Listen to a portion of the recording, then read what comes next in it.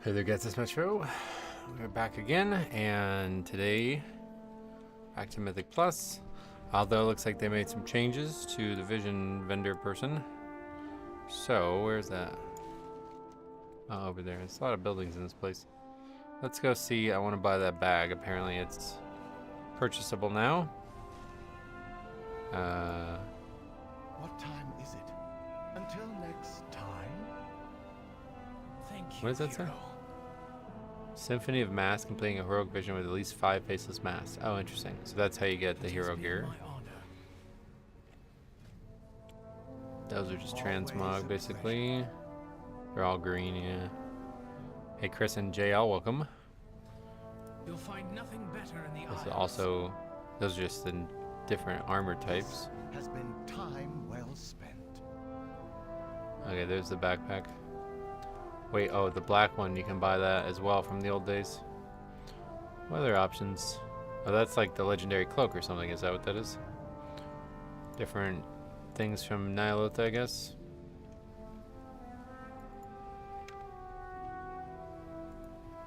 That's like actual Nyalotha gear. Plate wrists, like what? Oh, I see. It's a green coloration of it. Interesting. Well, all I actually want is the backpack.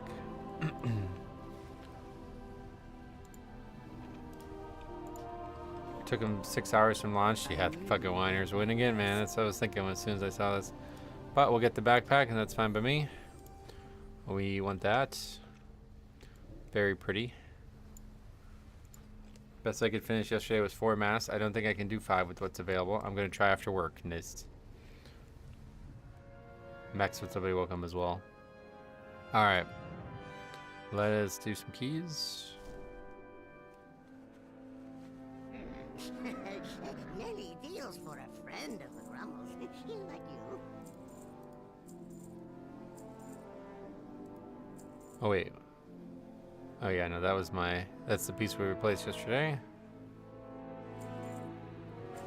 Bunch of loot from our adventures yesterday that we're not going to use. Cool. Alright. Good fortune That's to that. our friends. Time to start looking for keys. We'll do that. Motherload 15.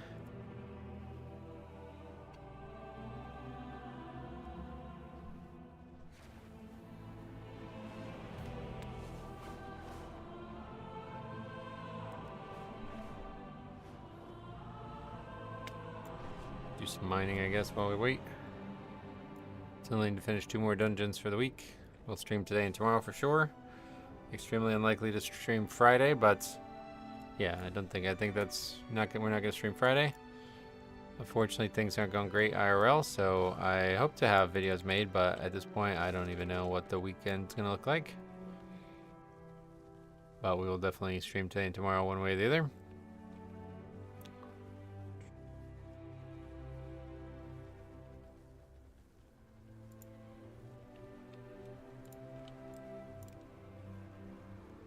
There's no MDI this week, yeah. Cravington, what's up? Welcome. Mark and Zekruno as well. Welcome, guys. How you doing? Devastation, good.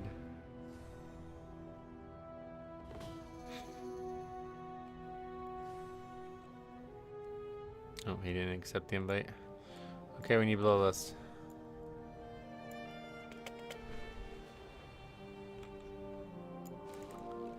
Beautiful afternoon to do some visions. Oh yeah.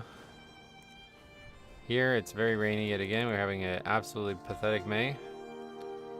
Among the worst. I remember there being a really bad the second year I started golfing, I felt like I had really figured something out.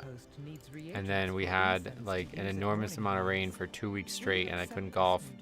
And then I came back from those 2 weeks and it was like I couldn't figure out how to golf again. Like I lost it all. And I remember being really frustrated with that. That year we had a lot of rain in May. But usually not normal. Hey Metro, good luck on keys. You're starting to inspire me to swap from Guardian to Blood. Sweet. If you have any questions, let me know.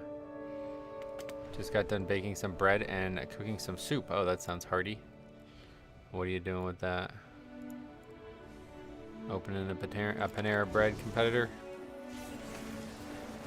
Do you like visions? I enjoyed them when I was able to do them yesterday, yeah. This is the best weather. Yeah, not for somebody who likes to be outside and happy. Alright, let's see if we can get... Just need a healer now, yeah. First 17 on the board last night. Nice, which one? Playing Unholy DK and Visions is a lot of fun. I would like to try Blood next. Sweet, let me know how it goes.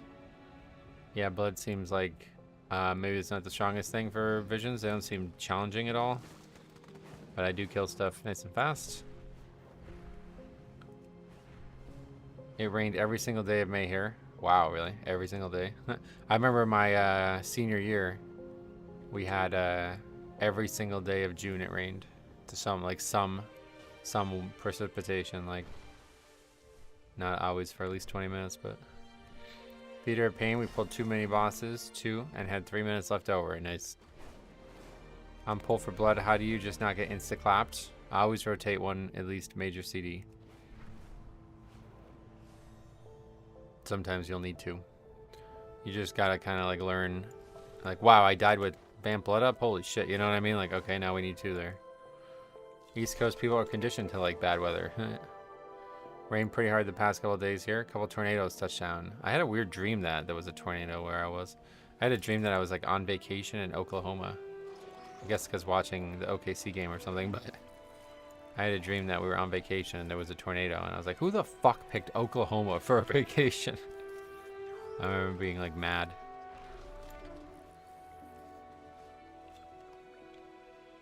Vacation in my state? Never again. The dream is enough. Yeah, I didn't think anybody would go to Oklahoma for vacation.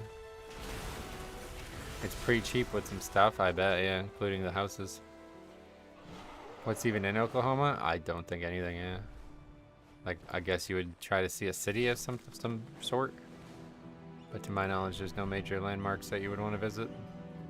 How far did you end up getting in Visions? What do you mean? I don't remember, but it was all there on stream yesterday if you want to go back and watch. Hopefully we'll have some time for it again, but at this point, I don't know. Haven't had a second of free time in the last 3 days, pretty much, so. Really 5 days since Sunday. But that was because I chose to play basketball and golf, so that's a little different.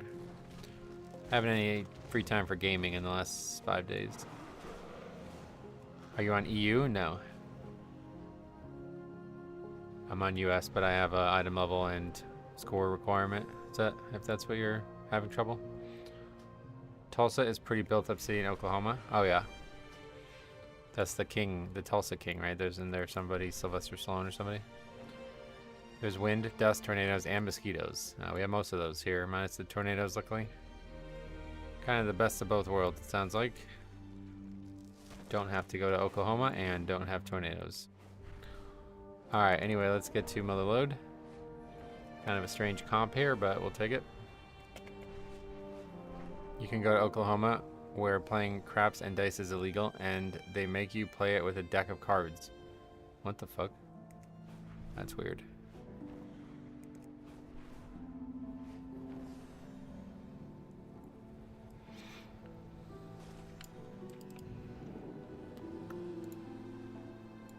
First key of the day, yes. Mother Lode is slowly becoming one of my favorite dungeons of the season. Oh yeah, it was my favorite before the season started, but it kind of stopped being my favorite. But yeah, we got a great vault. We had the helmet finally, so I now have Mythic Track in every piece. I forgot to upgrade it, but we just, yeah, we're done pretty much. We just need to go upgrade that, and then we're done. Hopefully I'll remember. Our corruption's supposed to be better as time goes on. There's a second tier of them, I guess. I guess we'll get a new quest next week or something. Good morning, Twilight Devastation enjoyers. Welcome. But the first tier isn't terrible. Like 2% of my damage is the helm enchant, which is solid for an enchant. I don't think there's an enchant out there that would match that. I mean, I guess Dancing Rune Weapon, or it's whatever it's called, Fallen Crusader, but it's hard to quantify that either way.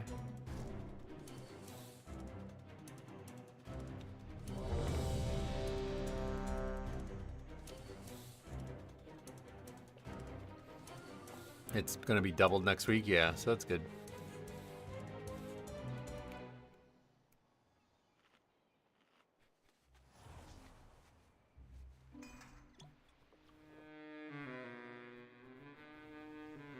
If it gets too dark, just let me know, because it's raining, but I have all the blinds and stuff open. Gotten 3 vaults in a row with 0 upgrades. Oh, yeah. So missing a lot of gear. That's surprising. Unlucky. Remember when they announced these and they were going to be weapon enchants? Yeah, that was weird. I don't know how they thought that was a good idea. I guess it was because mostly the weapons were what was famous for them in the past, because the weapons had like guaranteed allocations of corruption from the raid or whatever. Which was kind of crazy to look back at that. What was that, like rank 3 Twilight Dev on the weapon?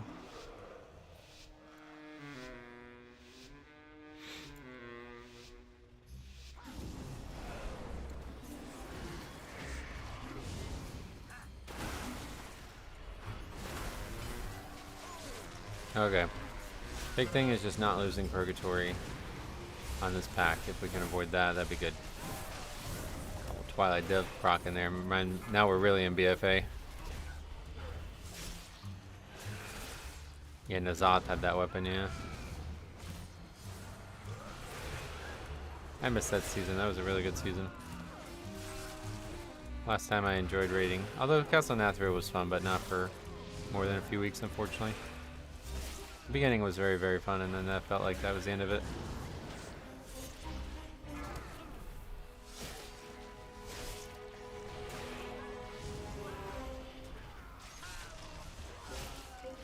Motherlode was also a BFA dungeon, yep. No issues with Twilight Dev pulling yet, but I'm sure it'll happen eventually.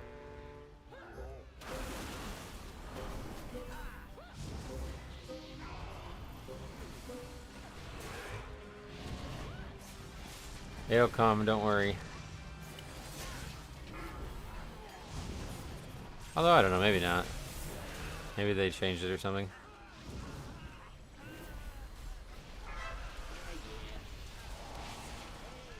How you doing?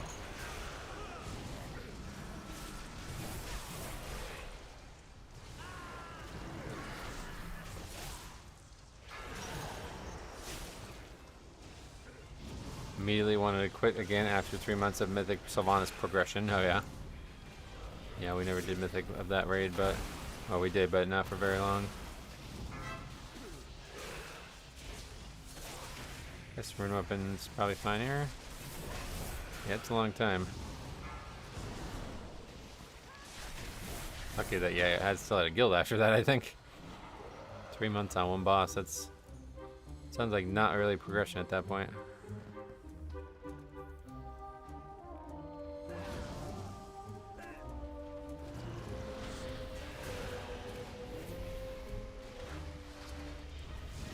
I would bet money on the fact that at some point this season you will do the skip and not pull the Peacekeeper. Oh yeah. Oh, I would have. Oh, I see. And now you've changed what you're doing. Yeah, I mean at least on these keys it's not really dangerous. Nice big AoE pull there, seems fine to me. If it was a different type of skip, I would definitely do it, but it's just such a weird thing. Yeah, I've been submitted so many videos of people failing it, it kind of really turns me off. We kept losing time due to the holidays. Thanksgiving we lost time, we lost 3 weeks around Christmas and New Year's. Oh, I gotcha. Have they said anything officially about the dungeons? Nope. I'd like to pull it on my warrior just for spell reflect. Oh yeah, that does a lot of damage, right? That's pretty cool. Like if it was a skip like this, we'd do it.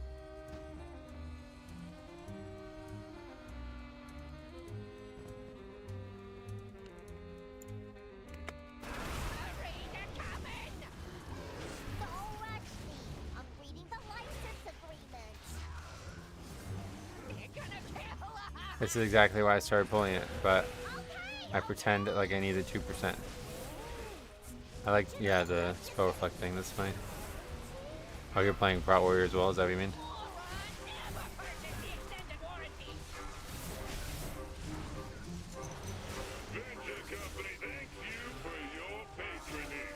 Hey Metro, how you doing? Payday, welcome.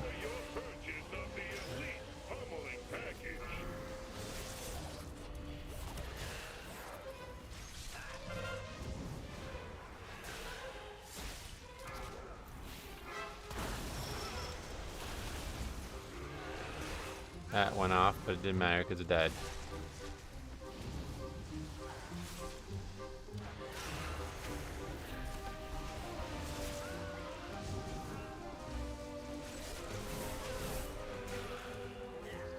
That's why I dev there, wasn't there? Oh yeah, look at that. That did pretty good there. Seeing almost 20 million in one hit just makes your day. I bet. Systems engaged. Commence pummeling. Beware. Increase.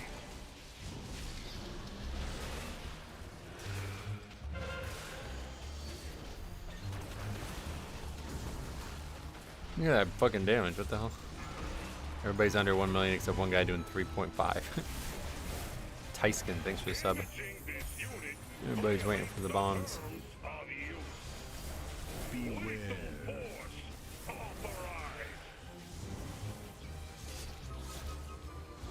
It's a big damage buff, so I don't blame him.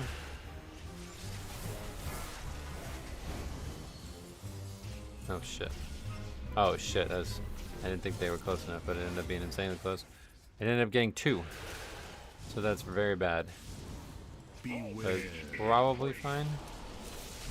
Ugh, not really. I had exceptionally good experiences with Windwalker this season, similar to Rat. Oh, really? Yeah, I guess I haven't had any bad ones, so that keeps me interested in them.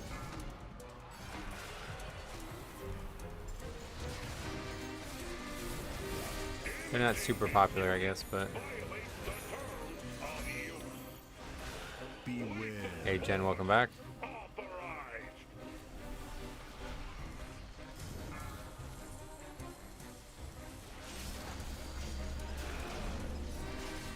Well, I think this next one's gonna kill that monk. I don't know why he took so much more damage than everyone else, but... Gonna find out here. No, not even close. What the hell? Oh, it goes away. Oh, I thought the coin stacks were permanent. After he clears the next set of coins, the previous go away. I've not known. I did not know that.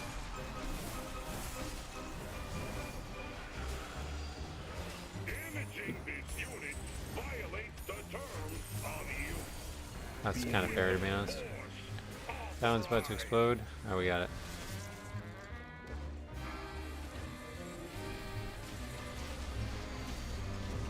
We didn't even know this was a mechanic at all. The coins? Oh yeah, if he eats them, it's a huge buff to him. They made this boss very forgiving, yeah. I don't think it used to work that way. But you're certainly right, very easy fight now. Which is strange, because it was always the easiest fight in here anyway. Tyran is such a key killer. Tyran. He used to not move while casting either, yep. Yeah, this fight used to be way different. And the biggest change is the actual, like, visuals of it. The fact that you can see the actual edge of the mechanic is crazy.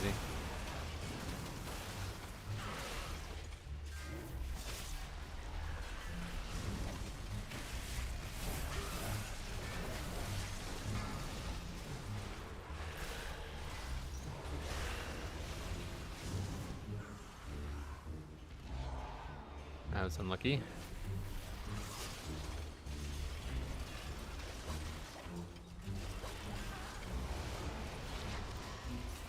I think 4 is easier. Oh yeah, well once you... What level are we talking? You have to be 10, I guess? 4 it's definitely easier, but yeah. They're both there. Thoughts on Vengeance as a Death Knight mount? A mount? What? I don't know what that means, sorry.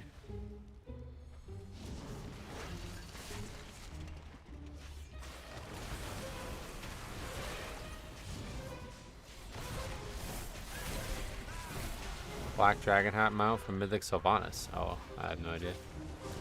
I just match transmogs when I do mounts, that's all I do.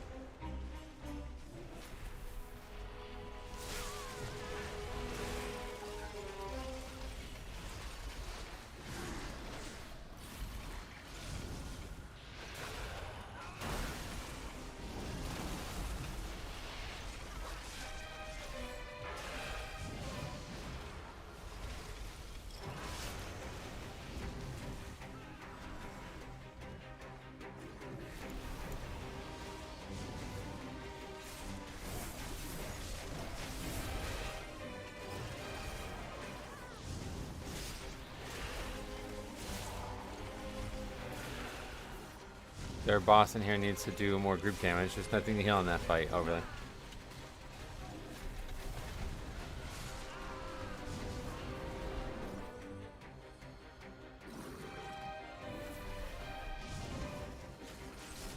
Oh yeah, the war machine's into it. That's an interesting idea, right? I guess I can do that as blood, right? Gives you the opportunity to pull in a robot while doing it. Is there anything like tricky to that, or you just walk up there and pull it? Maybe we'll give it a try.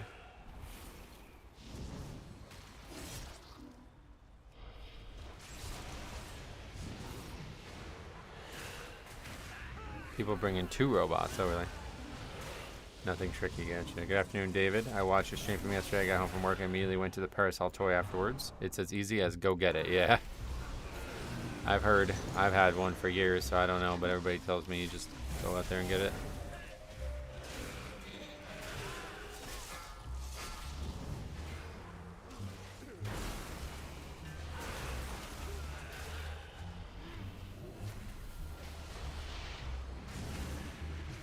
The second one has a specialist though, so you can need some coordination. Yeah, I think we'll get the first one today then and try it out.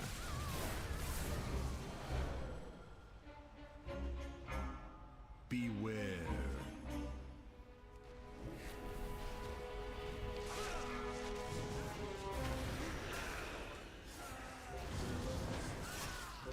Beware. How do people keep fucking dying to all this shit, man? 4 deaths to all avoidables now.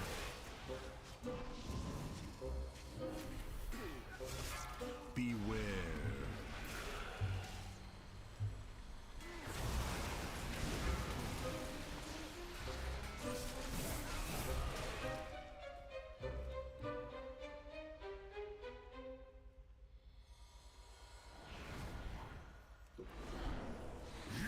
Trespass in my domain! The blood of Azeroth flows through you! Just be careful using limbs during the pull when he spawns in a mine. I don't have this spell, so yeah. Won't be a concern.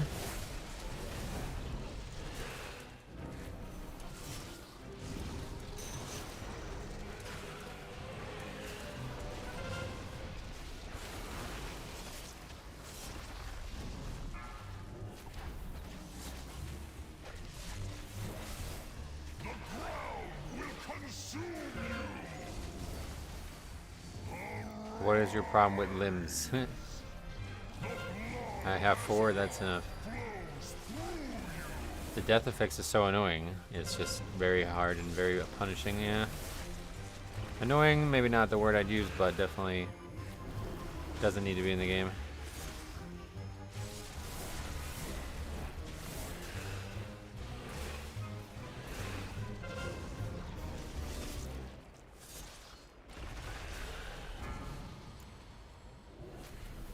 I think the only real danger is the tank over-focusing on the war machine and not being ready for the short phase where the boss attacked normally. Oh yeah. Yeah, the fight used to be very, very hard to survive, but it doesn't seem like it would be challenging even with trash there. The only thing I actually worry about the rest of the group, because I haven't seen deaths there. Like, quite frequently actually. Do people not managing the puddles and all the knockbacking and all that, right?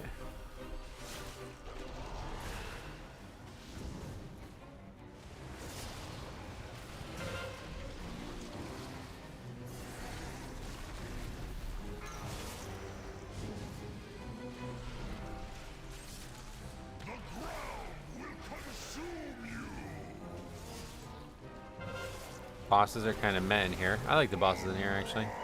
It's just they kind of all got nerfed. Which is not a problem, really, but it's definitely not. It's a very different dungeon now. Pretty much any damage you take as anyone except the tank is avoidable in that boss. Yeah, it's true, but it's about the chaos. Boss fights that are chaotic, I don't think I would encourage adding more chaos to it. But we'll give it a try. I feel Blood Death Knight is a bit weak now. Is there any tip you can help with? No, I'm sorry. I don't feel they are, so I don't know. Like, the only thing I could say is make sure you record your runs. If you run into something that you feel like is representative of your struggles, like a specific dungeon or a specific whatever, you know, send it in, and I will have a look at what you did and what I think you can do better. I can't imagine doing this with 2 more ads. Well, the ads were very like they're not the same mechanic. So obviously, it's basically the health of 1 ad or of 2 ads put into 1 ad. But yeah, considering we just had 5 deaths to avoidable mechanics on the first half of the dungeon, I'd imagine we're about to wipe to this pulling of this robot.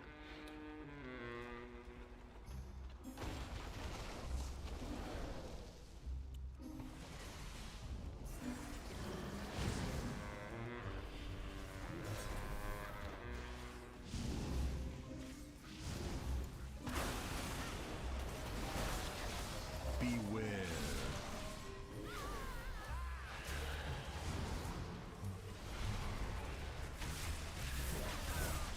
Sandlane seems to be weaker than Deathbringer. Oh, really? I guess it's probably still better damage, but I have no idea. But for me, I would not consider it. That boss with full melee comp? Yeah, that's rough, right? That's what we had, I guess. Thought we were getting Ellie, but we got Enhance.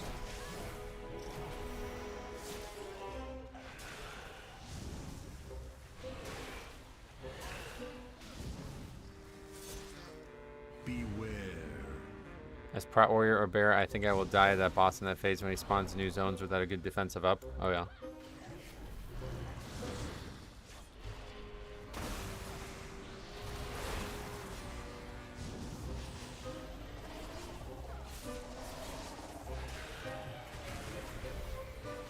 Group's doing very good at kicking, so that's good at least.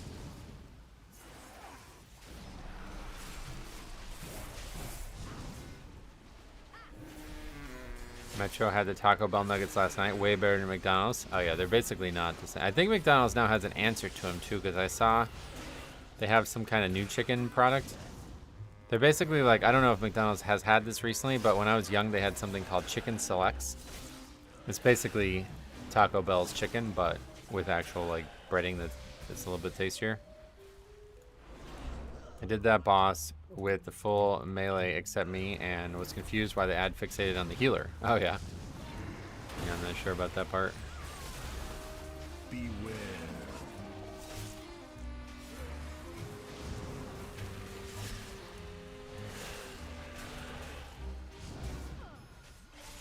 McCrispy. Oh, that's like a sandwich or what? These were just actual like chicken pieces. Look them up. They I don't know if they were not something that ever returned, but yeah.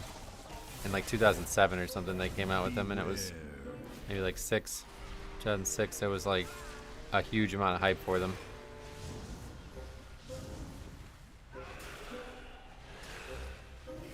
And to me the chicken tastes exactly like that. They're all flat chicken tenders. Oh yeah. Oh, you're talking about the McCrispy. Oh really?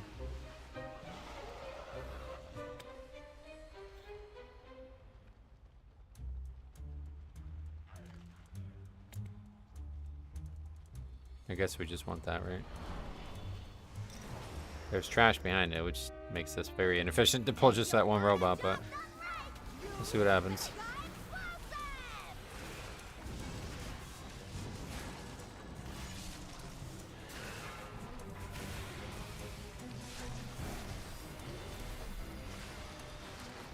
I missed the snack wraps. Oh yeah, you remember those.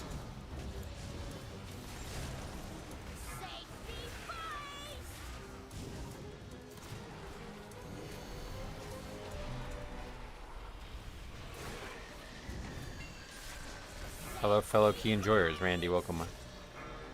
Glad you're among that group now. See that charge shot plus the damage and stuff on the fight, I feel like pretty dangerous.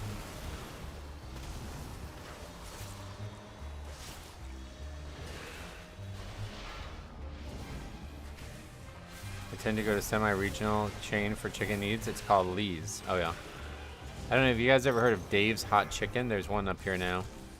I never heard of it, but it just opened. Brew might be one of the all-time favorite Mythic Plus dungeons. Oh, Brew. It's in a brew meter, you mean, yeah. I love the smell of propellant in the morning. Dave's is good. Dave's is right near my apartment. It's good, oh yeah. Is it just like, what kind of restaurant would you compare it to? Is it like KFC or better or what? Because I like Popeyes. If I was gonna get type of like fast food chicken, I would get Popeyes.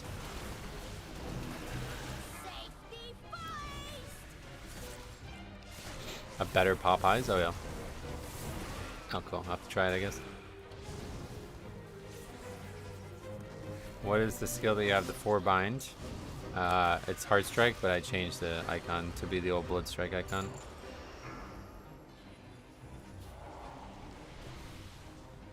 Churches is real good. Oh yeah.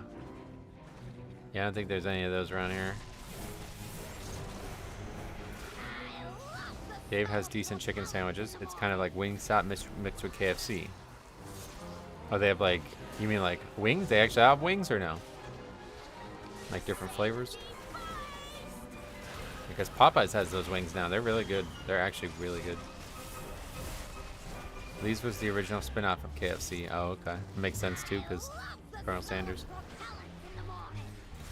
They have 12 flavors, and loaded fries are wild. Oh, okay. I'll have to go up there. These kids I was playing basketball with were like, oh my god, it opens this weekend. And I was like, what? So I was trying to pay attention to what they were talking about, and then I realized they were talking about that place. And then one kid's like, I'm going up there and I'm going to spend my whole paycheck on him. And they were like making fun of him.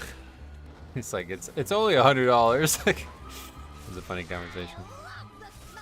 But yeah, I'd never even heard of it before that. I would check it out. It's kind of pricey, but it's worth it. Oh, pricey, that's not not going for well for me right now, so maybe not. See, like now what do? We have these 2 mobs that are just in the middle of nowhere. Guess we're just gonna drag them all the way up.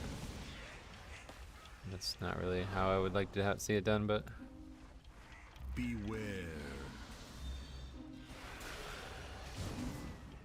Beware.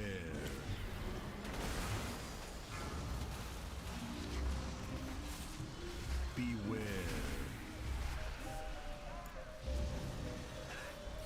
Beware. a lot of bombs. You haven't seen what people do here? They tell everyone to wait down there and tank just runs in aggros? Yeah, I have seen that, yeah. But I mean, one way or the other, there's still the trash there. I feel like every time I'm here, a tank is doing it differently. That's not surprising, because that's how it was in BFA as well. There's a lot of ways through this area. We have Raising Canes here, and it's very good. The sauce is addicting. Uh-oh. Was there like heroin, or they use heroin or something? That shit's really bad for you, from what I've been told. If you like spicy chicken, Dave says a couple fairly spicy sauces. I do like spicy food, but spicy fast food usually is like instant stomach ache for me. I've stopped even having spicy food at Taco Bell. I don't know why, but it's like instant stomach ache. Raising cocaine? Oh, they use cocaine. Holy shit. Is that real? Because that shit's real bad. I know that's for sure bad for you. Run away, little girl. Bums realize how much property damage you've done.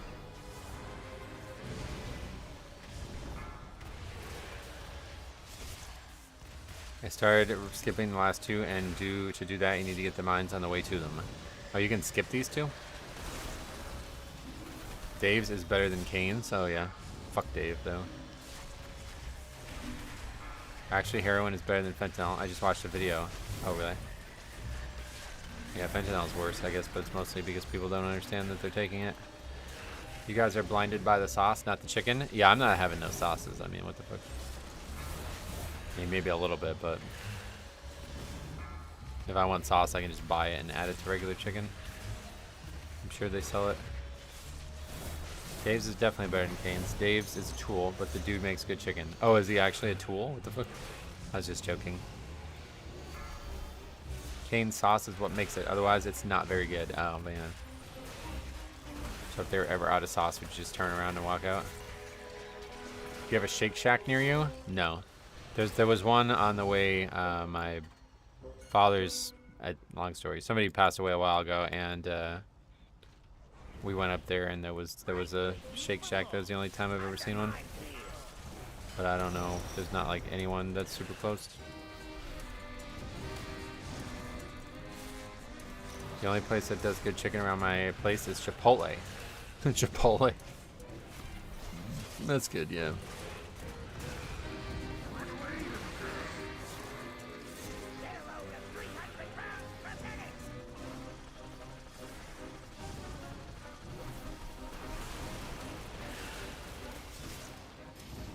How can I enjoy my chicken without 400 calories of mayo?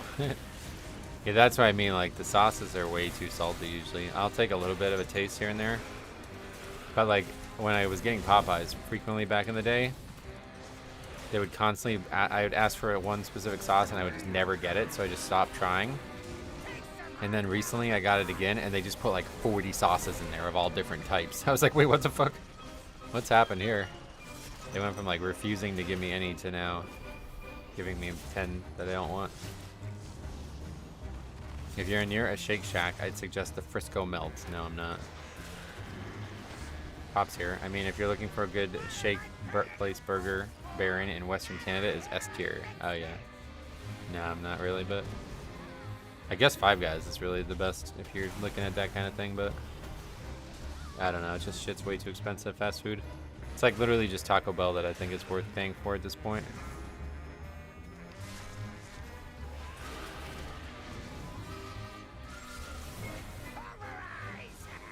McDonald's, like, regular meals are like over $10 now. It's insane.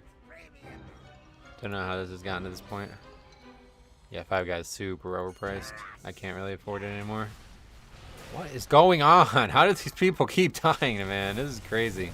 Did that guy just get hit by the circle hitting him? DC, I guess.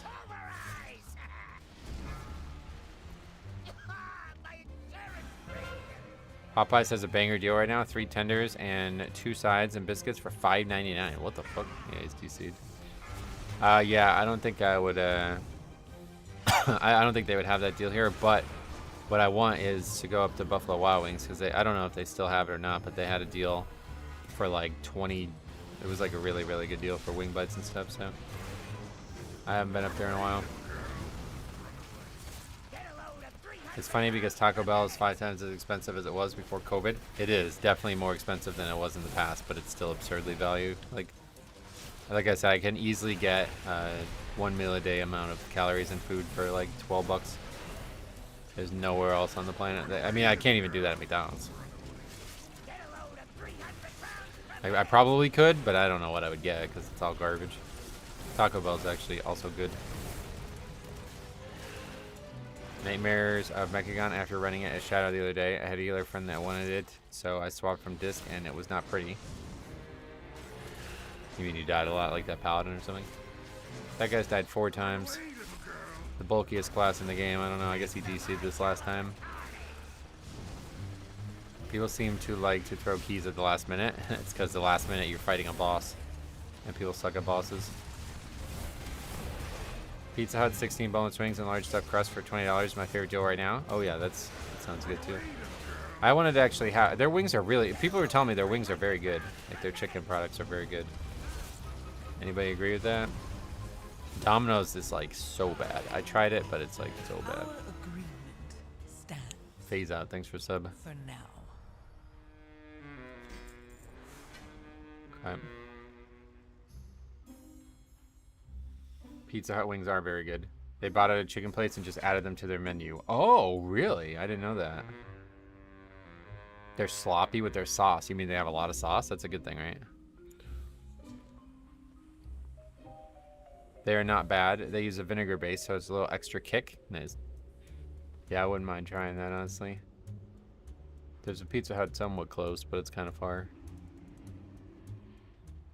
Their wings are abnormally good for a fast food. Yeah, okay, you guys are selling me on it. Especially the idea that they bought out a different company. If that's real, that's crazy. I'm gonna get it. Next time I need to get something quick, I'll get Pizza Hut. They're open late too, right? I imagine. Let's see. Pizza Hut. Hours. I know Domino's open at like 2. Oh no, they're only open till 10. But that's not bad, I guess. Yeah, Wing Street. I don't think there's one of those around here. Yeah, I have not had actual good wings in a long time. Oh, Wing Street is the Pizza Hut thing. Yeah, okay. Oh wait, so this was 2003, so this is a long time ago. Pizza and 16 wings for 20 bucks is a crazy deal in this economy. Is that, yeah, let's see if they have that here. Pizza Hut menu. This group says, guys. Don't get the wrong idea about what we're intentioning. That's who Pizza Hut bought out. Got it. So that was a long time ago.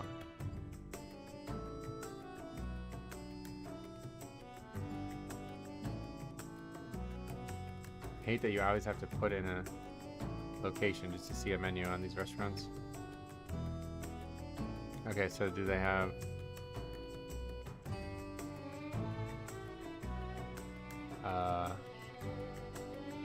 they must have a bundle or something somewhere. I don't see it anywhere.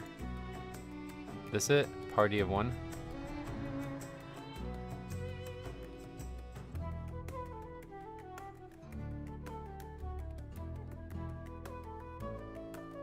This deal isn't available. Like what?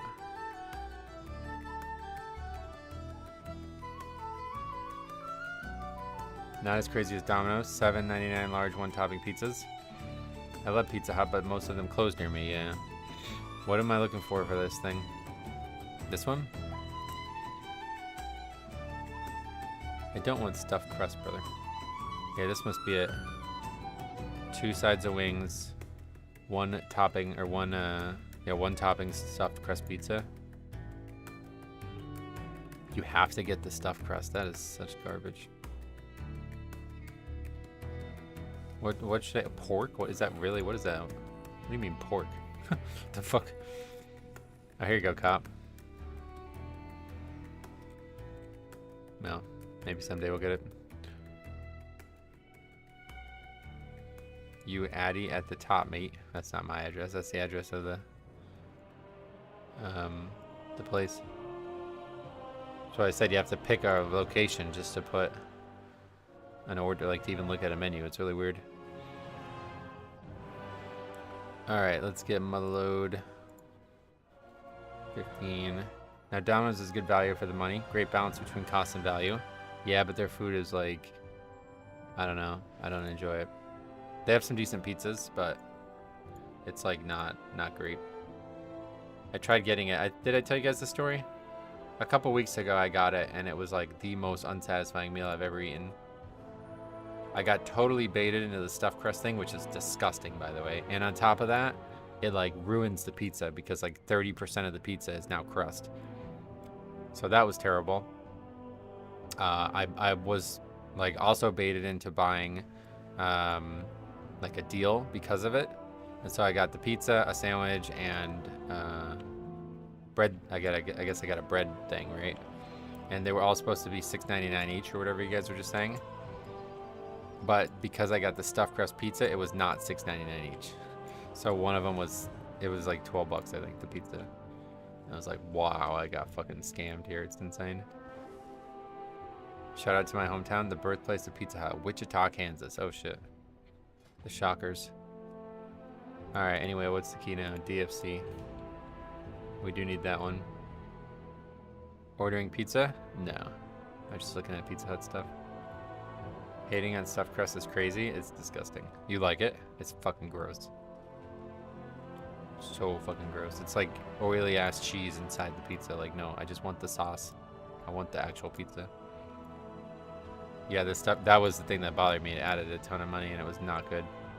It straight up ruined it ruined the pizza. The whole meal was ruined by that. Because I thought I was buying something for $7 each, and it ended up being way more money, and I didn't realize it until I paid for it. And then on top of that, it like I said, like a third of the pizza was crust at that point, which is not normal. So I barely got to eat any. Like I didn't even want the stuffed crust part, so that didn't taste good at all.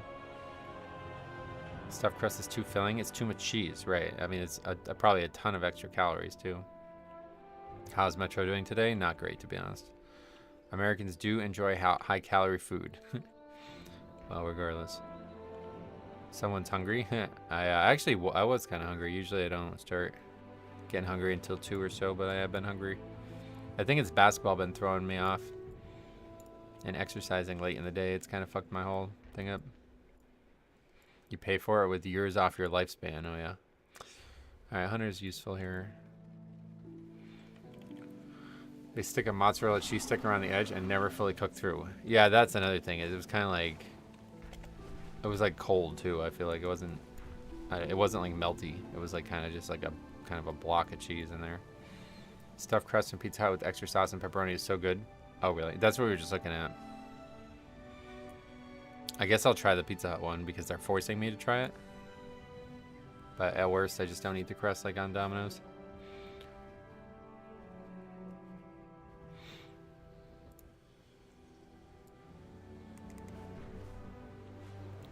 Do you have Resilient 15 yet? Yes. I had cottage cheese and granola for breakfast this morning. Oh, that sounds disgusting too. What the fuck? Cottage cheese?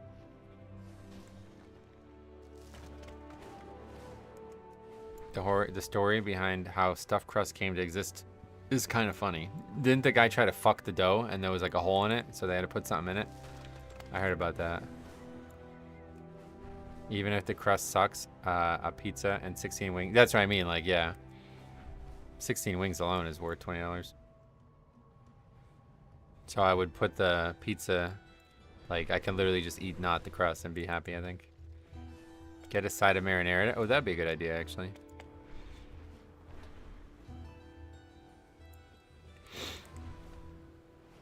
There are people out there that eat cottage cheese right from the tub. Oh, yeah. I would only eat it from a cottage. Just to be fully immersed. Metro's right, cottage cheese is the worst. Okay, good. If me and Cop agree, then that's gotta be, like, yeah. We're for sure on that one. I'd like my stuffed crust with pineapple. Okay, sorry, man, you're gone.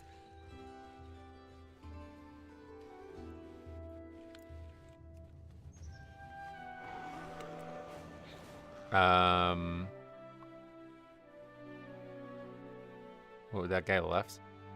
We don't actually need him. Add some buffalo sauce and you're good. Oh yeah. Could never ever eat cottage cheese. Most foul food in existence. I don't even know what it is, but I've had it and it's really bad. How do you decide who you're gonna invite? Just like I don't know, to be honest, mostly random. Depends on the dungeon. Cop likes pineapple. Opinion not listened to. Yeah, for real. But that's partially why I do listen to him. Because I know that if he has these extreme likes and dislikes, and he agrees with something I have an opinion on, that's probably, like, really, like, we're going to agree no matter what then, because we almost don't agree on food, period. You know what I mean? I don't mind stuffed crust, though. I know, I was just fucking around.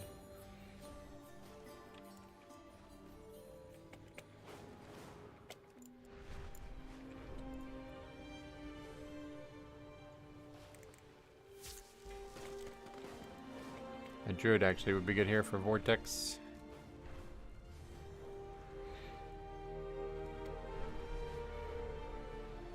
Pizza Hut, stuffed crust with cottage cheese instead of mozzarella sticks.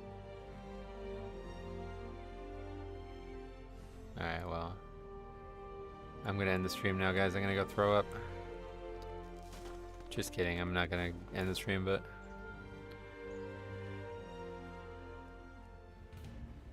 I know I'll make Cop mad, but cheese curds make a squeaky noise when you eat them, and it throws me off.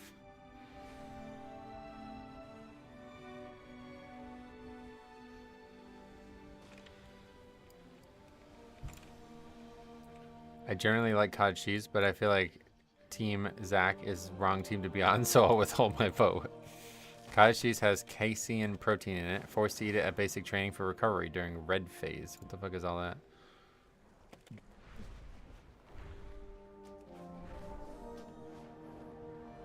Didn't want to have it stuffed with hot dogs. Oh yeah, what was that? I remember that being a thing. Little Chasers or whatever that place is. I think it had that, the hot dog one. That only happens when those curds aren't melted at high-end gravy over fries. Oh yeah. Oh, we're doing DFC. Red phase is the start of basic and the hardest part. Oh, okay. What's the next phase? Green? Blue? The shaman's name is Great Water Boy, yep. Reference to a film that's popular, but also reference to the splish splashing classin. When my milk expires, I toss it out, not put it in a bowl and grab a spoon. Yeah, for real. What kind of fucking animal does that?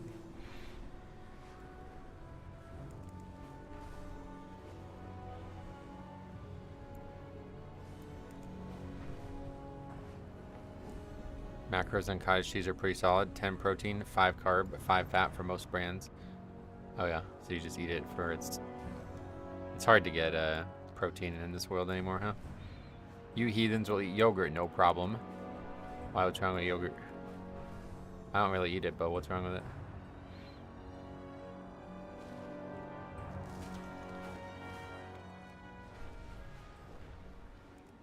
Wonder if the darkness will return as a raid boss. Yeah, I'm kind of confused by that character. It seems like it's more important than one boss in a dungeon.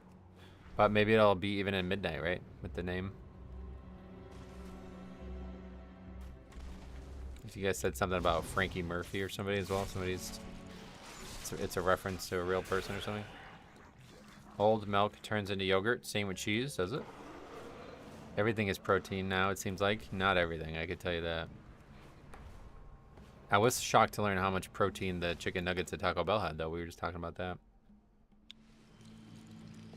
Yeah, Gatorade chant. That's a clever one. I like that. Protein pancakes, protein cereal, like low/non-fat from the 80s. Right. Yeah, that's true. That's a very similar fad. It'll be like Hell Yeah and Shylands show up in an intro quest line and just dip out. Well, no, Hell Yeah was like a big character in the second patch. I don't know why she was there, to be honest, but bit of a weird thing there. Alright, here we go. 5, Kodak protein pancakes are bomb. Oh, really? 2, 1. I can't wait until the world eats bugs and tries to say it's better than regular meat. I think that probably already happens.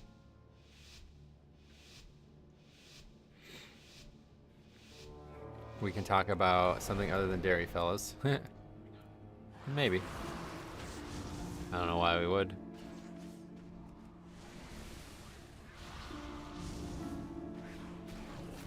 Beware. In Shyland, she was in the second yeah, she was in the like the patch where Thrall and his mother get reunited. I think that was like a big part of it.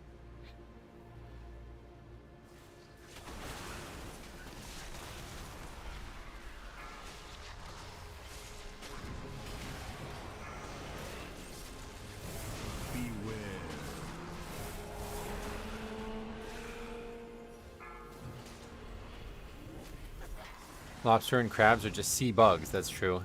That I do agree with. I learned that in college, that they're actually the same, like, family or whatever you'd say. Kingdom. Arthropoda. Beware. I'm trying to make a waterboy joke, but YouTube is very eager to let me use the word evil with a D in front of it. It's not very evil. It's not very... Probably. Whatever. Hey Kyle, welcome. They're essentially spiders, oh yeah. Beware.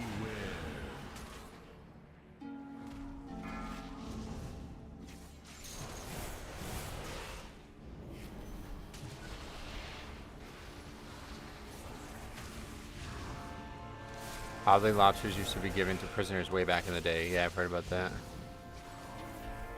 Lobster used to be poor people dish until very recently. Yeah, what's that about? Oh, okay, I guess we're done for some reason.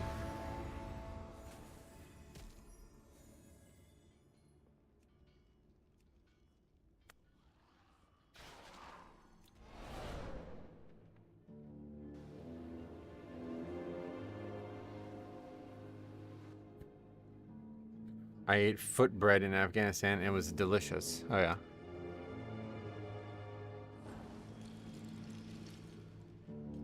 Two guys offline. I don't know if that maybe they're offline the whole time or something.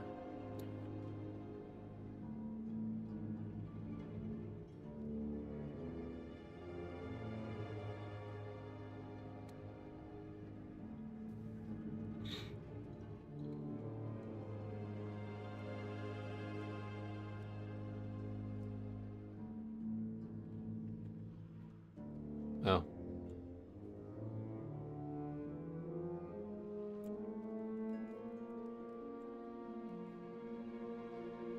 I believe it's because lobster used to be a lot more numerous. Oh, really?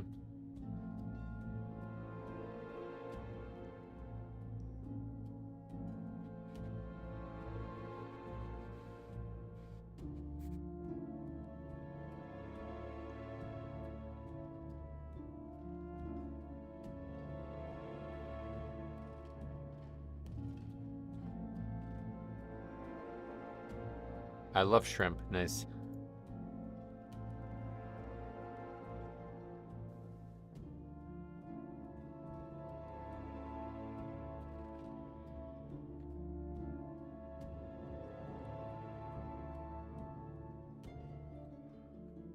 I love lamp. Oh, I remember that joke. Alright. I brought great shame to my family by not specking into purgatory for a 15 theater. Oh yeah, I don't know why he wouldn't take that. That's crazy. So the guy said he walked out. Is that true?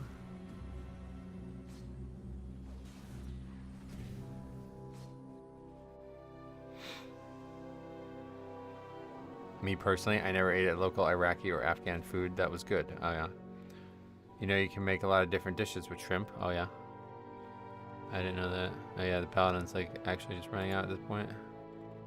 We're still in combat and he just leaves combat. Just runs away from, yeah, okay, sprints away. Wow. God, these people are crazy.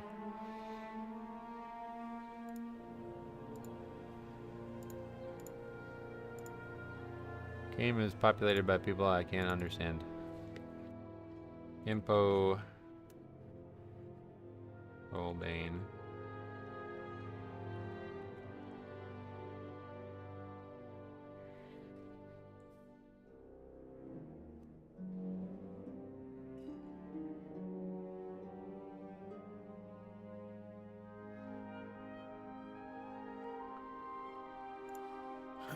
Cut him some slack. He's playing retail hardcore. That's probably what it is, actually. Bubba taught me everything I know about cooking shrimp.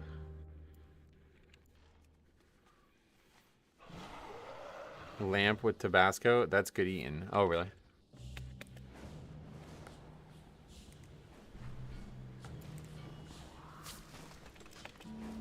You can cook shrimp with everything.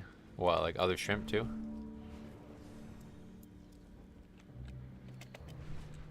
Augmentation, no. No, no, no. I can't. I'm deathly allergic. Oh, yeah. That sucks.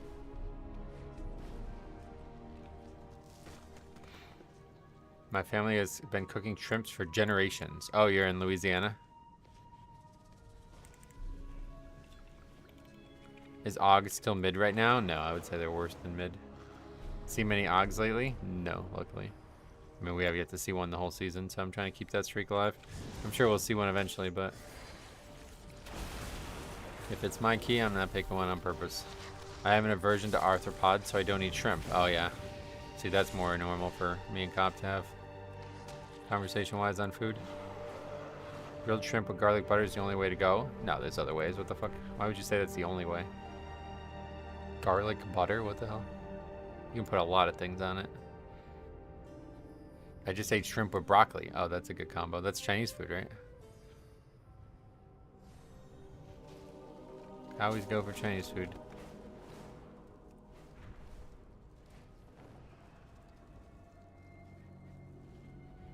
The smell of shrimp is disgusting. How can you put it in your mouth?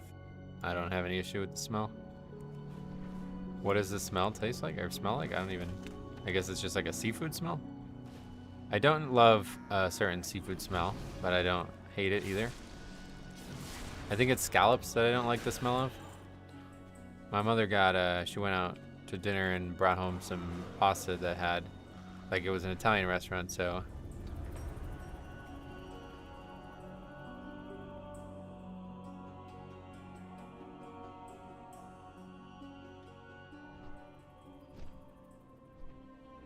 Cataract River is known anyway, wildlife and water yeah, and it smelled like scallops and it immediately kind of turned me off. I did eat it, it was fine, but appreciation expressed.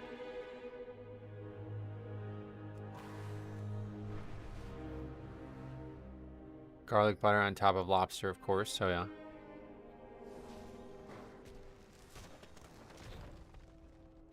See, that's something else we agree on with food. I also love Chinese food. Ginger beef is one of my all-time favorite foods. Yeah, I don't know that I've had that one, but there's a lot of good things. I love the buffet because you can go and get like all different manner of items. I can't really eat at a regular Chinese restaurant anymore because I like so many different things. I would never be able to be like comfortable with one pick. Hot take, but scallops have a strange texture. They definitely do. They're like rubbery almost, right? Fresh seafood from clean water rarely smells bad. Oh, yeah. Yeah, I wouldn't say it smells bad or good. It's just got a smell to it, and I don't like the scallop smell, but it's fine. Scallops are pretty much eating fat from a ribeye. Oh, really? Wait, what are they actually? Ever made it to Shady Maple? Well, I don't know what that is. That's a location or a restaurant or what?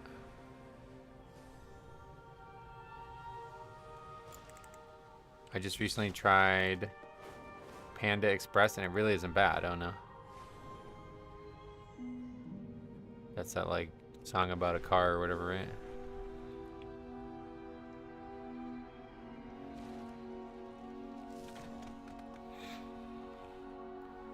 It's in East Earl, PA, the largest buffet in the country. Let's look it up. Right next to Blue Ball. Okay, are these real places?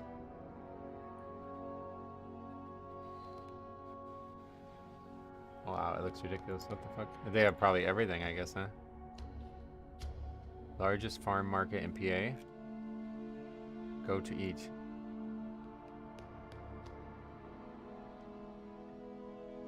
Oh my god, it's gigantic. What the hell? I live close there. Don't come. Why? Lancaster is known for ridiculous names. Oh, Lancaster, huh? Does sound unhealthy. I agree with that. I do like a buffet. My inner fat kid just wants to eat a lot of meat. It's just really good to, for one meal a day, you know, it's very economically viable. How much is it for the... It doesn't look good, though. I'll tell you, the food does not look good. But just pictures of it. Okay, where is it? East Earl, PA. Blue Ball is right between Intercourse and Paradise. Oh my god, really? This is like a joke, I guess?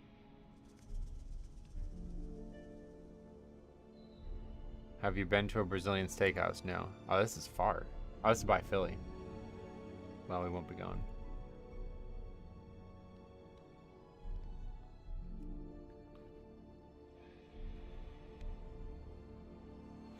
Don't forget Bird in the Hand, PA. That's another place, huh? Those are weird jokes. People always think buffets rip you off with the sides when they actually save their money is the cleaning. Oh, really? With the sides? All I know is that the Chinese buffet, I could eat like way... Like if I was to buy all that food, I would spend like $40, $50 probably on it. And it's only, I think it's 18 bucks.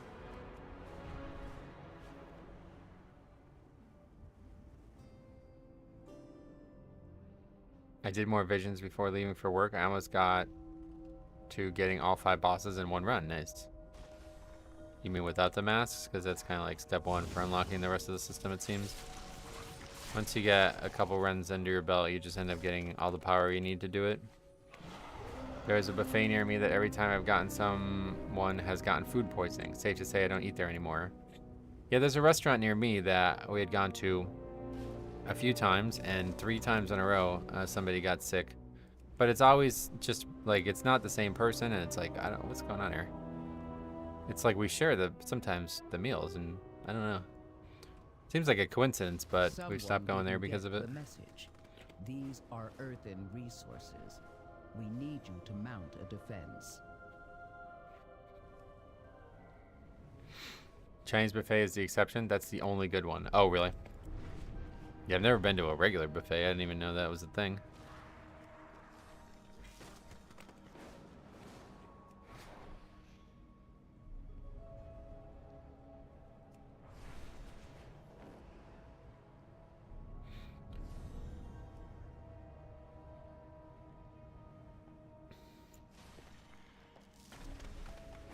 Gotta stay regular and have good gut bacteria with yogurts. Oh, yeah. Golden Corral. That's, yeah. And there's also, what's the other one called? Fuck, there's another one that I think is like that too, right?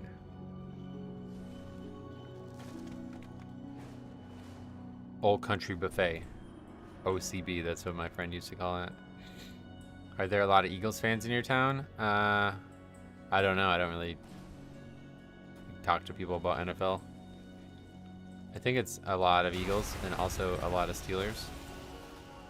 Okay, that was cool. It's just like one-shot that mob.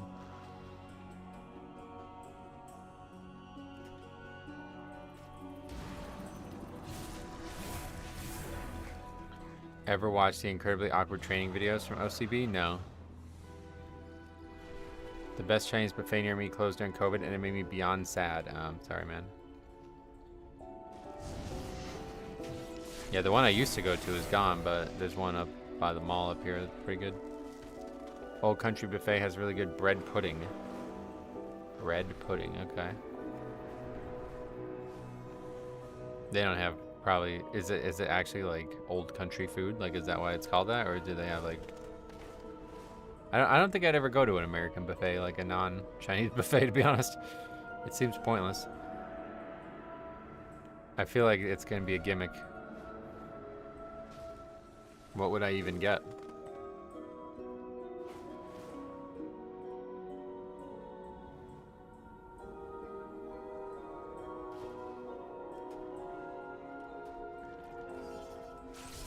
It's weird because like there's not much Chinese food that I wouldn't like outside of the addition of all the onions. But I can think of a thousand things that would probably be on a regular buffet that I wouldn't want. So I just end up not eating a variety of things anyway. You're gonna try to unlock the Void Cycle mount? No. I'm not really a mount guy. Is the Fogo de Chao near you? No. Or if it is, I've never heard of it. Maybe it's somewhere specific, but I guess some pizza places could be considered buffet. Right, like, yeah, if there was a pizza buffet, there used to be one. Kind of close to me. We used to go there a lot when I was younger. I love, that would be, yeah, if there was a pizza, but I don't know if there's anything like that around here nowadays, but.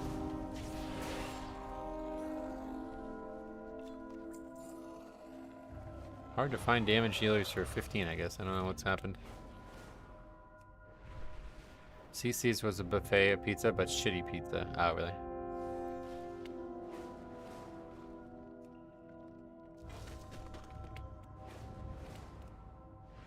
Fogo de Chao is Brazilian steakhouse, and it's the best place I've ever been. Alright, let's look it up.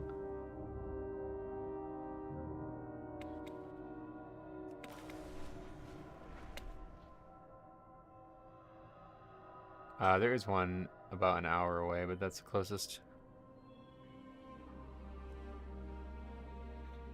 It's expensive, but it's so good. Oh, really? Yeah, expensive. Big elimination right now. I don't even, what is Brazilian steakhouse? Like, what does that mean? Closer for you than it is for me? Oh, yeah. Re-invite him? I mean, you just re-sign up, I don't know.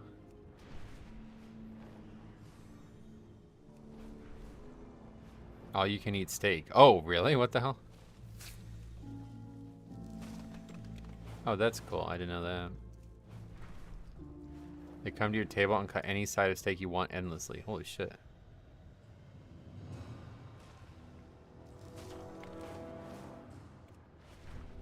American buffets are pretty much cafeteria food quality. That's why I feel like it would be a gimmick. Like, what is there that would be on an American buffet? I don't even know. It's gonna be a bunch of garbage. Like, oh, there's chicken nuggets, guys.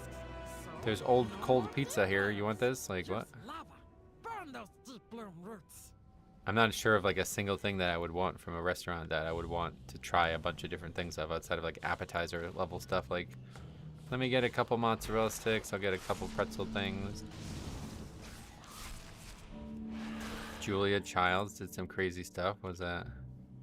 If you got a big appetite, I think you can get your money's worth. Oh, I mean, obviously, yeah, 1 meal a day. Is it, how much money is it though? It's just like flat entry fee, like no matter what.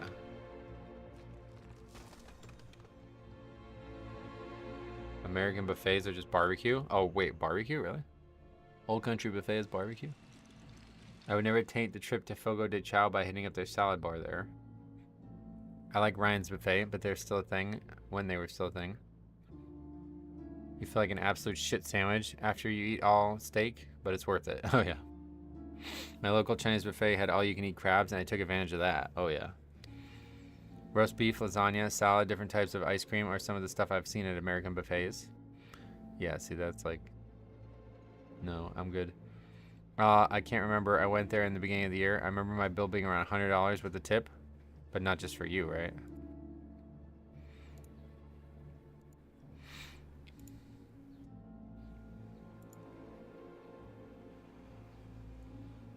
Yeah, I mean, there is no real American food anyway, so obviously they're gonna have to co-op some other stuff, but... Let's see. Whole country buffet menu. Yeah, it's just like, I mean, just even looking at it, it looks disgusting. Meatloaf, chicken and dumplings, salsa jack chicken, and potato cheese soup. Yeah, no thanks.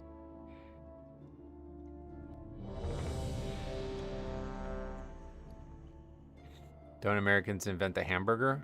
Maybe, but I'm not gonna go to a burger buffet. Oh yeah, did you see these? These are pretty cute, by the way. Ditto as Magikarp, 20 bucks. Also they have like a ton of different Pokemon.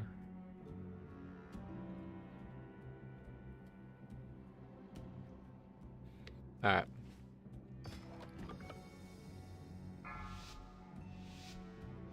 The turducken is American. Oh, do they have that there? 5, 4, 3, 2, 1.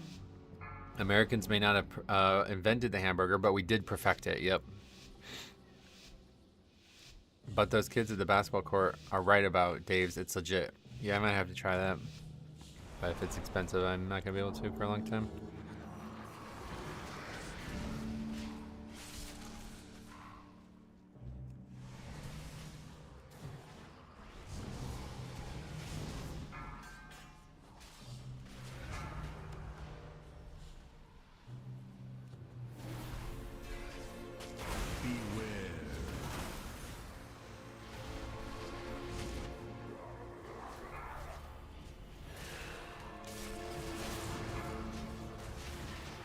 What is...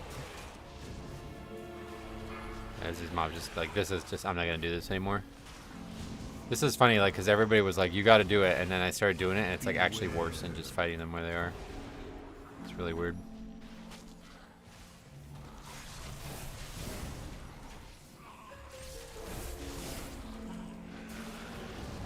I don't think I've ever done this with that one death, at least.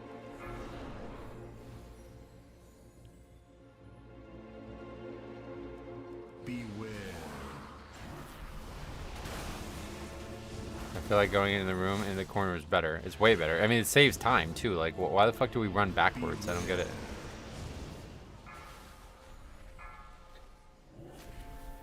How goes the keys? Same as always. I feel like going... I read that. Yeah. No, it's just like a waste of time. I'm not doing that anymore.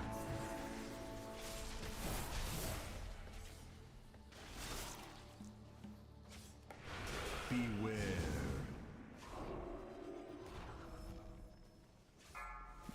Dave's Hot Chicken, 2 sliders with fries, $17.89. Alright, won't be in there. What the fuck? Okay. So that's probably why the kid was like eager to spend $100 at the place then, because he knew it was expensive. The meta right now is fighting them where they are. People did that line of sight strat for 12s, and then people realized it was shit. Yeah, in the beginning of the season, people were like, lol, keep depleting this key, lol. Just don't do it what I want to do. You're going to keep failing. It's like, okay, I guess we can try it. Yeah, total waste of time. I had a wrestler shaman leave after first pull of Mechagon. Didn't use stun totem, interrupt, and we died to the bombs. Oh yeah, definitely make sure you record him. You go to the either side, and then if you have no vortex, slightly move the pack towards the wall when he channels a knockback. Yeah.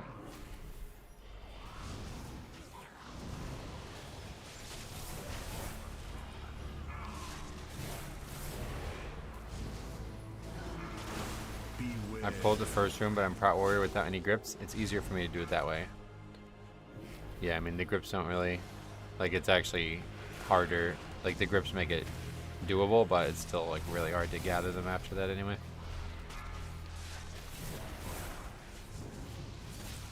The only argument to line of sight them would be the two casters, and as blood, you can simply kick one and grip the other. Right. Yeah, that's how I used to do it.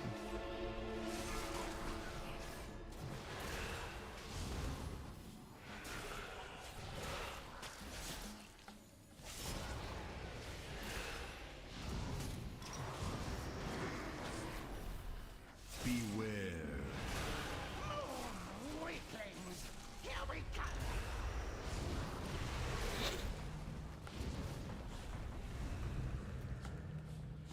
Have you basically exclusively played Death Knight for the last few years? Yes. Fight Whitebeard. Fight me. I used to play alts, but I just don't enjoy them anymore. Curious to see how the Shaman does on Candle King. Oh yeah, as a healer. Pretty hard fight, so we'll see.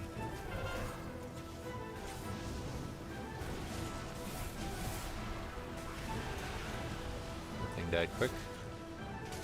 No god, my god. Move quick.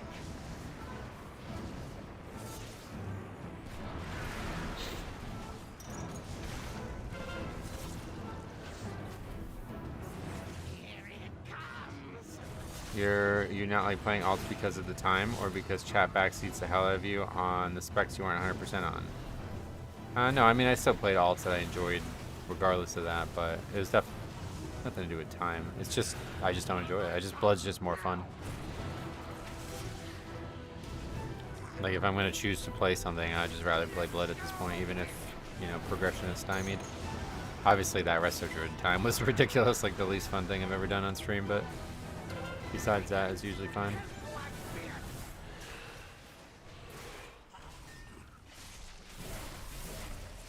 It's crazy how forgiving this timer is. We full wiped last week on 16 during Candle King, came back no less and killed it. Oh really? Yeah, I haven't had that same experience, but it might be because there weren't like routing or changes or something there, but it's definitely lenient, but I would not say it's the most lenient.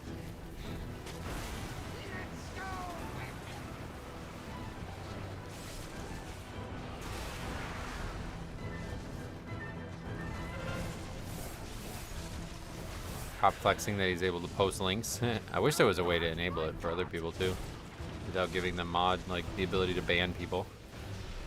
It's really weird because there's even a feature that is meant, like if you click it, it's meant to turn the feature on for people, and it still doesn't work. I think it might work on actual YouTube chat, but not in the live stream chat.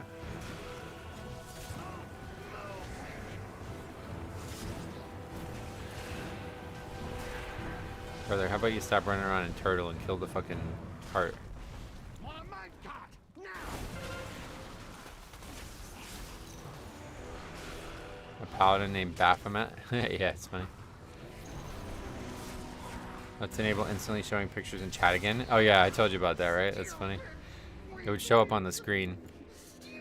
If somebody typed the URL, it wouldn't show up in the chat, but the thing that I had to display the chat would display the image as an actual like picture instead of just a link. I don't even remember how that like played out, but I remember seeing it. I was like, all right, well that's got to get turned off. I think like Gizmo posted a fucking picture of like just like a meme or something like that, and it showed up, and everybody in the chat was like, oh no. Instantly turned that off.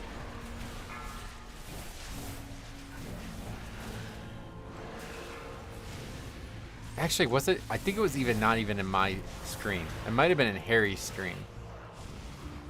Yeah, because I'm thinking like, no, that would have gone bad real quick if it wasn't mine. Yeah, I think it was in Harry's stream. So there wasn't anybody else there. It was just me and like two people basically, and then we noticed it and we just realized I had to turn it off. Gizmo, haven't heard that for way too long. Yeah, I don't know if people still talk to him, but... What's up, Pope Metro? Yeah, I did not actually, didn't get to be the Pope, but next time, definitely. I mean, it's probably going to be easier next time because I'll be, like, older. It seems like you have to be old to be the Pope for whatever reason. Lol, what? Oh my god. I missed that guy. Probably one of the most naturally talented World of Warcraft players I've ever ran into, too. It was really strange.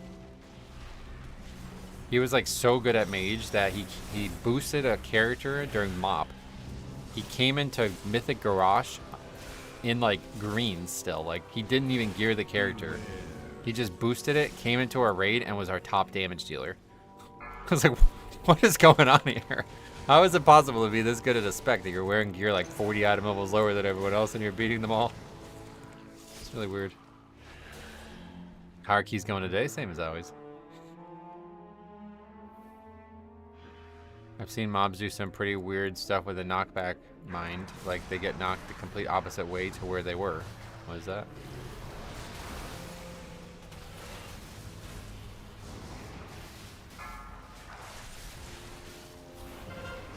That must have been the tune yeah, that was when you recruited him, yeah.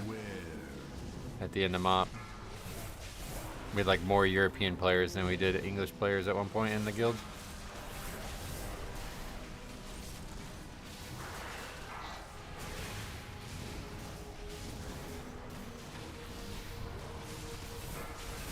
Hey Metro, what's the best way to tell a DPS who's a tank alt to stop pinging and trying to lead as a mage? Don't bother. They're not going to listen to you. Find a way to just laugh about it instead. Best case scenario. You ever pull all 3 candles? No, it seems too risky. How did the warrior die? I didn't notice, Tom.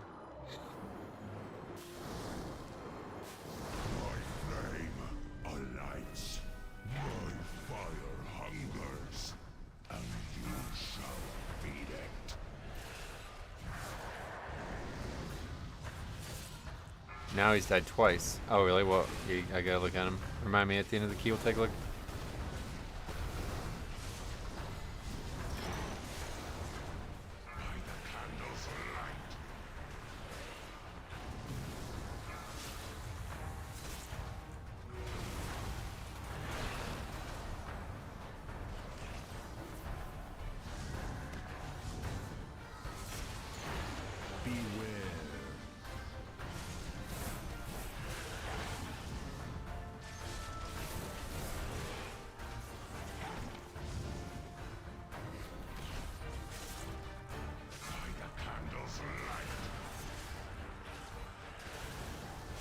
Why, what did cop link? I had sent a link in an email that I copy pasted earlier. It was a mistake and I'm deeply embarrassed to have linked it here. Oh god, what was it?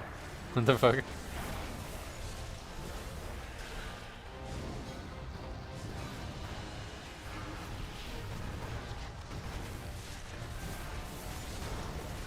It was porn? Wait, seriously?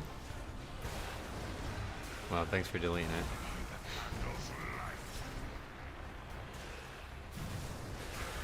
Well, at least you admit it. That's funny. Sometimes you do shit like that. Don't worry about it. That's funny though. Beware. The first step is admission. It's funny too because I've done like really like I've copy pasted shit that I was like, when the fuck did I have this on my clipboard? Like I don't even know when I last had this on my clipboard. It was something from like a day ago, you know, and I copy pasted it into the, I think it was when I was doing spell editing on the private server the other day. I posted a YouTube link. I was like, what even is that? Like it's not something I remember clicking on. Like sometimes you have shit on there from like weeks ago. It feels like. Yeah. I'm not actually the Pope, but we can still administer. What do they call that again? Will you pay me and I forgive your sins?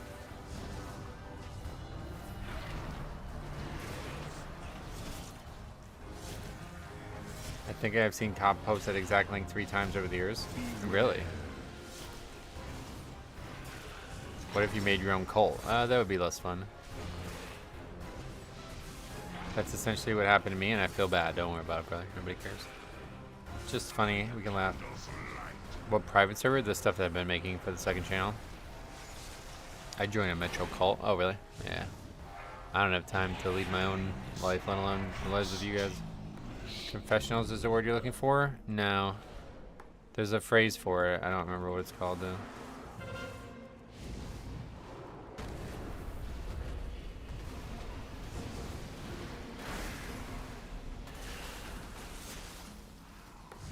This isn't a cult? Nope. Boy, I've never asked, like, what are, like, some things that are demanded of you when you're in a cult? You have to, like, pay, right, or something?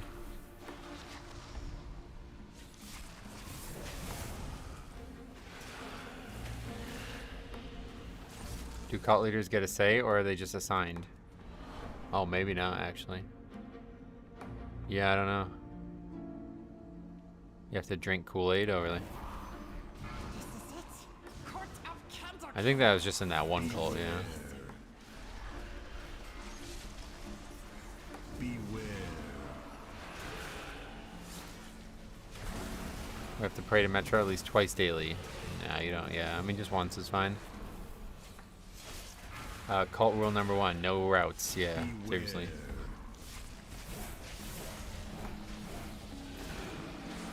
Beware.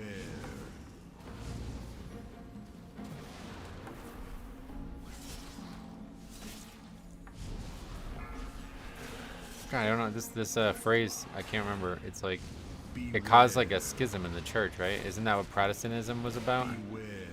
The Church of England like separated from the Pope because of this corruption where people were paying to have their sins removed or whatever. What the fuck is the name of it? I can't think of it. I was talking about the first pull. Usually they get knocked where you expect by the overseer, but sometimes they go crazy. Oh, I see. You were behind, yeah.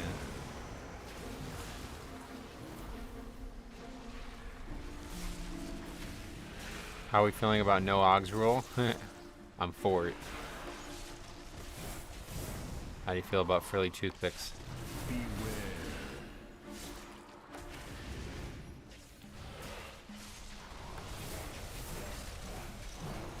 No, not absolution either. There's some phrase for it. It's on my using Crusader Kings 2. That's why it's sticking in my head and I can't get rid of it. Indulgences. Yeah, that's it. Indulgences.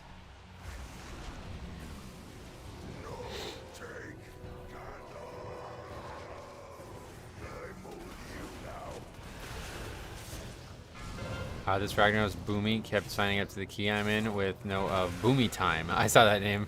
I saw that person before.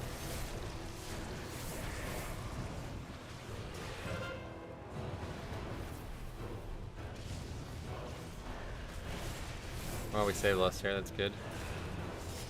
And the first set go down without incident.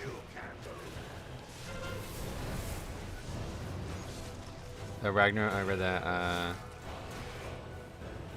Yeah, he's the token Og.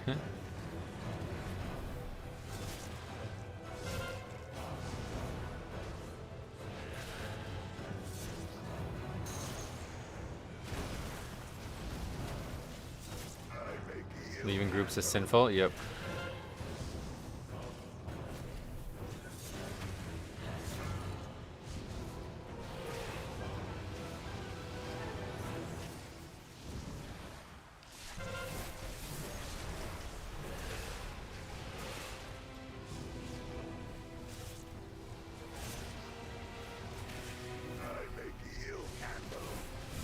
What makes the light go out?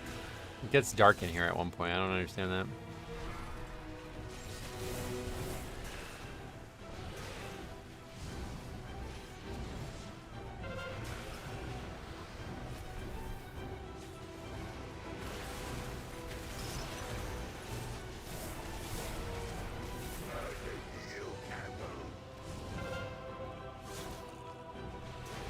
Repent to Overlord Metro, $2 donations to resolve Mythic Plus sins. To absolve, yeah.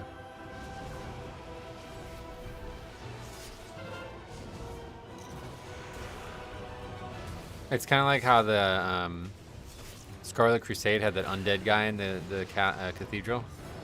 That would be Zach, right? Like, hey, we have a strict no Og policy, but we got one guy who's an Og, so we gotta hide him.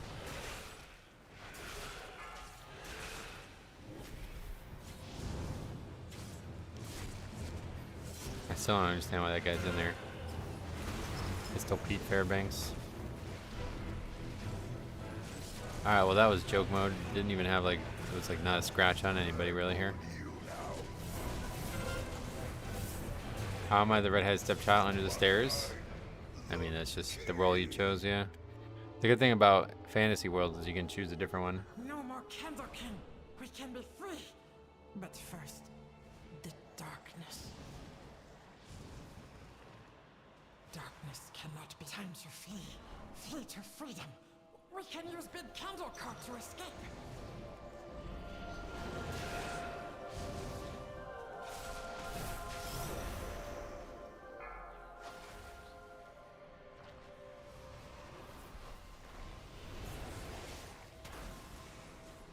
This is perfect.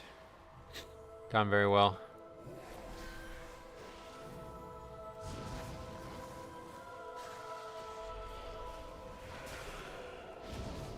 God, that's okay. This is like perfect. Don't think I can go any better than this. This guy is fucking dying.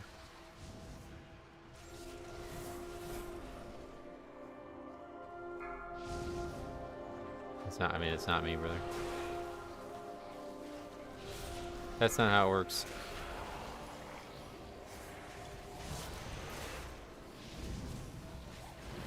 Not sure why people have threat.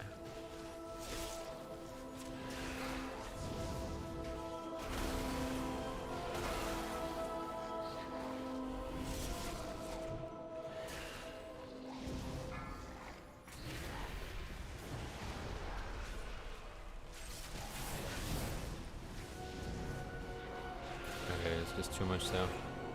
Now we're probably gonna die. I keep them away from the bodies, but there's just too many. Yeah, we're gonna die. There's just too many bodies. I like take them right on the outside.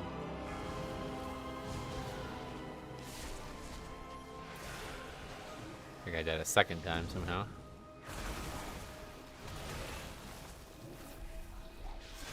Yeah, we really need to kill this fucking creeper. I don't understand why it's still alive.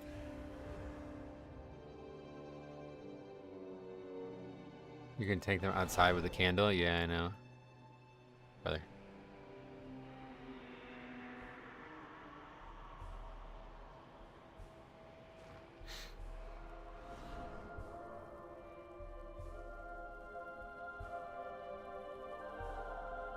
It's just like a random mob here. What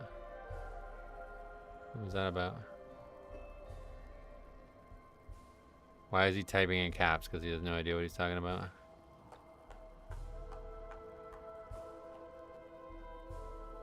What is happening right now? These mobs are resetting, I guess. He just doesn't know what's happening. It's why he thinks I did something there.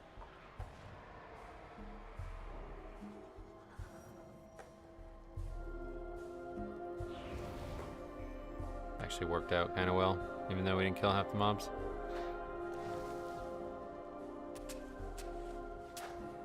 Quick, grab some dynamite and let's go. What's for me?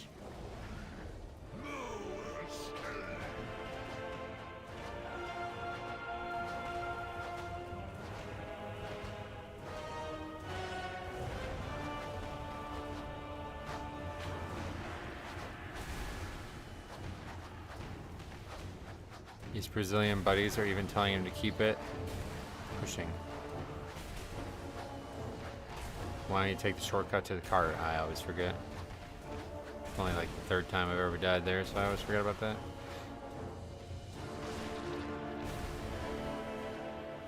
The shaman bloodlusted, did he? Well, we're on CD anyway, so. Bop there, that's interesting.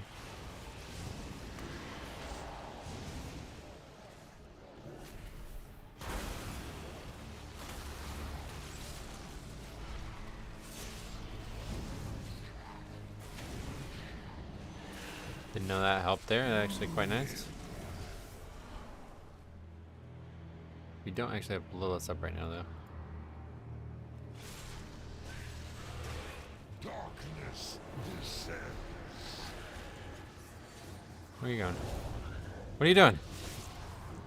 Holy shit, man. You almost just killed me. What the fuck was that about?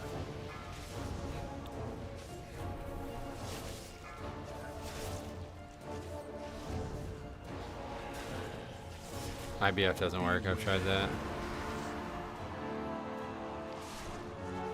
Guess this guy's gonna be the one moving the candle.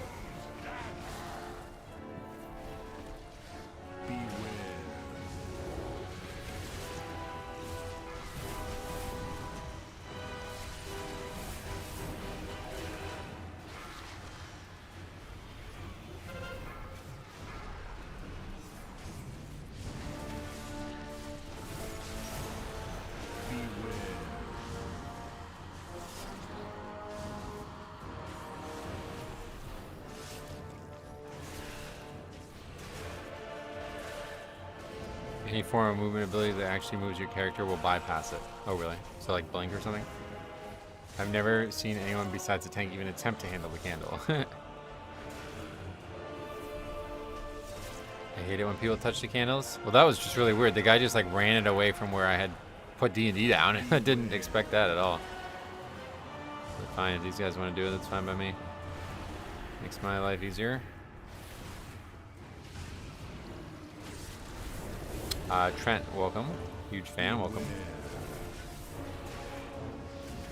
Seen loads of druids, chicken backflipping off the platform, trying to tech. Oh, really? Talking about trying to not get stunned. I think as long as the tank doesn't get stunned, that's probably all that needs to happen.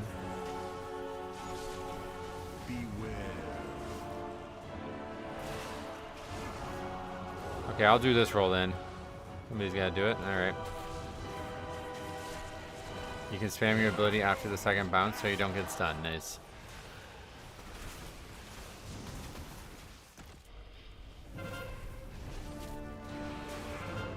Do we want these to not get there? I figured you want to kill them. Guy's knocking them back and shit. I guess if they get there, they have to be interrupted, but otherwise, to just stop them.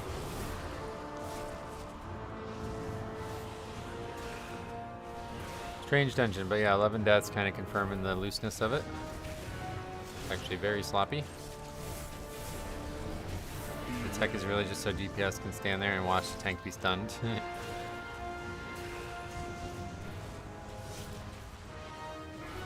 Feels about right. How's Twilight Devastation feeling? Amazing. I love seeing that again, honestly. Beware.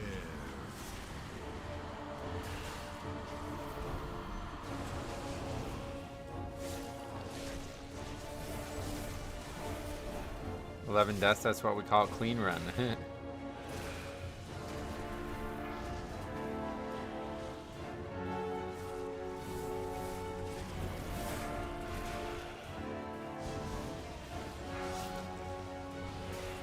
Easy upgrade, 2 minutes left. Had 12 deaths in theater yesterday. Oh, and we got 2 points for that. Like, what the fuck? Alright. That's pretty nuts.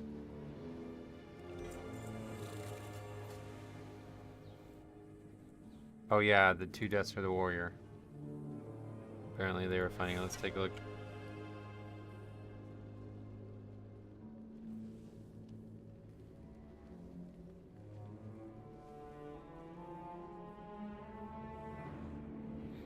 Is it this one?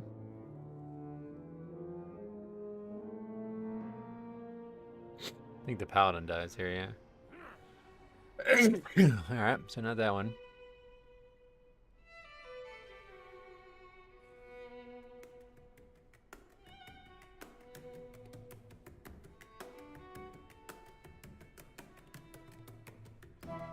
Yeah, I remember he died when we jumped down here, but how?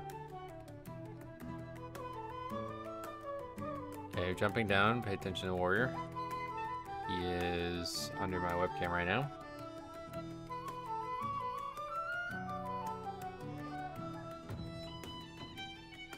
I hit everything. I guess not hard enough because he's busted pull thread, I guess, huh? On what?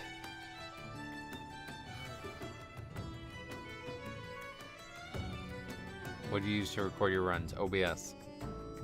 I don't get it. I don't even see the mob change targets. It's like he taunted it or something. D&D, there's like 2 ticks of D&D and not enough. Just charges in. I mean, does he even do damage? He does 43k damage and that's enough to pull thread, so I guess D&D sucks. It takes a second for it to show that it switched to him, but I mean, he gets meleeed. We don't need to see details for that, but I just don't know how he pulled threat. I don't know why he charged that mob of all of them, but yeah. Just a little too quick. Second one is him getting stunned. Oh yeah, I forgot there was 2. Well, all right. Let's see, Mechagon 16. That's one that we do not need.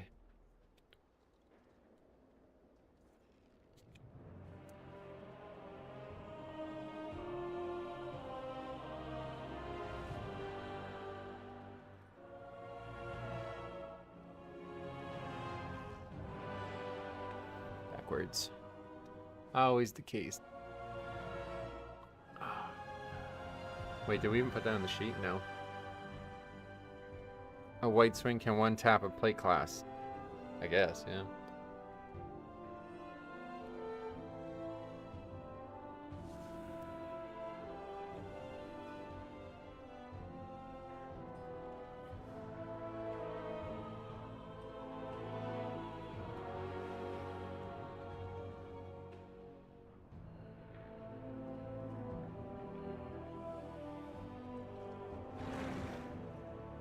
I'm actually shocked that guy didn't do better overall.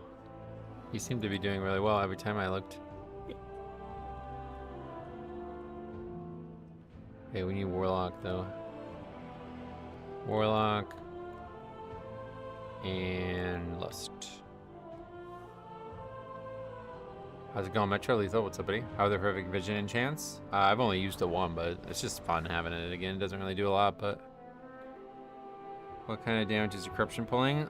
We've yet to do. Oh, we should have looked at the mother load. But it's gone now.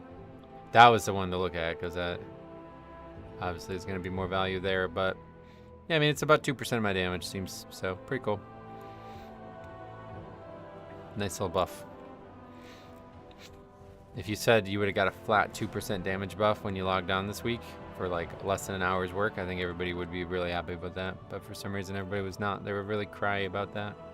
Wah, wah, I don't want to play the game. Wah, I want fucking everything for free. Wah, I don't want to wait. I want to finish it today. Wah.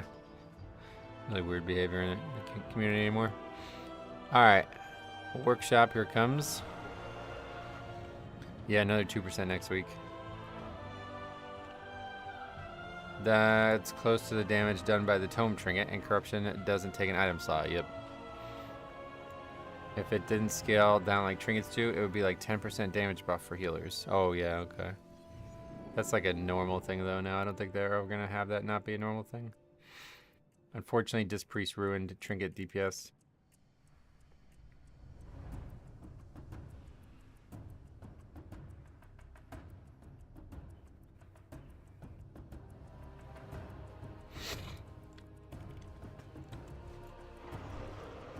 Yeah, there's a higher one next week, I guess. A lot of entitled babies on Twitter too that copy paste the same complaint. Right, it's like it doesn't even affect anybody. Like, it's such a weird thing. I've just given up caring, I guess. Given up trying to push back against it. The community is just running over everything that's great about the game at times, and Blizzard's totally fine with it. And I'm fine with it too at this point. I can make my own version of WoW and try to make it the best I can, so I'm happy with that at least. That catharsis is all I need, I guess, to be happy. We'll find the joy where we can, and otherwise we'll make it. I was really upset when I had things to do in the game yesterday. Yeah, me too.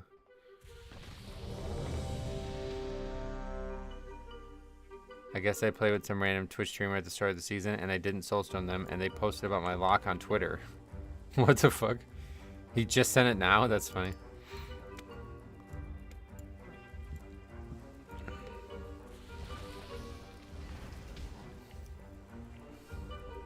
Yeah, really good. Where's Meteorol? Remember Meteorol used to always comment on the group colors? I miss her. I wonder what she's up to.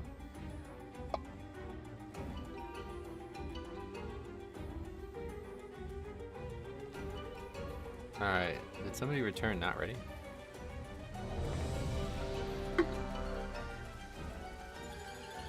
Meteorol would think the color scheme is horrid. You think she wouldn't like it? I think she would like it.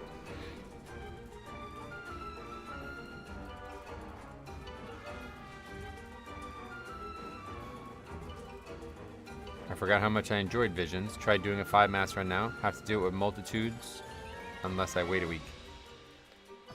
Gotcha. Yeah, I used to enjoy them a lot. I haven't done them a lot though. Last I heard she was still playing. She raids with the different guilds. Yeah, maybe. I just don't see her in the chat anymore. Imagine listing a group for that. We need another class that is either a mix of blue or red to complete this composition. Yeah, sorry, blues and reds only. That multitudes mask is insane. Oh wait, what does it do? Is that a new one?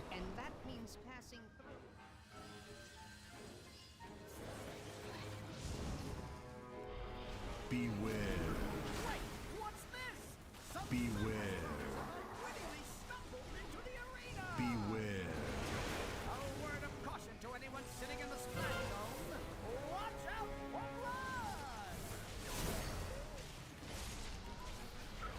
Beware. Beware.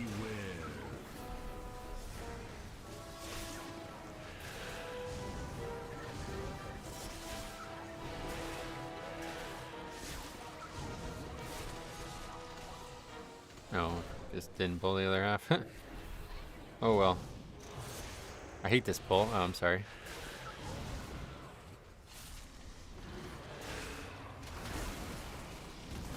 Destro's making me smile. Wait, did he do really well in that pack or something? Mobs are just naturally very slow, yeah. It multiplies the number of mobs by 2.5 and adds mobs that buff others. Oh, that's kind of cool, actually. This pull is great for Mistweaver. You can just spin. Oh, that sounds fun. Until you throw up. Too dizzy. Now this is a statistical It's a demon hunter who has the ruby life pulls weak aura. That's Mex. Yeah, he's a viewer. Long-time viewer. time to introduce them to the legends of the Tussle Talks Arena. I don't know how to remove it. You don't even know what it's caused by, probably, huh? The city's entrance is located just past this arena. That's how I was with some things back in the day. Until we can clear a path to Just some random thing I downloaded and I don't even know what it is. I'm putting 20 large on no mercy. Beware. Beware. Why is the Paladin class color pink? I don't know. What color do you think it should be?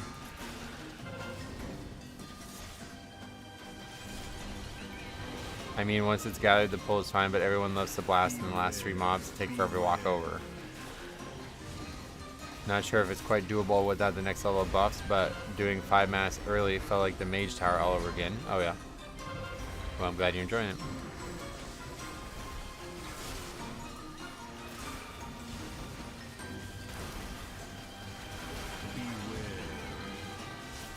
It should be gold. That's rogue.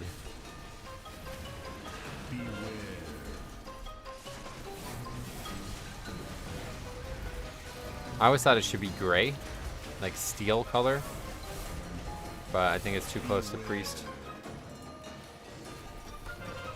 They just needed like colors that were distinct enough, I think, in the beginning is why they chose what they chose. Because don't forget, Shaman was pink as well.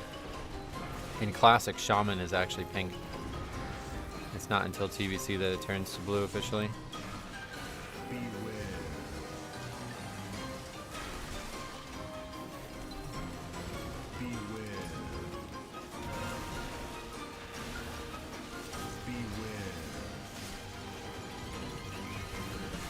Make Druid brown and give Paladin a yellow-orange color. Warriors brown. I always thought Druid should have been like a dark green though. Kind of being like an autumn orange doesn't really make a lot of sense to me. I really don't think it has anything to do with the actual class. Like maybe some did, like Rogue is the color of energy and Hunter is nature colored kind of thing, but I think most are just random colors that don't have any real semblance. In the beginning, at least. Evoker is green. Yeah, Evoker is a weird color. Originally, they were going to be like a black, but they decided against it. There's only so many colors, or at least that's what they told us when Monks and Evokers came out. I always thought Priest was white because of Priest robes from IRL. Yeah, like Priest being white is like, it's pure, you know what I mean? I think that's what they're going for. But I don't think like every class is symbolic in some way. I think it's just, okay, well. I mean, especially like I said, considering both Paladin and Shaman are pink, like there's no way there's anything relevant there. Rogue should be gray and Druids green and Hunters just get whatever's left. Druid should be, I always thought Druid should be like a dark green, yeah.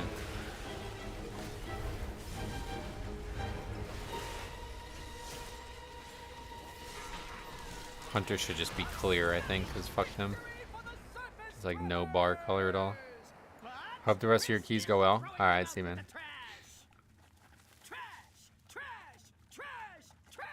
Trash!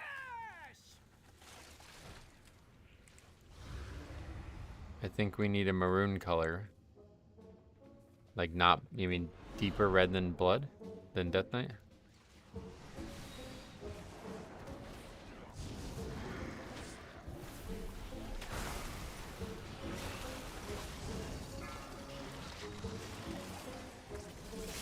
I'm colorblind and I can't tell the difference between Rogue and Hunter. WoW was actually what made me realize I was colorblind because I kept tanking Hunters while trying to invite Rogues. Whoa, that's crazy. I wanted to write exactly that, but didn't want to insult Faxi. He has it hard enough already with the shrimp situation. Yeah. And the Boston sports situation recently.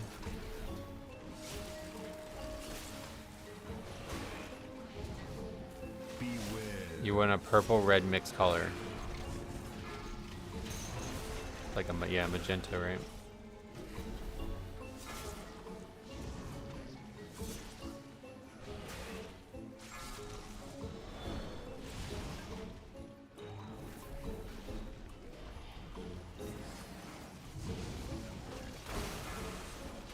I also can't tell the difference between Rogue and Hunter. Oh, really? They're not even the same shade. Like, they're not even both green or something.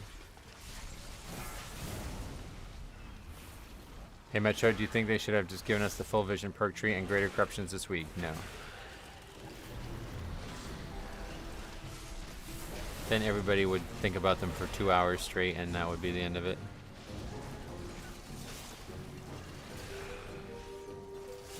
The only thing worse than Boston sports right now is Texas sports. Rangers are decent, I guess. I don't know what happened to Adolis Garcia, but that dude looks shitty now. Makes me think maybe there was a couple injections going into his body at one point.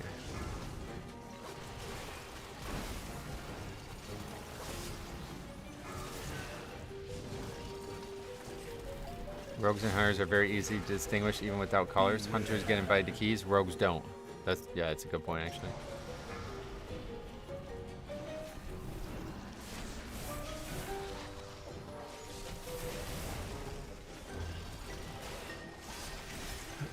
I'm new here and others might be used to it, but your ability to read and tank simultaneously is pretty impressive. I appreciate you saying that.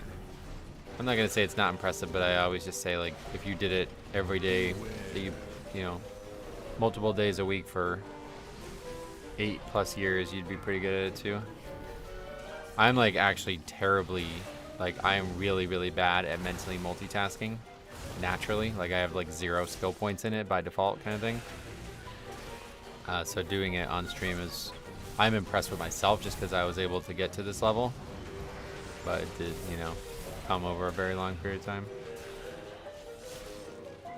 I enjoy running the visions, but the AI companion is useless. Yeah, it seems like actually useless. It's only for people who are like maybe really, really undergeared, or they're just not, they're like scared. Maybe they're like cowering, sniveling children kind of thing, you know what I mean? They just need somebody to tank for them or something.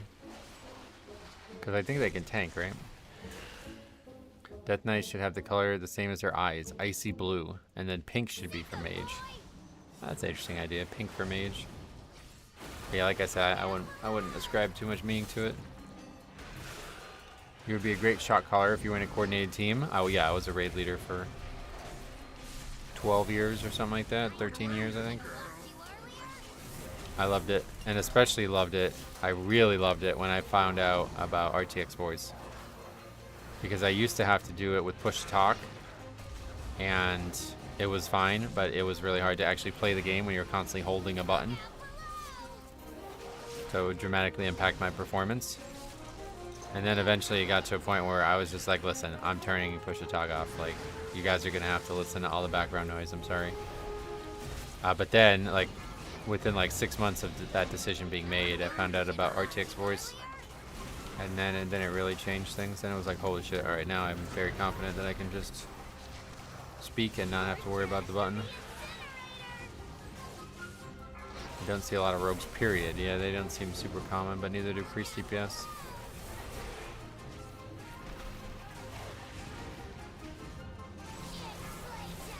Metro is the best raid leader ever. It's not even close. Yeah, I appreciate you saying that, but have you had many? Don't think you have.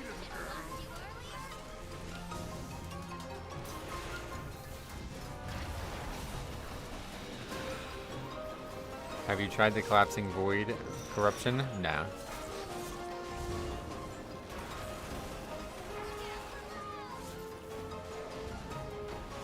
Oh, I get it.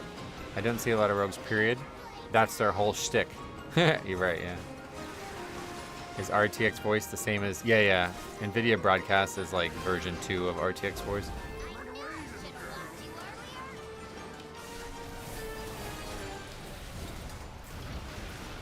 Every other raid leader would always bench cop for the links he posted, but Metro's a good man. Yeah, I don't mind porn at all. I've been playing with a dude that for the past 14 years has never used push to talk. I remember 14 years ago asking his mom where McDonald's is, and we reference that constantly. Right, yeah, there's way too much shit going on in my house for me to have a full open mic, especially at night. So I never was comfortable having it open. But yeah, then when we found out about RTX voice, it changed things.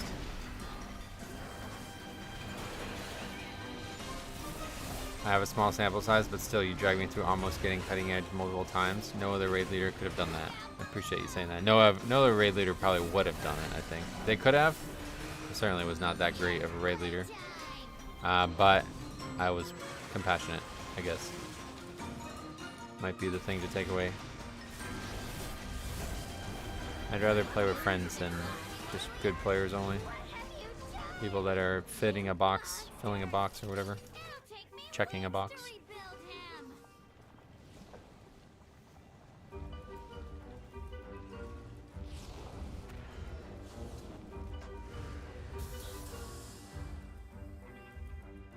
If you were running Twilight Dev, could we see the overall? Yeah, we've shown it a bunch. It's about 2%. It's going to be about 2%.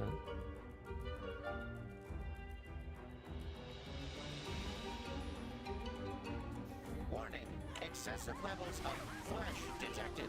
Attention, citizens. Please remain in your domiciles. Guards are currently en route to quell the disturbance.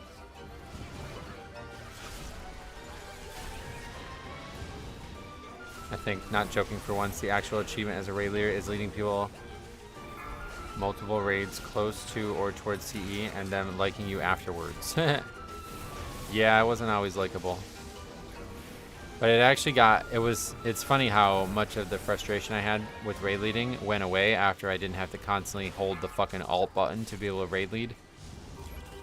That was really unfun. I hadn't realized how much that was affecting both my gameplay and like my mental state. Because when I played Holy Pally, like the alt button was like, if I held it, it would stop me from casting some spells. And I just like ate that. I was like, alright, I won't cast these spells while I'm talking, you know? But when you can just speak without having any actual change, I think it's really streaming too, to be honest, because then I had gotten used to just speaking constantly, whereas before I wasn't. Like I said, I was really bad at it. I used to be really bad at mentally multitasking. Like, if I was to speak, to be like articulate, I would have to just like, my hands would have to be off the keyboard, you know what I mean? I wouldn't be able to focus on doing two things at once, whereas over the years I got a lot better at it. 2% is pretty decent for a weaker variant. Yeah, it seems like it'll be pretty good after the next one. Beware.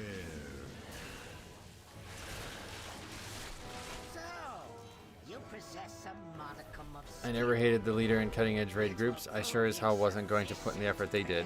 Yeah, that's the thing, that kind of respect just felt lost after a while. Like, it is infinitely more difficult to be a raid leader and a guild leader than it is to do anything else in the game. And it's just like, just never got any respect for that after a while. It's weird. Never got any like recognition, I guess. It's not even respect. This is why I find it so funny that you keep reading long messages on your chat while tanking 3 dangerous packs of mobs. It's also not dangerous, though, to be fair. Like, a big part of... Like, you'll see when it's actually dangerous, things definitely make it... It's definitely made harder. but like my whole screen is set up for this. Like I have the health bars here, right next to the chat, the nearest messages of the chat. So I can literally see the health bars of me and my whole group while I am reading the chat. I'm almost missing nothing. And then the UI, like the weak ores, are large enough that I can see them too, no matter where I'm looking at my screen. That's why they're so large. I used to get flamed for that all the time. They're actually a lot smaller now than they used to be too. I've gotten better at not needing them to be gigantic. Uh-oh, here we go. Can you actually go this way? I don't even think you can. I guess you can. Let's see how much reading chat we see at the end of the third boss. Right, that one's a lot harder.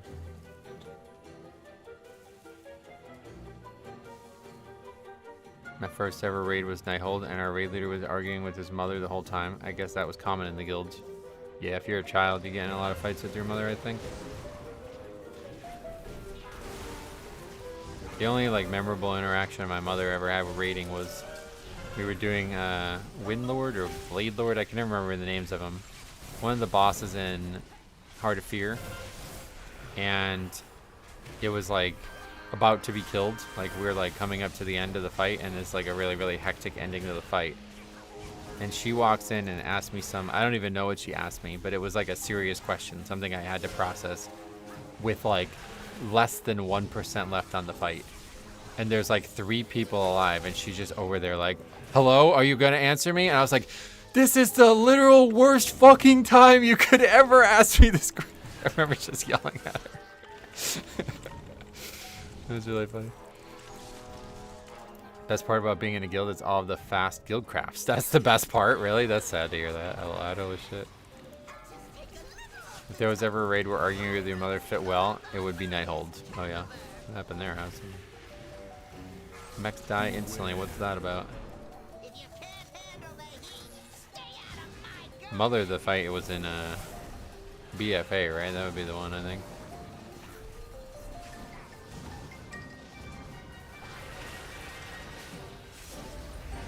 Funny thing is, I was 16 and this dude was in his late 20s.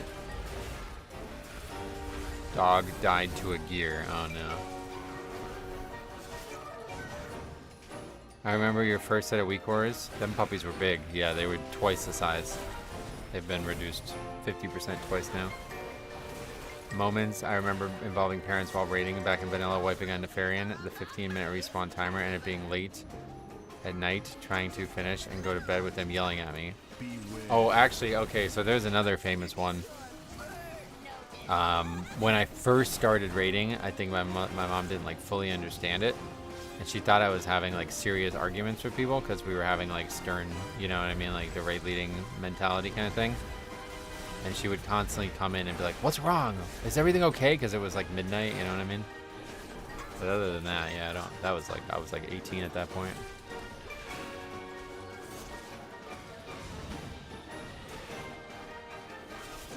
Talrissa and Alisan give the most daughter and mother arguing vibes in the game. Oh, okay. Interesting. Are they actually... They're not related though, right?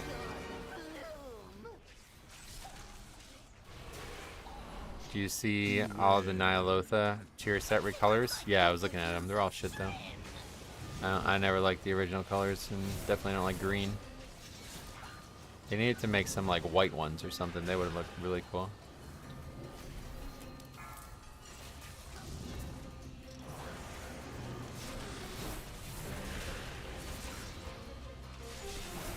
Now you're asking difficult questions. How about being related? They're definitely not related.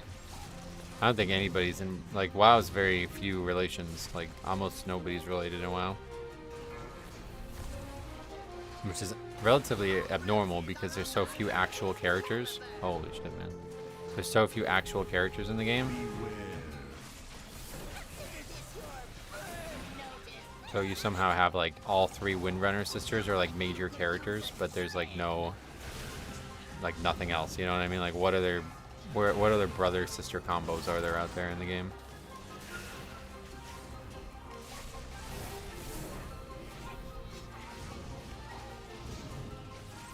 Malfurion and Illidan. Yeah, that's another one.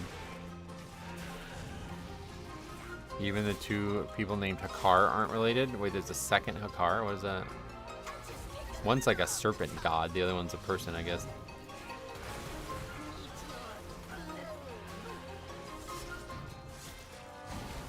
Jaina had a brother. That's true. The human characters are a little bit more frequently, because like it's a little bit more based on like regular fantasy. But yeah, any like like is there even a single orc that has a brother? The Black Hands, they have a little family. That's to my knowledge it.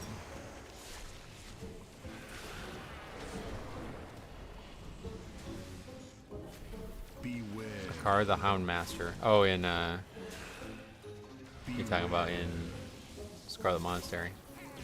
The Braun Pikes. Well, that's different. Beware. Just watch the videos about your name, why Death Knight, and why you've been playing for 17 years. So much thought went into these. Crazy all that time has passed.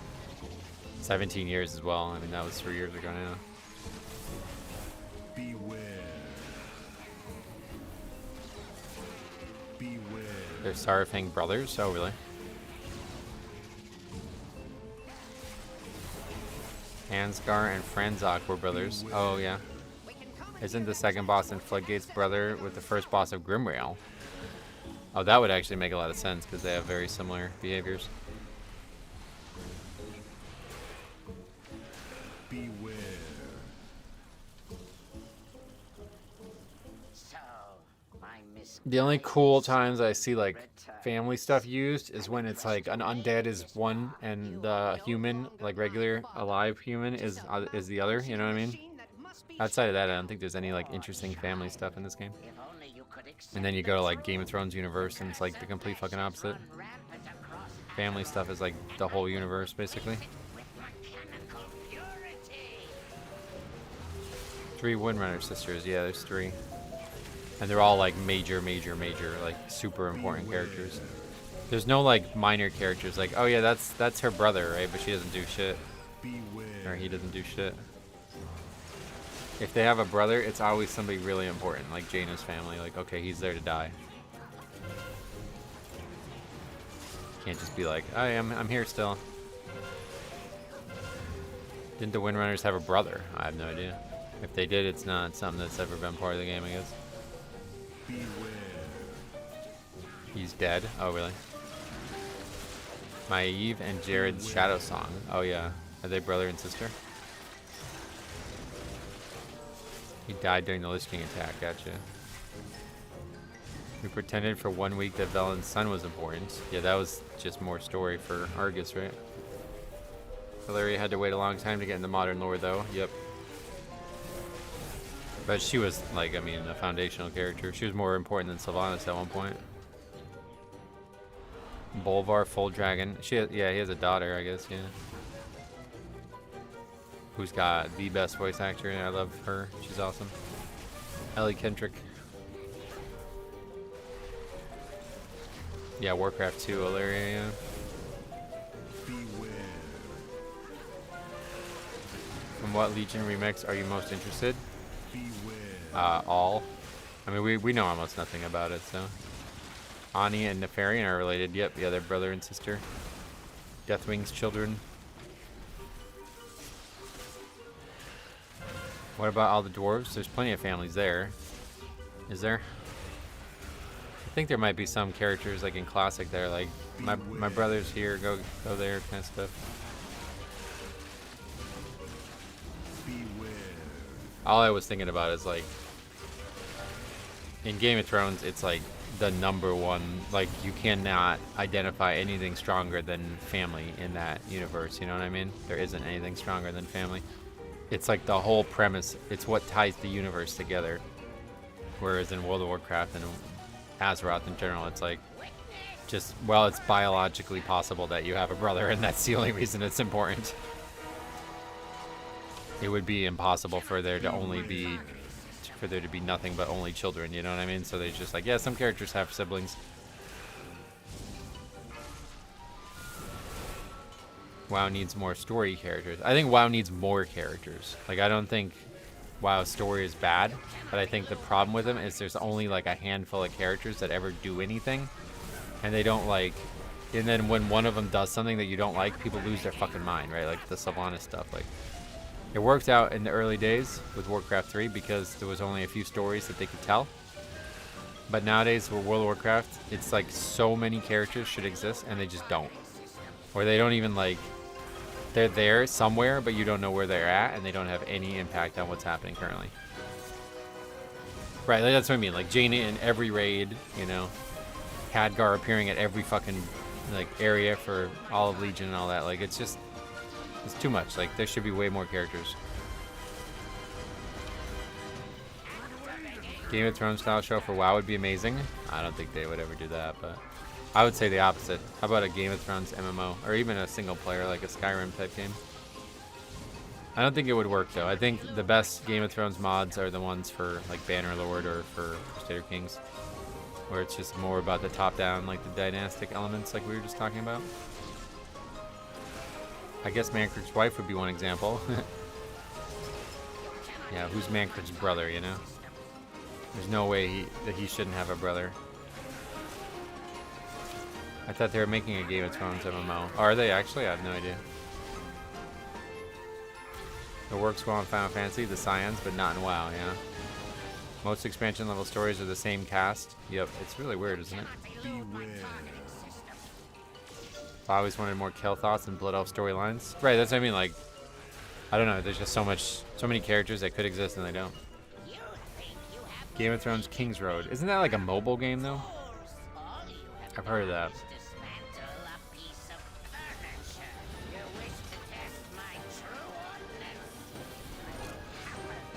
It's on Steam. Oh, is it really? Okay, I guess I'm thinking of something else. Is it not out yet? Yeah, coming out soon, you said?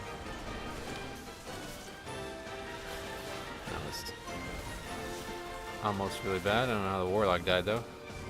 I got hit by 3 mechanics and lived. He got hit by 1 and... Oh, cool. Dead again. Sweet. I hate this fight.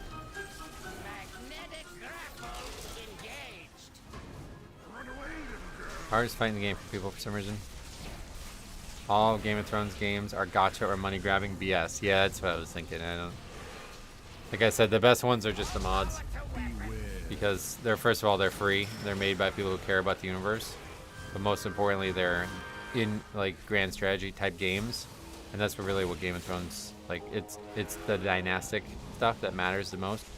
The characters are what made the story. So you know, the Crusader Kings mod is like, it's unfortunate that you can't really follow one character and make that matter. But I think if you could just follow one character and make that matter, it wouldn't work. Because there isn't one character that makes the universe go in that universe, you know? It's always the dynastic stuff that makes it go. Like, you couldn't say even Daenerys Targaryen would be infallibly important to the universe. There's too many good storylines. Like, I wouldn't want to follow just Daenerys, you know? Give them a break. Locks are squishy, yeah. Especially when they stand in mechanics.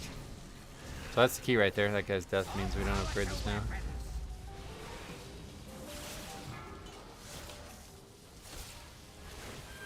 Beware.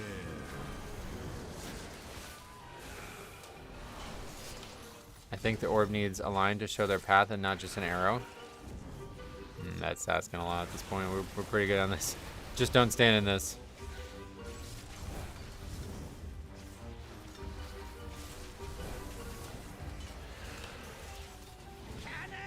Still waiting for the next House of the Dragon season. Oh yeah, it's not gonna be for a while. I'm waiting for the Dunk and Egg, whatever that's called, Night of the Seven Kingdoms, but that's been delayed too. So if that's delayed, then House of the Dragon's definitely delayed.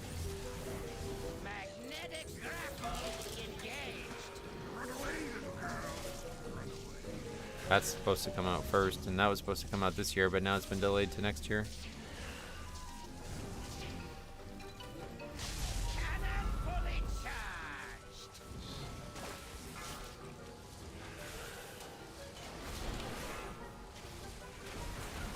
Hey Andrew, welcome.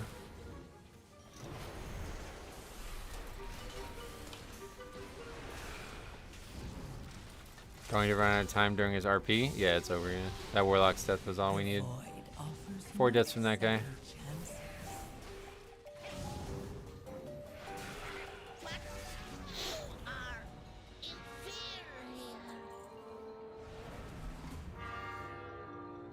Oh, we didn't actually need that key anyway. The mech originator has been destroyed. Was that the same person dead on the third boss for 30%? Yep. What did the shaman write? Nice try. Oh, up here, actually troll. But if you ever require our assistance, you need only request it. I lost my hope in HBO with The Last of Us Season 2. Oh, really? Why? My mom's been watching it. She likes it. I'm waiting for the final season of Stranger Things and The Boys. Oh, okay. That's painful. That would have been good score, yeah. A lot of DPS just getting carried out there, as we know.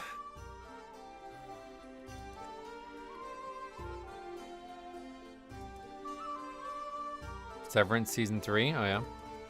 I don't really watch TV, so I don't know what any of these are. I literally watch HBO shows, that's it.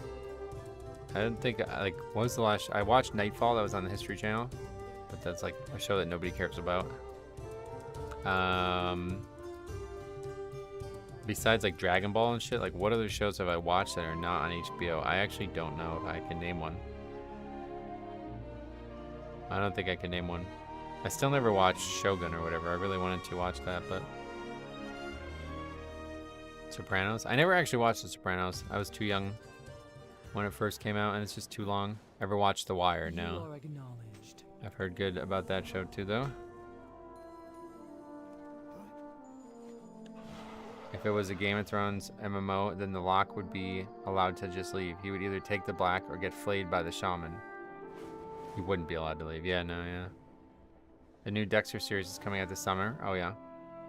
I used to love Dexter's Laboratory. I never watched the new shit, though. What's shaking? Catch you on the flip side. Omelette du fromage. You remember that? Alright. Let's do some vendor in.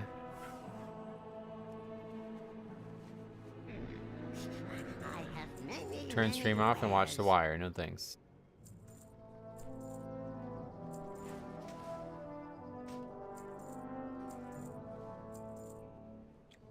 Dang, Blood Beast just did 9.4% of my overall in a 16.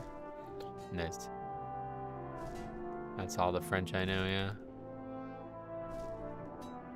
Retro loves Baywatch. Never watched that. I was Falcon Deluxe. Sorry for throwing that key, but annoying that your viewers DM me. Well, brother. I'm sorry that it's annoying, but yeah, that was pretty embarrassing effort there. I don't watch much TV shows nowadays. Game of Thrones was actually the last one I watched all the way through. Yeah, I think it was for me too, like the new, obviously, House of the Dragon, but I haven't watched really any TV shows. True Detective, we did watch season 4 of that. That was pretty good.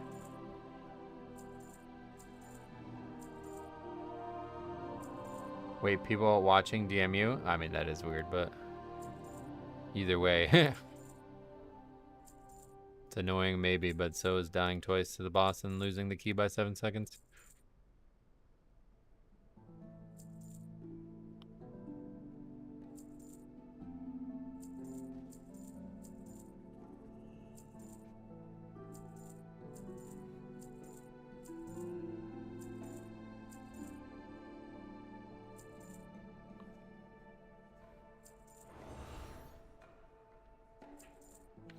Okay.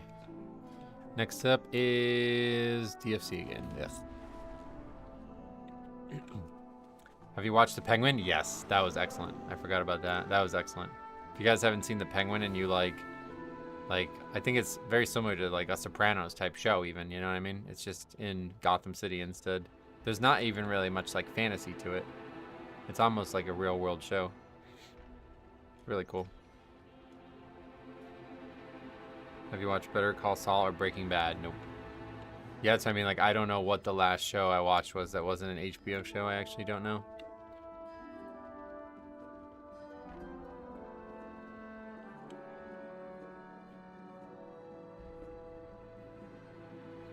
I was watching Foundation, but it's a bit outside my wheelhouse. Oh, yeah.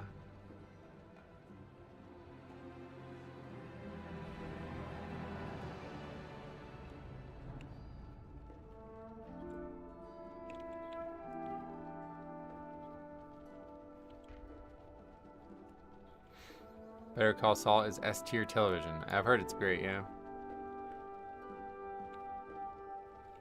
Yeah, the ending of the Penguin is brutal. I started watching the Jack Reacher show. It's so good. Nice. Breaking Bad and Better Call Saul deserve your attention if you have the time. Yeah, I don't. I mean, I don't have any interest in watching television. That's what I was just saying. I only ever watch HBO stuff because my mom, like, loved it. Like, all these different shows. So, like, for example, Westworld, right? So we'd watch Game of Thrones, and then there'd be an ad for Westworld while watching Game of Thrones or whatever, like, on the way up to it. I'm like, yeah, we should check that out too, you know? It was like a thing, like every Sunday night we'd watch TV together for a long time. But now there's not. She's watching The Last of Us, but I didn't want to watch it. I watched the first episode of it, and it was like, it was just, I don't like the idea of like a real world zombie apocalypse type thing. Better Call Saul made me become a lawyer. Oh, it was that easy? Yeah, Supernatural, I've heard, is like, people talk about that all these years later. That's like a long-standing show, right?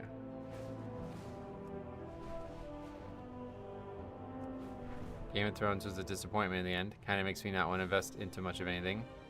Game of Thrones was excellent the whole time, in my opinion. But yeah, I get the ending being rushed was not great. It was still a very, very good show, though. The ending, like, that's probably how it's going to actually end, to be honest. It just was rushed to get to that point. I don't know why HBO or whoever the fuck was in charge of that suddenly didn't care about the show being proper, but it was still excellent. There's still some amazing scenes from the last 2 seasons.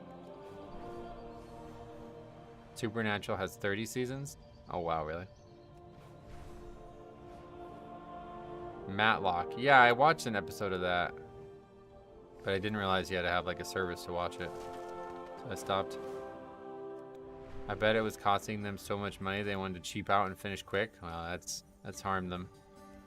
Although House of the Dragon totally redeemed it in my eyes. House of the Dragon's like way better than Game of Thrones. Game of Thrones was excellent, but it was the same problem we just described. There's too many characters. You can't follow all the storylines. You know what I mean? Like, it needed to just be... Like, it honestly should have just been a bunch of movies, I think. If you can watch 3 episodes at once of Game of Thrones, it would have been a lot easier to enjoy it. But, you know, 1 hour and then you don't get to watch it for 7 days, and it was just too much going on. That was also simultaneously the best part about the show, though, like bringing characters that had no business being together. Like having Jorah, Sandor, and Tormund all together at the end was just like, holy shit, this show's the best. But that's why House of the Dragon's so good, because there's no, it's just one storyline the whole time. Game of Thrones for me is the victim of me trying to watch it when tired too many times. Yeah, yeah. It's not like a drama, or it's not like a horror. I'm not sure what I'm trying to describe, but it's not something that you have to be fully aware of every single word of dialogue that gets said to enjoy it. But you certainly can't just have it on in the background. There's too many moments where like there's acting that carries the scene, you know, like you have to be at least somewhat attentive to what's happening. I think it's a good way to look at it is that when people highlight how big the difference between the last seasons of Game of Thrones and other seasons, or they forget just how excellent everything was 11/10. You mean like, yeah, 11 out of 10? -3 is 8. Yeah, 8 is, I think what you're saying is what I agree with, that 8 is still really good. It's just too short. It should have been longer, and they would have had time to get through all the stuff, and that would have been that. Like, and now you see House of the Dragon, right? It's like being dragged out to such a degree that people are unhappy with it, but it's still better that way, because like living in this world is huge. Like, it's so, like, I feel like in order to enjoy the show, you have to live in the world. You can't just hop in and out of it. And that's what Game of Thrones did so poorly in the end. It was like, yeah, we get you guys probably don't care about this world, so forget it. We're just going to jump from action to action. No, that's not why the show was good. That's not why Westeros is the best universe on the planet. Like, you have to live in the world. If you don't enjoy the world, you're not going to enjoy the stories in it.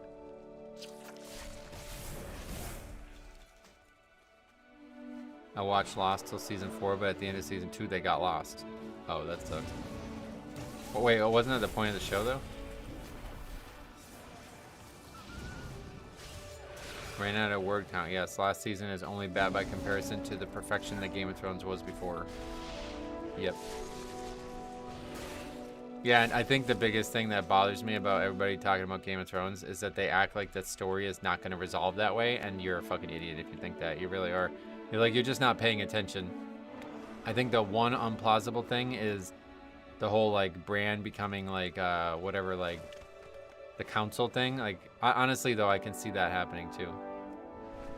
But the reason I would say that probably won't happen is because I doubt George Martin would ever write his universe in a way that he can't continue his dynastic storylines. That sounds like Hollywood writing to me. Like, oh, look at how much problems all these kings have caused. Let's stop having kings. Like, that's not going to happen in Westeros, right?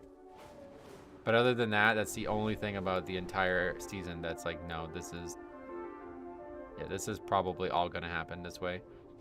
And I think that's a big reason that there was stress for George Martin afterwards, because he knows that this is exactly where he was going with all these characters, and they just got there in a way that diminishes his build-up. So now he's fucked, because like he is probably never going to finish these books because of that one reason. He knows that Daenerys is going to die, Jon's going to kill her, and she's going to, Drogon's going to fly her away.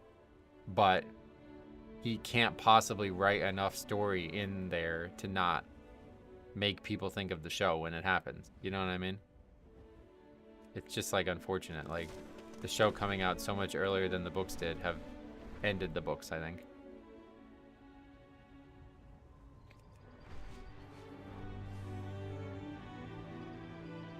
Arya killing the Night King was pretty dumb. Yeah, see, I disagree totally. That one makes, like, more sense than anything. Because what is her purpose in the story otherwise? What do you think Arya's purpose in the long-standing story is? Why did she do all that training to become one of the most, like skilled assassins in the world? You can argue that that story starts with Bran, so that could be part of the plan from the beginning. What, that, the Arya stuff, you mean? I think her killing the Night King was okay, but the way she did it didn't make a lot of sense in the show. Right, exactly. That's what I'm saying. That's all the problems with the show, are them rushing to the conclusions. It's not the actual plot points, it's just the way it concludes. The whole story begins with Bran? Right, yeah. Well, so that's, like, when you think of it this way, right? The Stark children are all uniquely important to the story. But Arya was the only one that didn't make sense. And so she needed to become this character where she was like a badass. Like an actual top tier killer in the world, right? Like they were setting that up the whole time. But who's she gonna kill? Like was she just gonna walk into the Red Keep and kill Cersei? Like that's not even, like, who cares at that point? There's fucking undead people walking in your house. That was the right, like, yeah, it was the exact way it should have gone.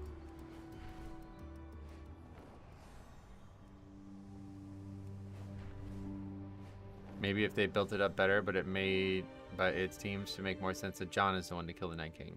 Yeah, see, I think the fact that Arya swoops in and gets the kill, it makes way more sense, because like Jon's desperation was always his failure point. You know what I mean? Like he never had. He was always like one step. He was thinking one step ahead, but he was one step behind in his actual actions. It's like the fault of his character. You know what I mean? So Jon's storyline, his resolution was really for Daenerys' resolution. Jon exists to complement Daenerys' storyline and eventual insanity. For him to be the actual hero of the Game of Thrones was always never gonna, like, that was always wrong. Melisandre's character was telling us that the whole time. She was deeply incapable of predicting this. Like, it's exactly what should have happened the whole time. She was never going to pick the correct person.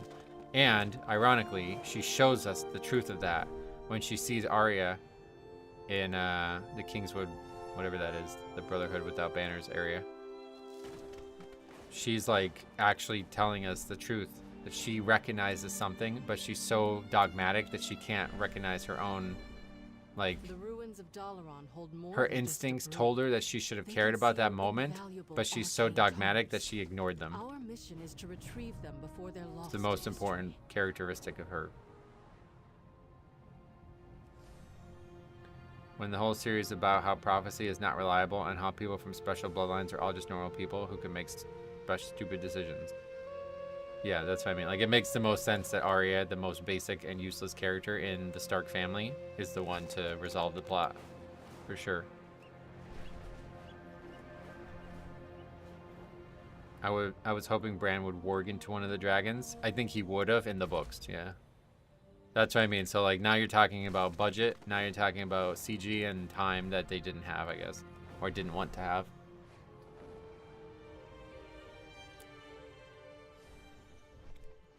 Yeah, what's going on? I threw one of his keys and he's mad at me. I'm not mad at you. I was just saying you're being a bit silly to say that that was annoying just because it happened. I don't really give a shit. I didn't need that key anyway, but definitely would be nice to not have DPS get carried in all the keys we do.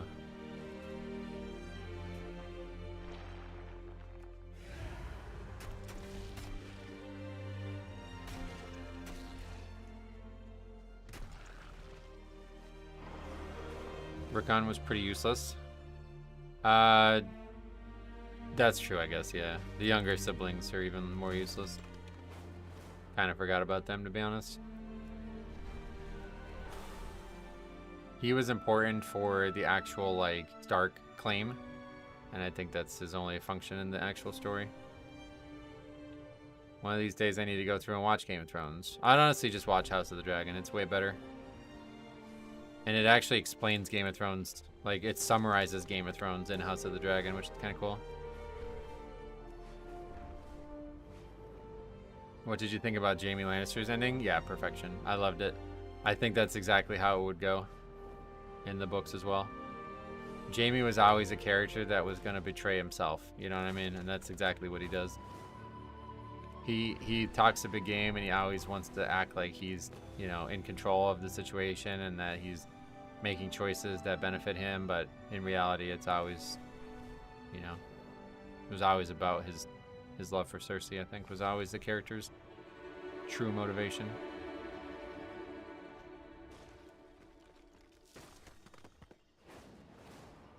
I met George but had nothing to talk to him about since I've never read his books and watched too much of the show. So would you just shake his hand and walk away?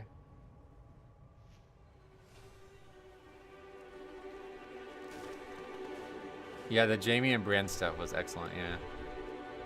I mean, that scene is one of my favorite scenes in the whole show. That's season 8, episode 1, right? Is that right? The kobolds are vandalizing and pillaging Morning Rise again. The reason that those scenes are so good too is because they're bringing characters that are unlikely together. Like I said, like having Tormund and Brienne together like that, like come on, those characters should never, they would never exist together in any other fantasy world. I mean, think of a WoW equivalent. Like, what would be a good WoW equivalent? I can't even think of them. Like, I really have no idea. A couple side characters from different expansions becoming, like, seriously involved. You know what I mean? Like, it's never happened. Who is your favorite character? I don't know that I have just one. Like I said, I don't really like the characters in the universe. I like the houses. The universe itself is propped up by the dynasty stuff. Do like a tier list of all my favorite characters maybe, but I don't think I can pick just like one character that's definitely my favorite. I mean, the Cleganes probably are the most interesting characters in the universe in my eyes, because they kind of defy the odds of the universe. Relatively like low nobility that become two of the most important characters in the show. That's like why I think the universe is so good, because like it can kind of defy itself at times. Like it gives you hope for some characters, you know what I mean? That Sandor Clegane could become a good guy.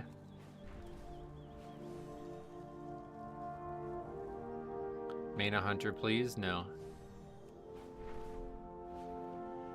But yeah, like the idea, I really like the idea of a Gregor Clegane as well. Like somebody who's purely dominant because of their size. This is like a very interesting concept in fantasy, and I feel like very few games actually embrace it, or universes, I mean. Like in WoW, the biggest characters usually are stronger, but it's because of like gameplay stuff, you know? Fallside Outpost. Whereas like if you fought an ogre as a human, like you can't win that. Like, you know what I mean? Like that's ridiculous. Like that's not realistic. I think Sandor was always destined to kill Gregor at the end, but I didn't love how they visually did it. Oh, really? See, that's another one of my favorite scenes in the whole show, and that's in season 8. There's like a WoW influencer who made like a cut of it, right? Who's the guy? But yeah, it's really good. I love the concept of the Clegane battle at the end, but like you said, it was rushed. That one I wouldn't really... I mean, I think that one was one of the best. Like, him seeing Arya and all that, like, it was... That one, that got the due it needed. I loved it. It was almost like a Dark Souls fight, right? Like, they're fighting on a stairway of a building that's collapsing. Like, how badass is that? Probably, like, the one true good thing about that season was how well that played out.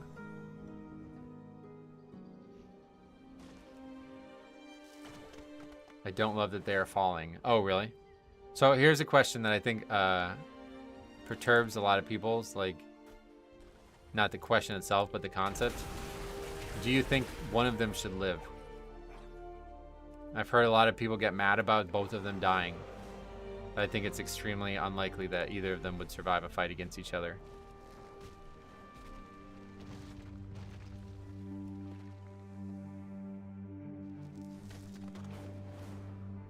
I still have hope for Oberyn, even though I know the ending every time I watch the duel.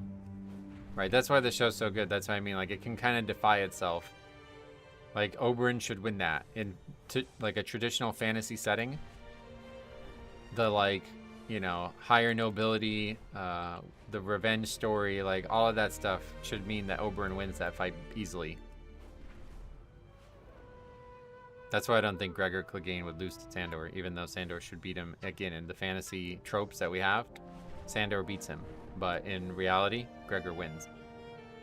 But that's not satisfying. Like, I honestly thought that Sandor would lose.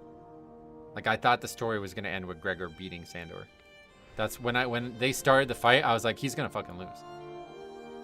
That's exactly, I expected that. I did not expect Sandor to actually win.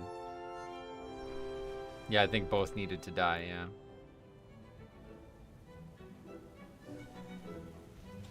Yeah, two brothers killing each other is a common thing in George Martin's universe.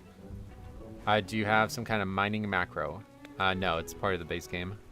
It's called the interact key.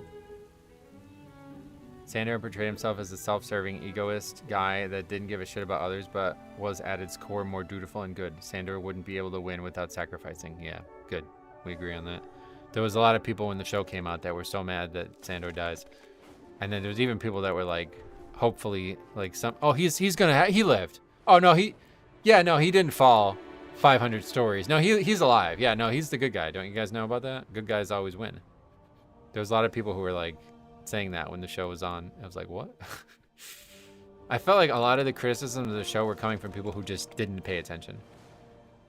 Which is kind of sad because, like, I don't know. It felt kind of disappointing. Like, the show was so deep and so rich, and there's just people out there who just straight up didn't pay attention to anything that happened in the show. There's a channel on YouTube that explores what-if scenarios in Game of Thrones. Oh, yeah, I'm sure I've seen it. I watched, like, hundreds of hours of Game of Thrones stuff. For a while, it was, like, the #1 thing I consumed on YouTube. It's a twist on his character that would never sacrifice himself for the greater good, but he does. It makes sense. It's the combination of fulfilling his revenge and serving the greater good. Yep. It's perfectly written. I mean, it really is. Like, that's why I said, like, George Martin's storylines were perfectly written. He gave them to HBO, and HBO wrote them the way he wrote them, but they wrote them in a way that they didn't understand how to get there. You know what I mean? So that was the problem with the ending of the show. They're like, well, he's supposed to win. Yeah, let's just have him fight. He's just going to show up at the Capitol and they can fight. Perfect. That saves us 2 episodes. I think some of the issues of the show is that most people don't like it if you have a happy ending with a lot of storylines. If you don't have yeah, that's what I was saying, yeah. That's like, okay, so you didn't like the show. You know what I mean? Like, season 1 tells you there's not going to be a happy ending.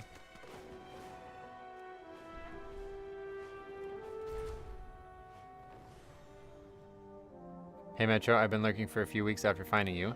I love your content. I am a returning tank who can do 7 to 10s and want to do 12s, but lacks confidence or is fearful of doing poorly. Oh well, I appreciate you opening up about that. If you have any questions or need any help from me, let me know. Right, and the realm being the main character was always the thing that I liked most about the universe.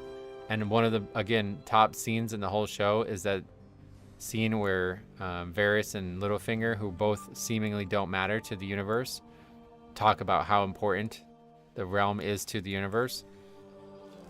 Like almost tongue-in-cheek, like it's almost breaking the fourth wall or whatever they say. And again, people just ignored it. What the hell's going on here? What the fuck? I've never seen this. What is this? Monk trainer or something? I always enjoy watching Joffrey get slapped. That's the coolest. Another great thing about the stories is that there's characters that you hate and you still love them. Right? Like Joffrey, Cersei, maybe, who would be some other good examples? I'm sure there's no shortage. Walder Frey, you know what I mean? These characters that are absolutely repugnant, but you still love seeing them.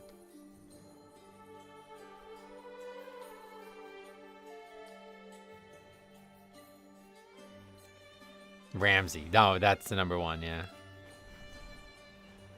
Yeah, Ramsay's the number one. The actual most evil character in the universe. Probably the only true evil character in the whole universe, right?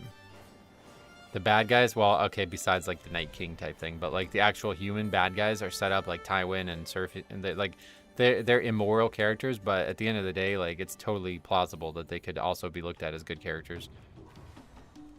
But then you see Ramsay was just an absolute fuck him. Like, he's just the lowest piece of shit in the whole universe.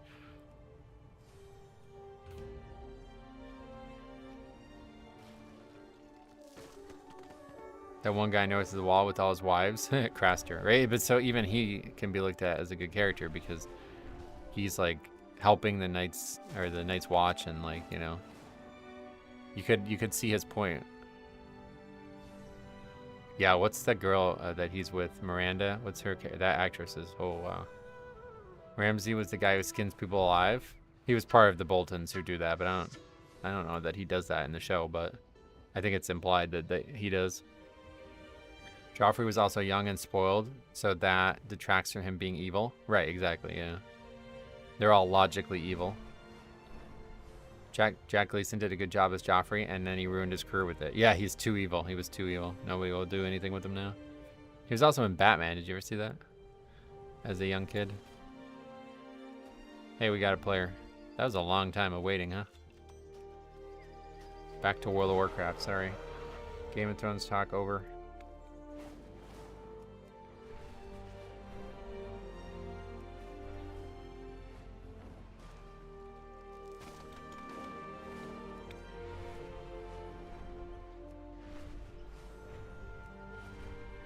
The North remembers, oh yeah.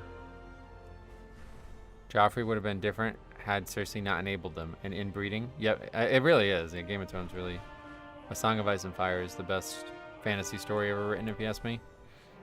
It's just the universe. Like, it doesn't even need, like, yeah. There's just so much strong connections that you immediately recognize when you think about the universe. Like the idea that the inbreeding parents always suffer for their crime, right? Even though they refuse to admit it. It's like, that's just such a powerful, like, story beat in the universe that doesn't exist anywhere else. Yep, even Cersei loved her children, right? That's like a famous ad-lib there where Peter Dinklage in one of the scenes is supposed to praise Cersei, and for some reason he says something about her cheekbones. I don't know why. There's like he like talks about it in the interviews. Your one redeeming quality, that and your cheekbones. It's like, what the fuck? That was like ad-libbed. Tommen really put the King's Landing into King's Landing.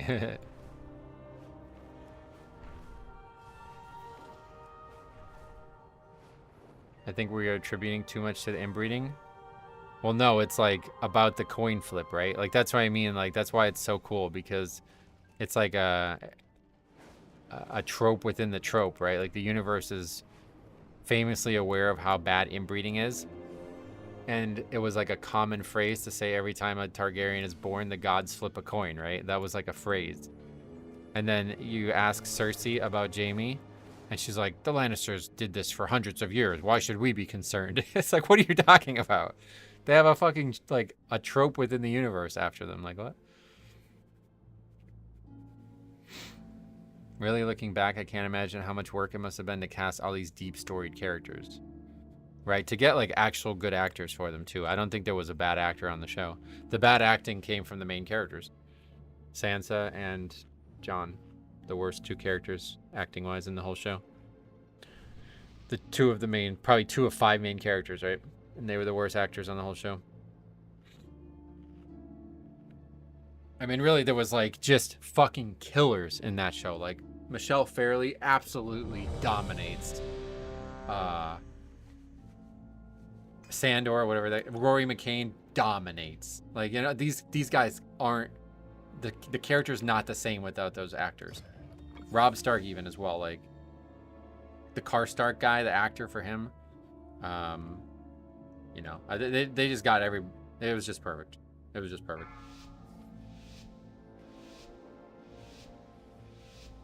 5, 4, 3, 2, 1. When Sean Bean showed up as Ned Stark, I should have known he wasn't going to last. Yeah, they even cast him perfectly, right?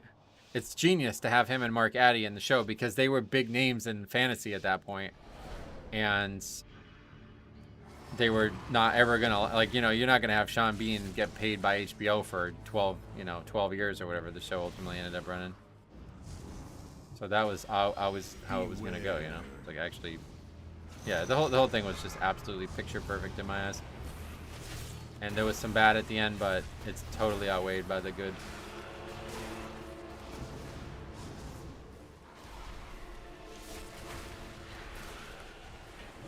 In Portuguese, Sansa got the nickname Sansa, which is a word for dumb person. Beware. Right, yeah.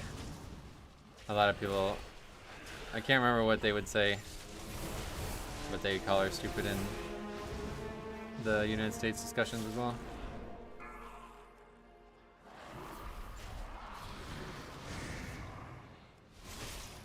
Despite his success, I see Sean Bean as a criminally underrated actor. Oh, really? Beware. Yeah, I don't know about the whole despite his success statement. Like, how do you... What is he underrated at, then? Yeah, Ewan Rion, right? Was that the guy who played Ramsay? He was really good, too. How about, I mean, maybe the best acting in the whole show was Theon, right? What's that guy's? Alfie Allen? Beware. That is crazy to act in that role, right? Like, what other fucking character goes through what he went through? That's fucking insanity to even imagine that as an actor. I can't even imagine doing that.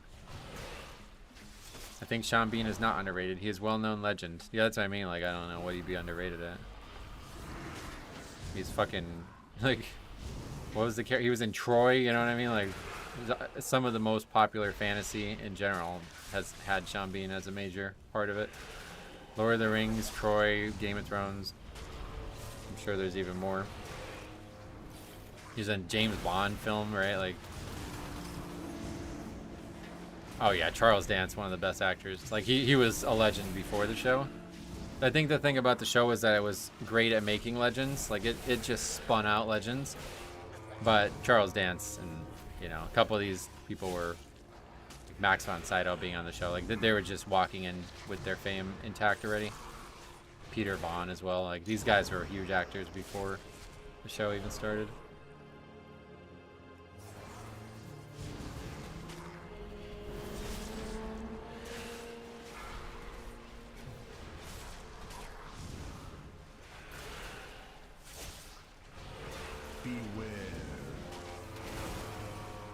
I get the thought, but the reality is that doing what Sean Bean does in his role is way more difficult and impressive than being in a leading role. Right, that's true, yeah. Yeah, Lily Allen, the sister of, yeah, that's crazy, right? He's in GoldenEye, yeah. Beware. I could do without the High Sparrow. Oh yeah, another great actor, right? Jonathan Pryce. Huge name coming into the show. I didn't really like the character, to be honest. But again, necessary.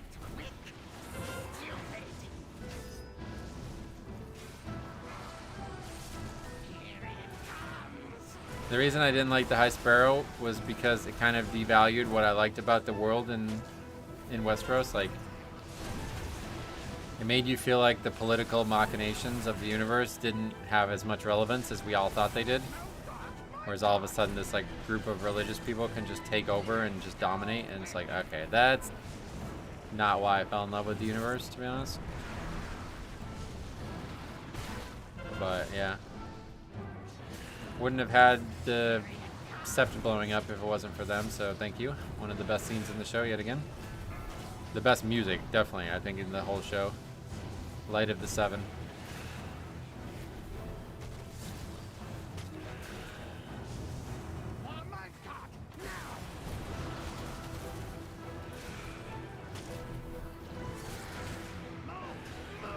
It showed beautifully how dangerous it is when religious and politics mixed, and also enabled the plotline for Cersei to truly become evil. Yep.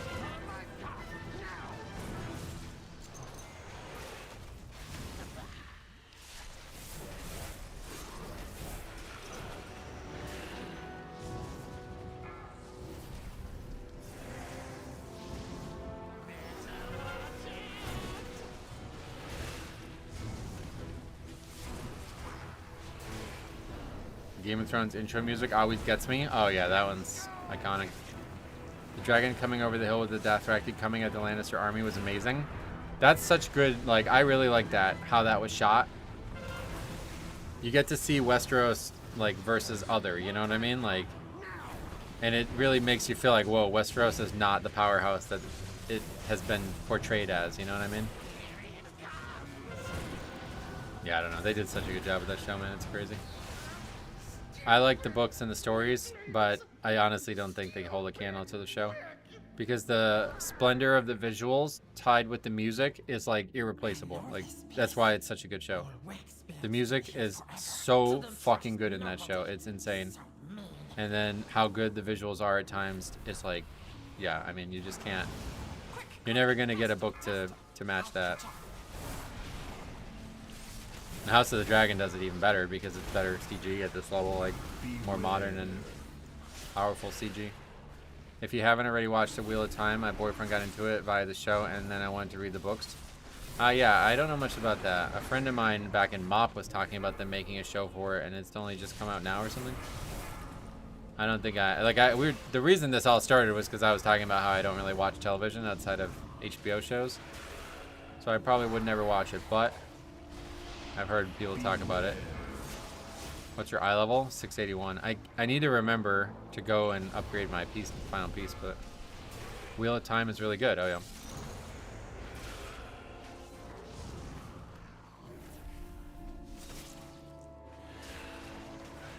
What the show did really well with the Dothraki and the perception of Westeros is also explain it for the viewers. Nobody was ever stupid enough to fight the Dothraki on horses.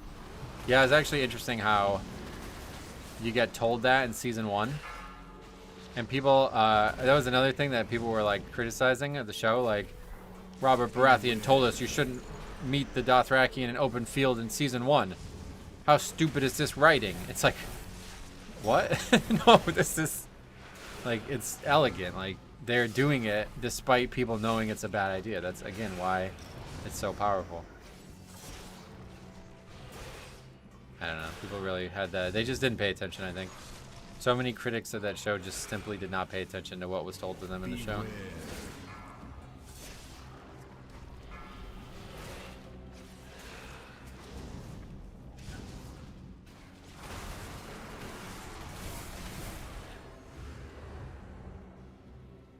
Game of Thrones is one of those shows that you have to rewatch every 10 years just to remember how good it is. Yeah, I don't think I'll ever rewatch it start to finish. That's hard to do. But every time I see an episode of Game of Thrones, I pay attention. You forget how many good, like, there's not always like crazy ass episodes. Like, not every episode's Hard Home or Light of the Seven or whatever, like, but every episode has something crazy good in it.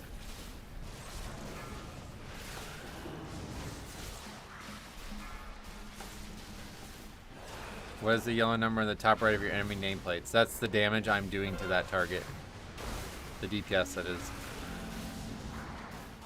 They established that Robert was a genius on the battlefield, but underestimated by most. It makes sense that they would underestimate how accurate... Exactly. Like, it's insane, right? Like, he got the least credit out of anybody, and then they tie that together by his successors making the dumbest decision that the show could have set up, you know what I mean? It's like, it's just perfect. It really is. Like, you can't come up with a better... I don't know. I wish they were able to bring in Lady Stoneheart. Yeah, I'm not sure why they didn't do anything with that plot line, but whenever they cut a plot line, it makes me think that they know, or George knows, that there won't be any use for it. Like, it's not going to connect to the end. I think he's very aware of, like, him falling in love with his own characters to the point where he doesn't want them to stop being characters. And then they intersect in the story in ways that aren't they're not necessarily problematic, but they're not necessarily mandatory either. But he just doesn't want the character to go away, kind of thing. Beware. And so I think that's, you know, Catelyn Stark. And the books are able to do that because they're so voluminous, but then the show's like, well, if it's not going to advance the plot, then we're not going to do it. Plus, we have to pay Michelle fairly and do, like, zombie makeup or whatever. I think maybe that's the other problem with the character, though. Like, every character that interacts with Lady Stoneheart doesn't know who it probably should be because they're not intimately familiar with her. But if the character was on the show, you'd be like, oh, that's Michelle Fairley. You know what I mean? Like, you would know it's Catelyn Stark instantly. I don't know how you do that character on the show.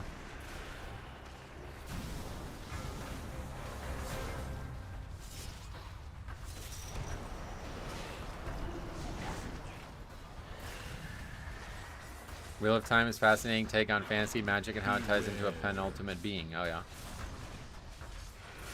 Yeah, I've heard really good things about it. Like I said, a friend of mine loved it, but I'm not really a big fantasy guy, which is kind of weird. There's a lot of really good fantasy universes out there, but I don't go out of my way to explore them. If they find me, I live in them. Like WoW and Lord of the Rings to some degree, but mostly Westeros. But I don't go out of my way searching for new ones. I'd rather just stay in Azeroth or Westeros. It's also 20 books for Wheel of Time. Yeah, I've heard about that. Something Sanderson, right? Is that the guy? And then the guy passed away and another author continued them? Is that what happened? I think they should make a movie out of Robert's Rebellion. So I don't think they can for a few reasons. One, the story's already been told. Like, there's not enough depth to it. It would have to be like a one-season thing. Beware. And two, it's the same actors that currently, like, would be in the current show, you know what I mean? So you would need, like, a whole cast of new characters playing characters that we already, or new actors playing characters we already know. And I think that's relatively unfavorable for television. Like, I think it's bad psychology to be like, hey, that's not Ned Stark anymore. This is the new one. I think they already did enough harm just having him be in the flashbacks, which obviously kind of felt mandatory, but kind of didn't need to be there either. Like, I'm not really sure why they even had that, honestly. I guess it was just to set up the second flashback.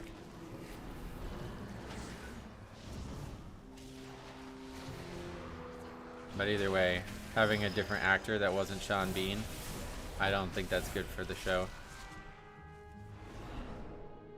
Metro didn't believe in the Night King army until he saw the Wraith crawl out of its crate in King's Landing.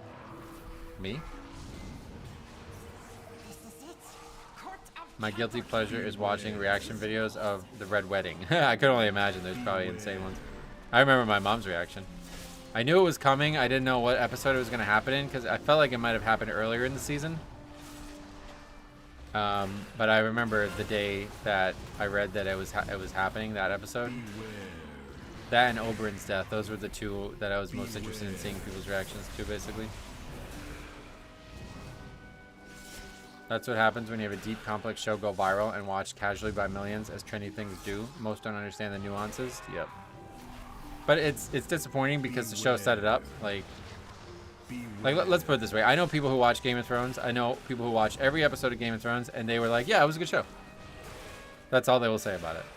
Oh, yeah, that was pretty good. Like this woman I used to work with. She was like, yeah, I watched. It was good. No strong opinions one way or the other. Okay? So that's fine.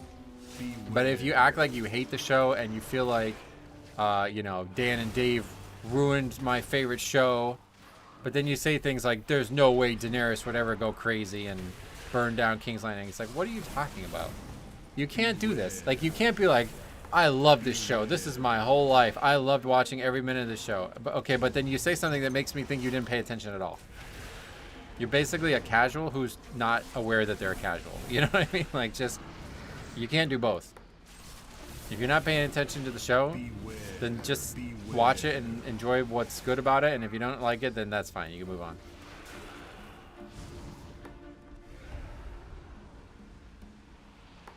It was a great show. Season 8 really bossed it all up, but it was still fantastic.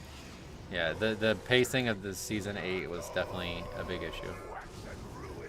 But like I said, I think the story is all exactly how it would play out, and is probably the reason that these books will never get finished, because he now has to deal with all these frothing casuals who are just going to be like, lol, he didn't change the ending that I should have written instead of him. Like, just weird. If you didn't expect Daenerys to turn mad, then you didn't fully pay attention. Yeah, well, regardless of if you expect it or not, the fact that there was people out there who were like, no, that's bad writing. It's a brother, what are you talking about? Come the fuck on. Did you pay attention? You didn't pay attention, did you? Like, get the fuck out of here. If you didn't think that was a possibility, you straight up didn't pay attention. Oh wow, we just missed 2 candles there, okay. That's the key right there, I think. Let's see. If anyone here enjoys reading Mistborn, it's pretty good fantasy. Oh yeah. All that needed to happen was for there to be a season 9. I mean, just longer, like whatever, however they wanted to do it. Like, I don't understand why 7 and 8 were so short compared to every other season. It doesn't make any sense to me. Those are the seasons that should have been longer, if anything. Like I said, just watch how House of the Dragon's playing out.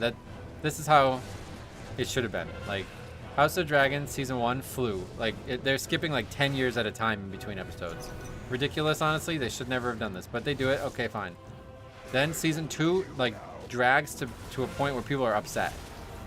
This is how season 7 and 8 should have been in Game of Thrones. They should have gone on for like one episode should have been 1 hour. You know what I mean? Like, of the universe. Like, each episode has such important things happening that they skipping anything is ridiculous. It doesn't even make sense. Don't make the fucking show if you're gonna do that. So now HBO's doing it right, and there's still people complaining, but at least it's better than the alternative.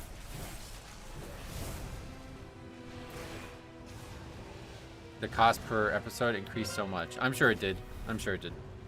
I don't know much about how HBO makes their money either. Like, I genuinely don't know how they make money on these shows, right? Because, especially with the amount of piracy out there.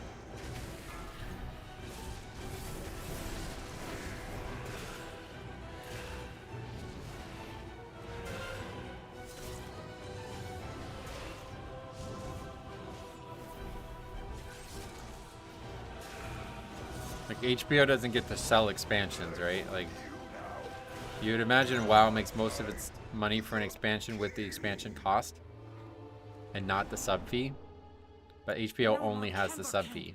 We can be free. But first, the darkness. Darkness. Time to flee. Flee to freedom. We can use big candle cart to escape.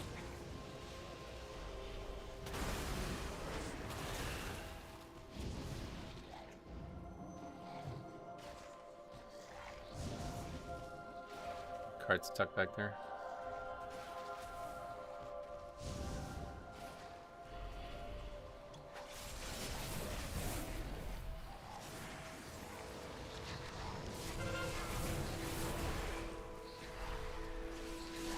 HBO makes money with people watching, not with people liking what they watch.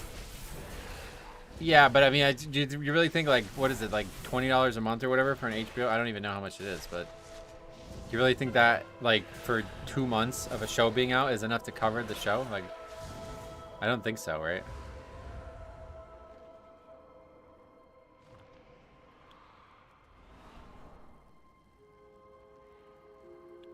Boomers still pay an extra $30 a month for something on HBO on their cable package.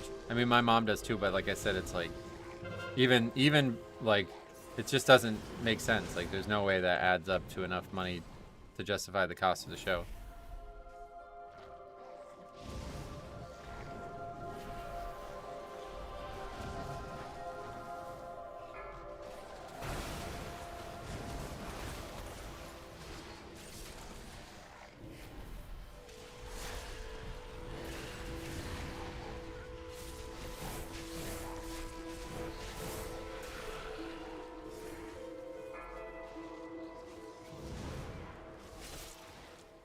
Daughter of the Mad King. It's like people getting mad that 1 + 1 ended up being 2. Yes, I mean, like, it doesn't even make sense. How could you? These people like worship the character, I think, man. There's like people out there that are named Khaleesi. Like, I feel really fucking bad for you if that's your name, man. Because like in the first 3 or 4 seasons of the show, there was people that like worshipped this character. The strong female character the universe of the world we live in needs, and all this. It's like, ooh, you're gonna be disappointed. There was people saying that, right? The whole time the show was building up, I was like, oh man, you're gonna be disappointed. Yeah, you're gonna be sad at the end.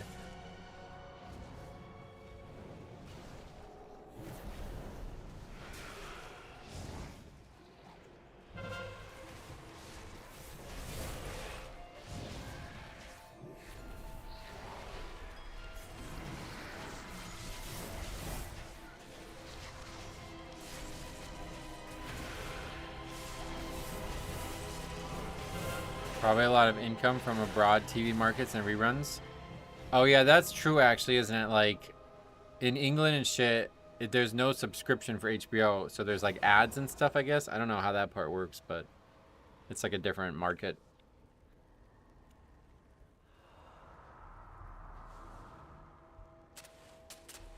Quick, grab some dynamite and look for me!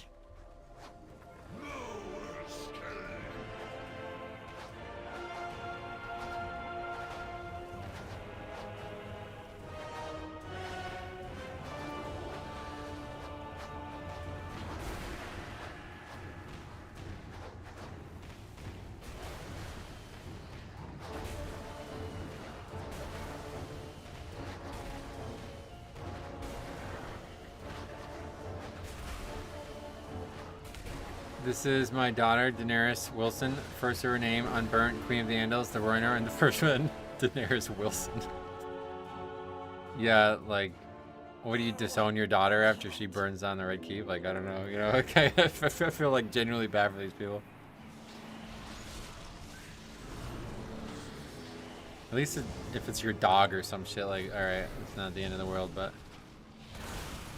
I remember reading that like the most popular female name in like 2014 or something was Khaleesi. And it's like, are you serious? Like, that's not the character's name. That's how stupid these people are, man. That's how casual these people were, I think is probably the better way to put it. Darkness descends. I just heard somebody say that the other day too. I don't remember how it got brought up, but I was playing basketball and people were talking about a Game of Thrones thing, and they're asking, what's the name of Khaleesi's brother? That was the question. And I didn't know these people, but I just wanted to be like, did you really just call her that? I'm not answering your question now because you called her that.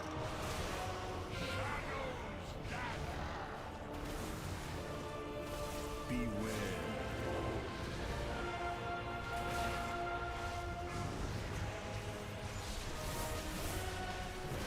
Game question, which add-on are you using to track kicks?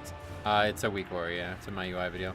Although I haven't updated myself in a long time, but yeah, it should be still functional. Beware.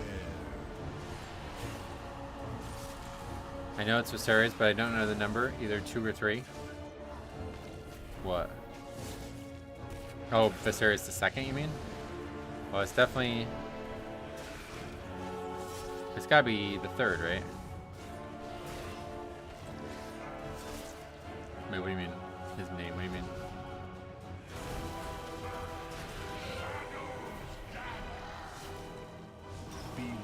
For me, in the UK, I use Now TV. The sub fee isn't too much. Oh, yeah.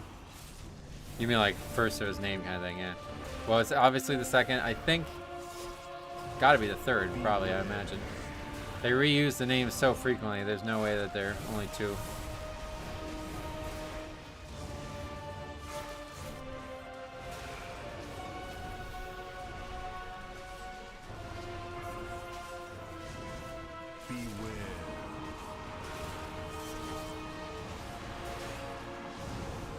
Top linked UI porn this time.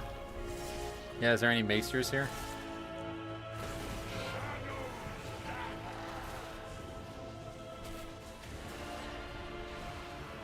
I don't think they properly become the 2nd though until they become king.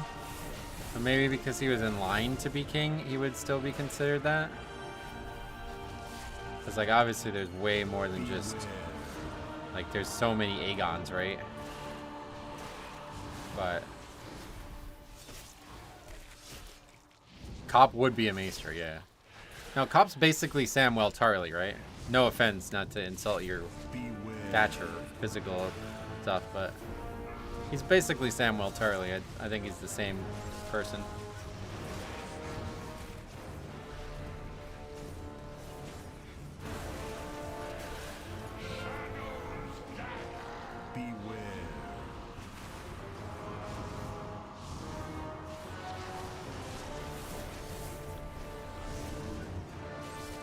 Wise, humble, and a good heart. Yep.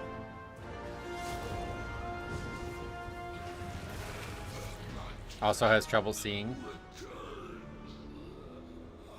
Not sure about Sam being addicted to porn though. Another 4 points for that one too.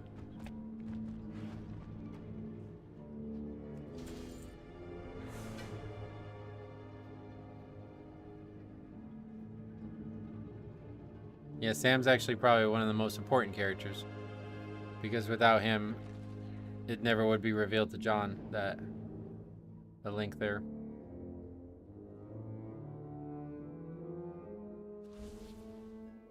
Oh, this guy, no, I don't.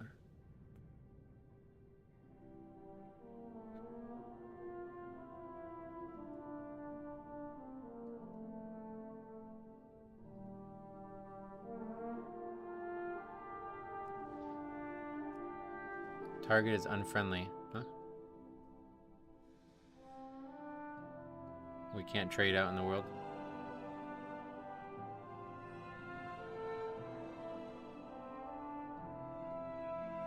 Yeah, we gotta go to Rookery.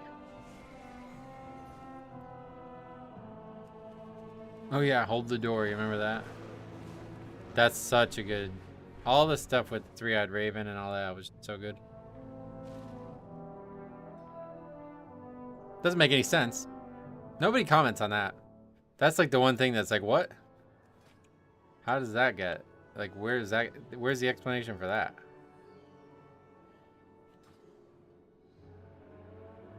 Glad to see a Holy Pally, honestly.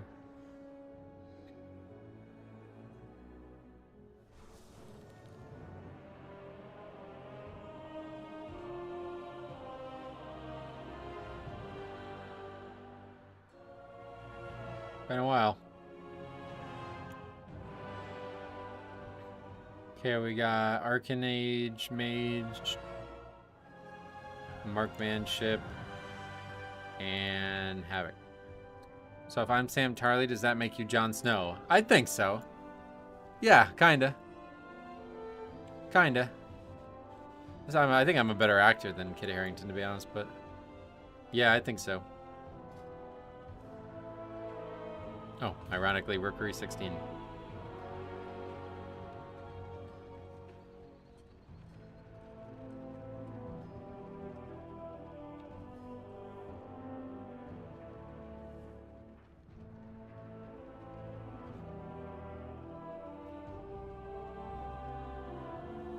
What would be like good? What's like the best single target? Arcane Mage. It's like all about that last boss, right? Maybe Warrior. Definitely take Shaman Healer. If I had to give you a character, I would say Jeor Mormont. The father. Really.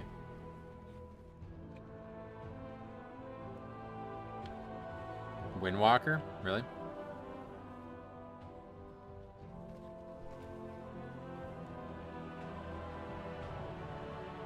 Oh, you know what's another really cool thing about the universe? The Valyrian steel swords. That's probably my favorite thing about the universe, and no other universe shares. Like, there's other universes that have a lot of the stuff we've talked about, but I don't know of another one that has these like heirloom relics that are not only like relics, but also like almost kind of like mystical. Like they mean more than the regular universe weapons. Pretty interesting.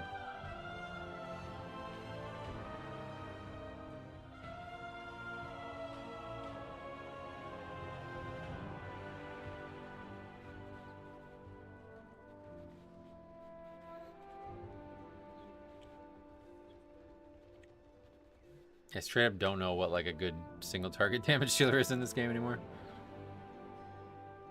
Check my logs. No. I guess we'll just take our normal red pallies. That guy seems like the best one out of all of them.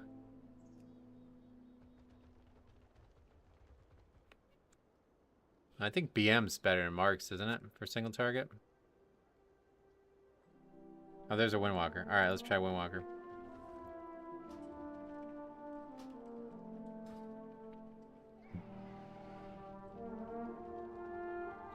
Lord Commanders of the Night's Watch. Same title, at least. Yeah. Alright.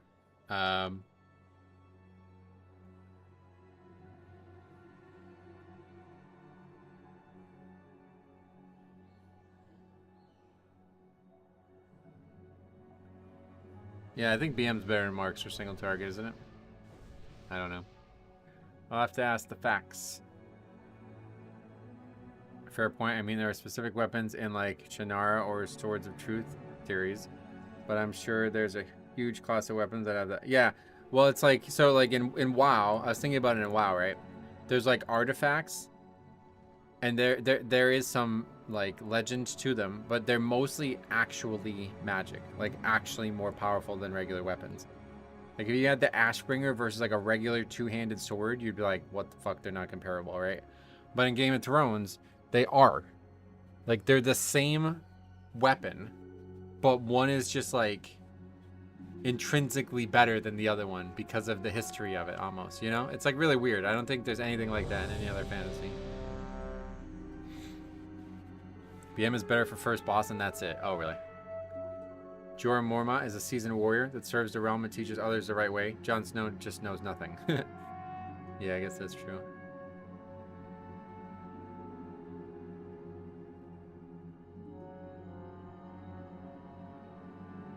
Jorah Mormont is such an interesting character, though. Just the fact that he's the father of Jorah is so interesting. And that whole thing, like, they don't really talk a lot about it throughout the show, but the fact that he abandons his home as penance, it, like, yeah, pretty interesting. The names swords are also used by important characters. Right, yeah, that's what I mean. Like, the fact that they have, like, and they all have, like, badass names, too, right? Like, Ashbringer is up there with any universe that I've ever heard, badass-wise, but, like, there's not a lot of crazy names in World of Warcraft, right? They kind of become, like, too long and weird. Like, you have Doomhammer, Ashbringer, Atiesh, like, I mean, that's kind of it. I think, like, really, that's kind of the end of it, like, two weapons that have badass one-word names and they become legend. But in Game of Thrones, there's like dozens of them. And they all feel unique. They're all different shapes and different sizes and colors and stuff. It's really interesting.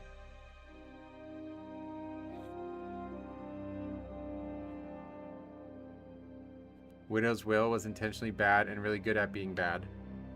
That was Joffrey's, right? That was broken down from Iced. But think about like Lady Forlorn, right? Plays a lot of important parts in the universe, never mentioned in the show. Just not, you know. 5, 4. That's how many, there's weapons out there that are just like not talked about in the show whatsoever, and they're still really important. That scene where Jaime gives Brienne her sword and she names it Oathkeeper, yeah, I love that. Jaime and Brienne were like the two. Yeah, we brought up Parasol, yeah. Won't be accused of that again. Oh, I forgot we were doing this.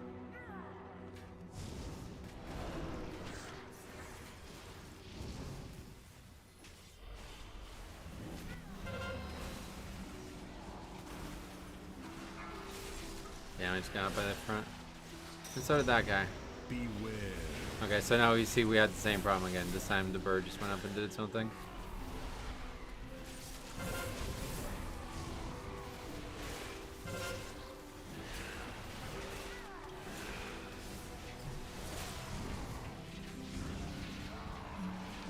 Oh yeah, Frostmourne, that'll be another good one.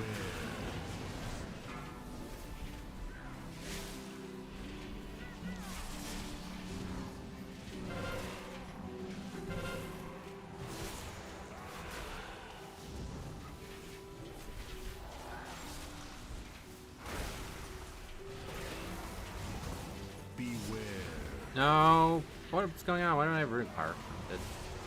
I simply wish you God had damn it. lasted a little longer. I really hate this pull. It's like my least favorite pull of the season.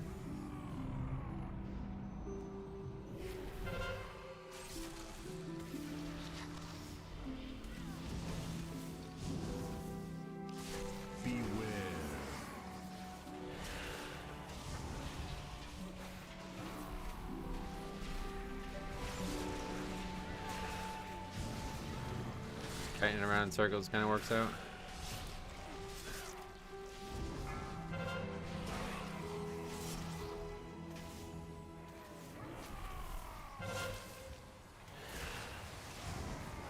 You can do a parasol route that doesn't pull that in the first pull. Oh, yeah.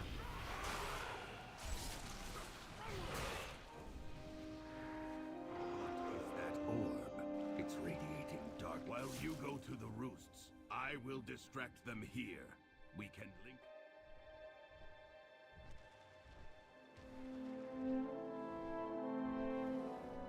What? GG question mark? Nobody answers, leaves. What's the point of even asking?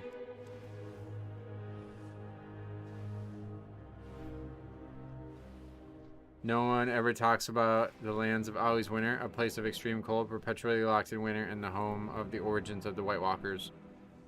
Yeah, I think that's probably because George Martin doesn't have any idea what he's doing with that stuff.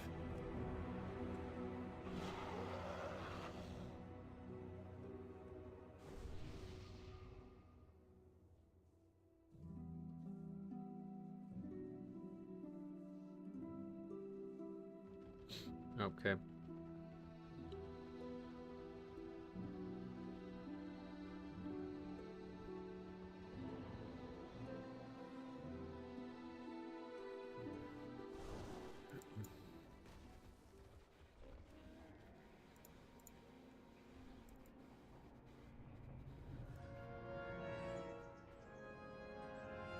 Well, 16s were going well for one point. Not anymore. There are blades like that in Lord of the Rings. Glamdring, Sting, and Dural. Yep.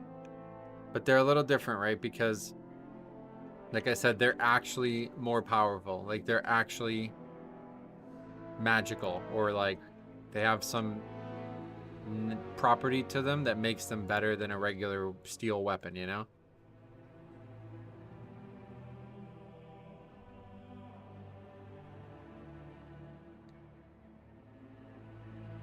Sorry, I tuned in and the monk lost his mind. I wouldn't say he lost his mind, but he doesn't think he did either. That's the problem. It's just really weird. I don't know. People are so strange in this game anymore.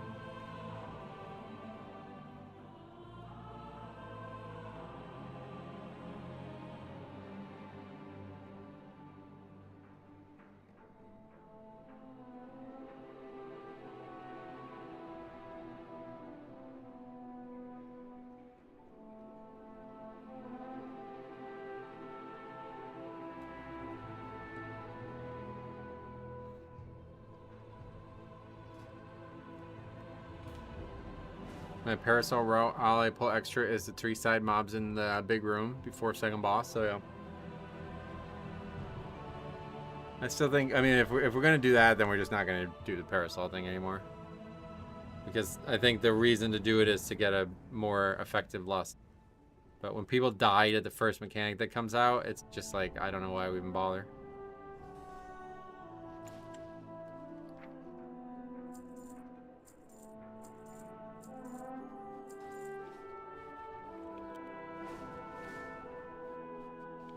Finished my 31 dungeon grind for crust. Speaking of, thank you for reminding me of that. Welcome though, Casey. How you doing? What do you seek? Finally finished this story here.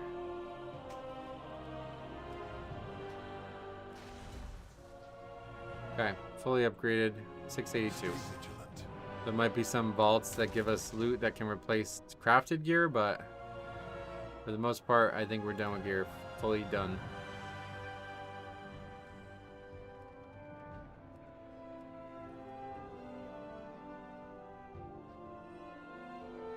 I know you're not going to change the route, but that beginning is unnecessary and it's only useful for the umbrella.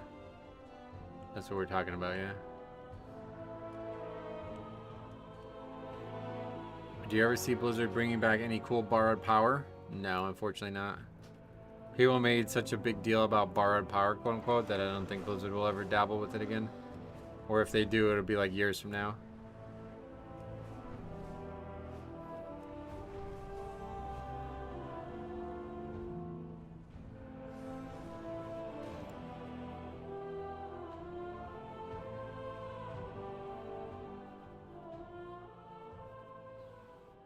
Yeah, maybe like a season 4 thing. Yeah, maybe.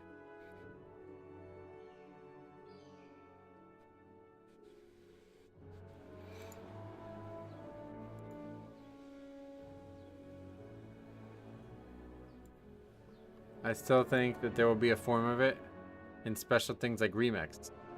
Okay, yeah, no, so definitely remix, yeah.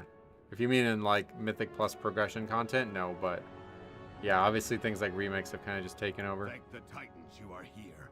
The Storm Perch has been breached, and the Storm Riders corrupted.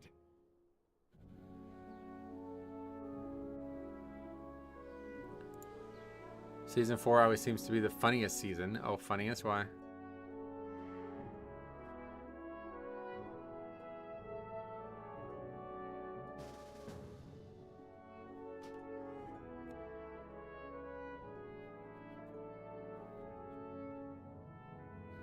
I like feeling stronger and stronger every week. Not so much anymore, which is gear upgrades. Right. Yeah, that's the problem. They took a lot of the fun of gearing out. They had a great system in Legion, and we've pretty much only gone downhill from there. It's really sad. I enjoyed Season 4 of Shadowlands and Season 4 of Dragonflight the most. Oh, really?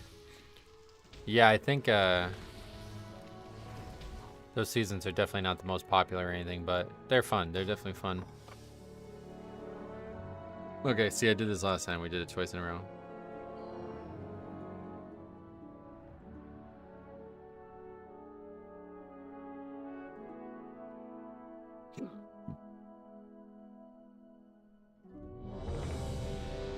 Give us Death's Due and Ashen Hollow back? Yeah. I would definitely like this too.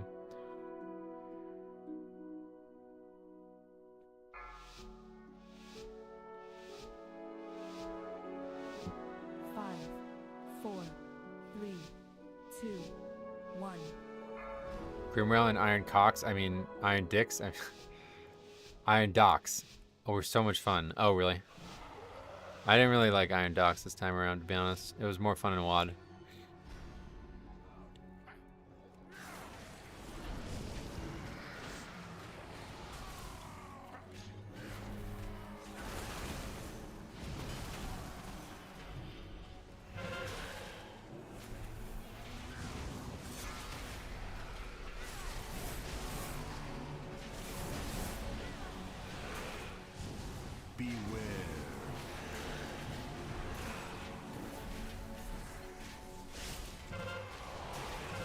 I played with Blood Death Knight the other day that would drop a punching bag at the beginning of the dungeon to attack and build a bone shield charges. Oh, yeah. I never really understood why people did that. Like, your first global is always going to give you Bone Shield anyway. It's not like the old days where you had to actually manually use Mirror Run 2 or 3 times to open a pack.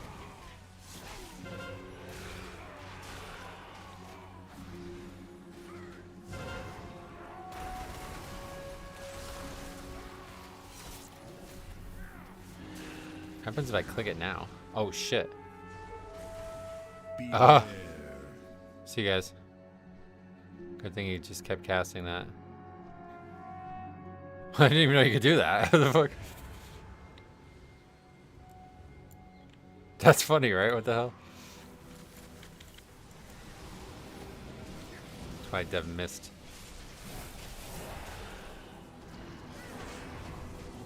The title, the glory, it should have been mine, Pilgrim. You never deserve to be forward. Beware. Not a slow tank anymore, am I? Nope.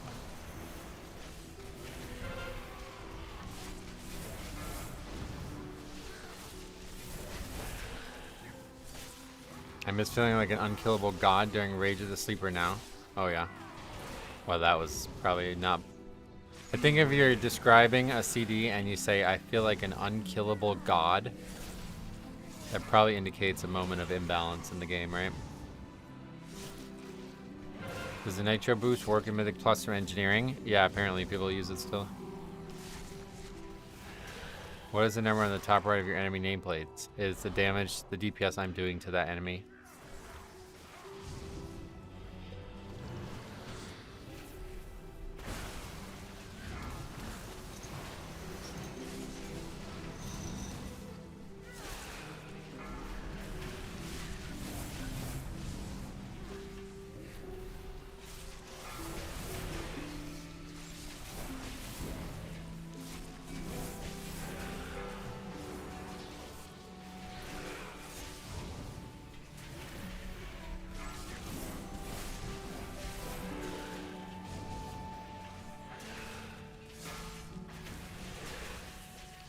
Got a lot of fucking Scythe procs there. Beat a Hunter on that pack. Pretty crazy. 6 million DPS. Exterminate 25%. Wow.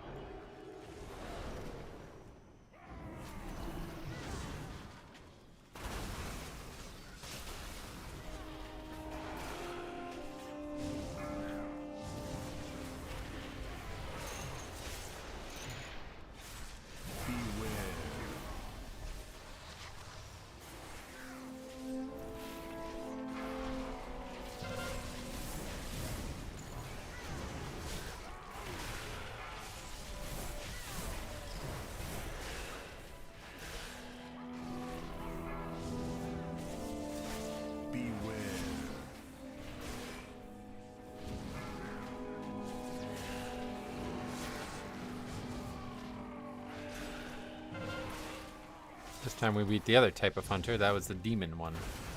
He's hunting demons. The other guy's hunting beasts. The aggro range of this pack is weird ever since I saw that video of them walking by the group. Yeah, that's strange, right? I agree, it's definitely weird.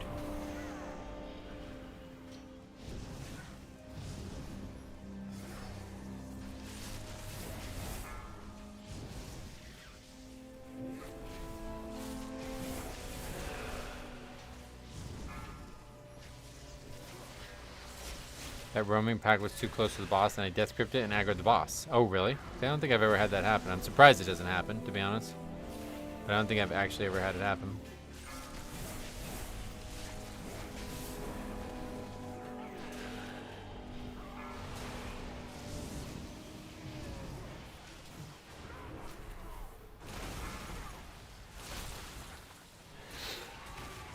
Okay. Boss time.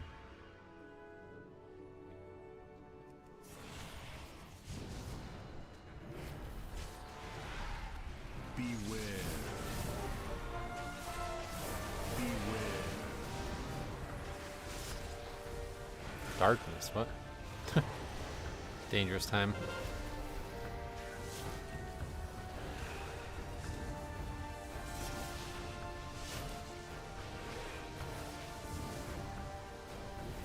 Do you play any other specs? No.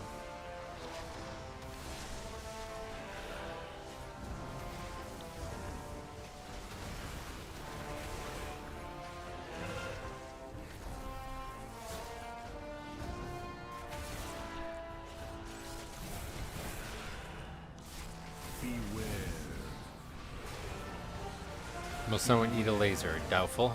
That would be a crazy mistake for a 15. Then again, why do I even speak?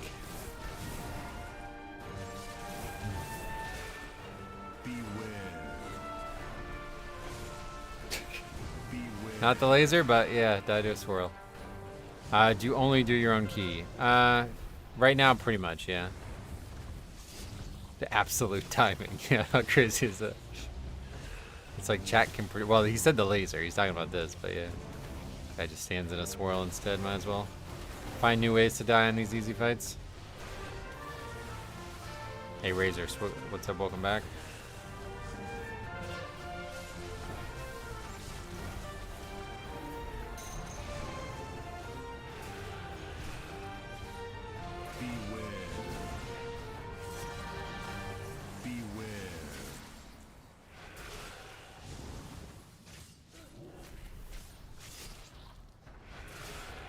How's your day going? Terrible, honestly, but we're having fun playing WoW at least. The WoW part of the day is going great.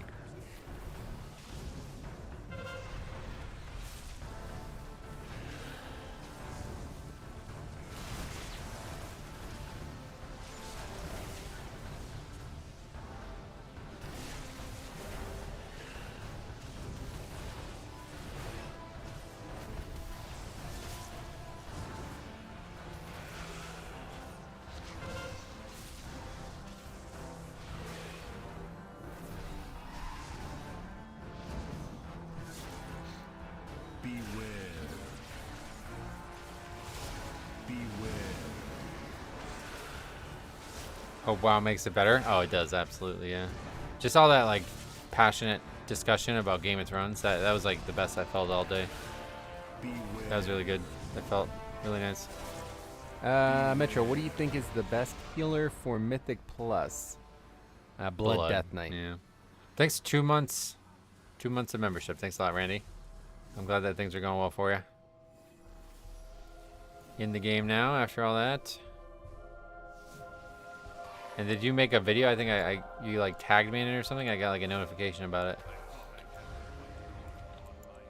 Not too familiar with that feature, honestly.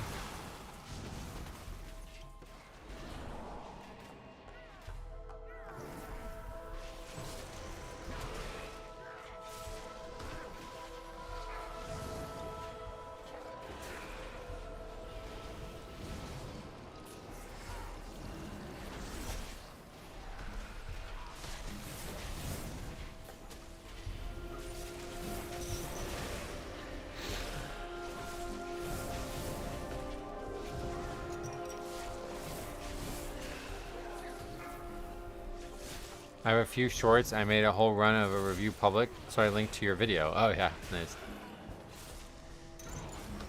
Was it like something that I should look at or like review it, or not really like that?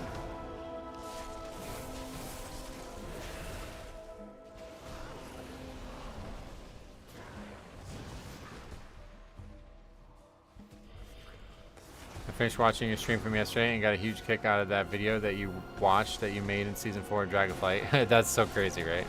I forgot about all that stuff. It was the run you reviewed. Oh, I see. Oh, that's cool.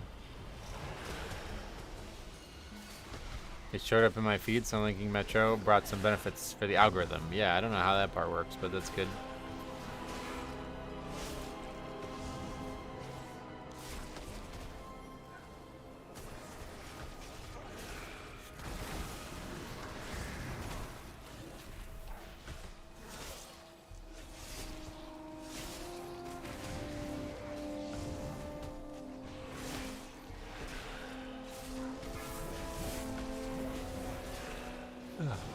I couldn't stop laughing whenever you said he was super confused after he got swallowed and spat out by the frog. That was such a crazy run. I had forgotten about that one. I do SEO for a living. Oh, really? For what? For YouTube or for a different company?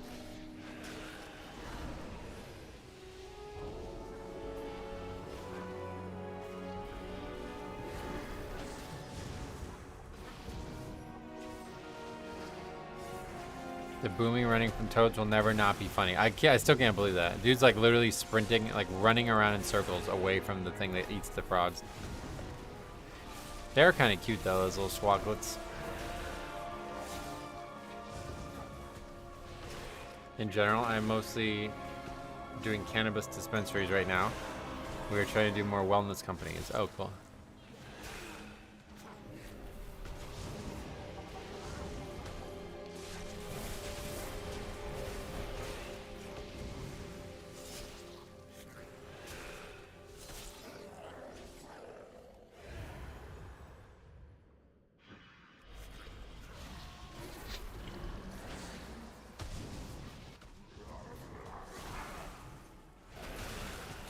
Hey, Valyrian, what's up? Welcome. How goes the key? Same as always, yeah.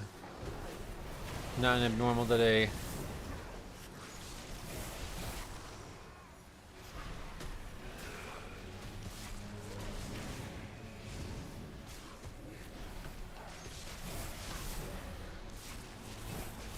Someone needs to get on Metro Clips because that react was funny yesterday. Yeah, I'm not a big fan of like clipping stuff like that.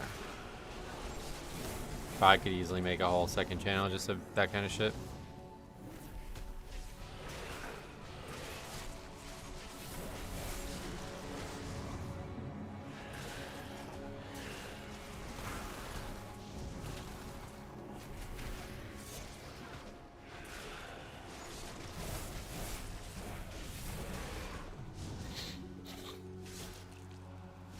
Demon Hunter's getting creamed. Oh god, creamed? Is that that's the way you want to describe that? Those shadow spells are pretty rough. Yeah, that like trash pack is really hard.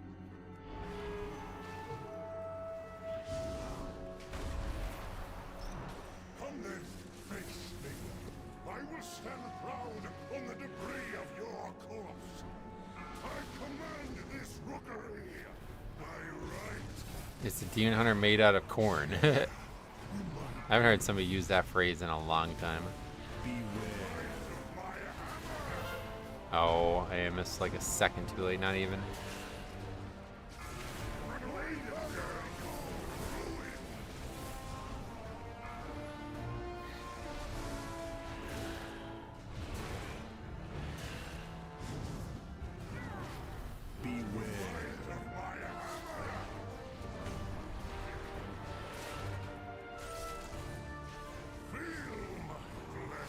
Alright. Oh, I get it first.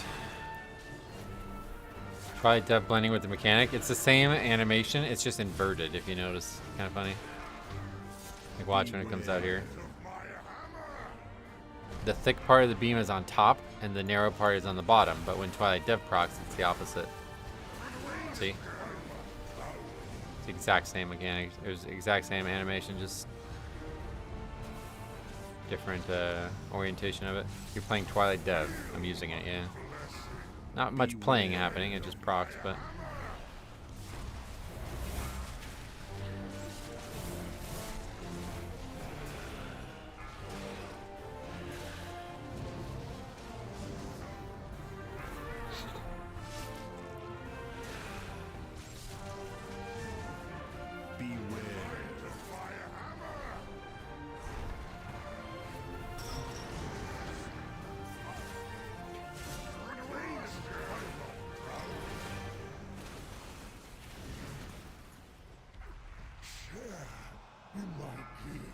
I like Echoing Void more in Death Knight, oh yeah.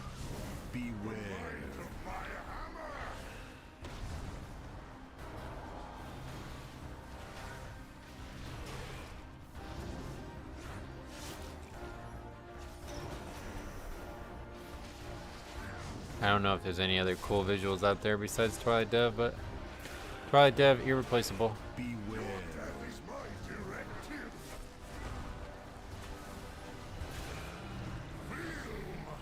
Infinite stars for the win. Are you using it? See, that's cool if you're raiding and stuff, but it's pure single target, right?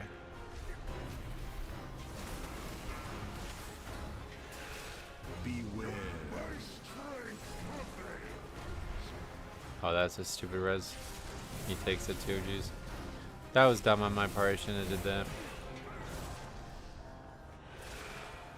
But honestly, if anybody dies on the fight, it's usually over. I haven't played in a month. I don't have anything. Oh, you haven't. You actually haven't even logged on. Wow. I thought you just haven't been streaming.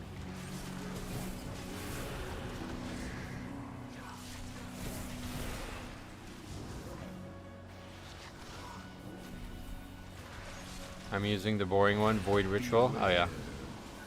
It's too weak to be picking boring shit.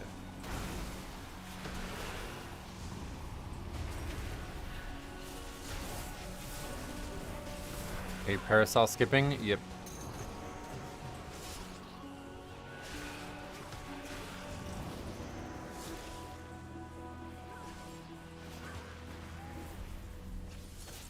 I do not like that it feels darker and colder as we go down. But there are more survivors to rescue. The lift is out. If we want to keep going, we will have to go down the Storm Rider way. Follow me.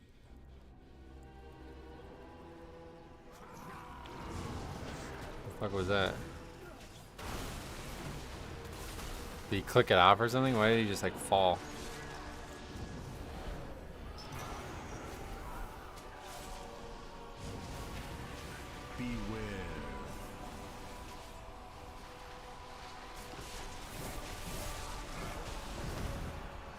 I have played a little bit, but I did some LFR yesterday, just long enough to get Daenerys. I haven't done any keys or ratings since I got sick, yeah. Well, the visions would be good for you, I think. They're really just super quick. Oh, he actually lived the fall. He did the jump. Beware. Yeah, apparently you don't even need it.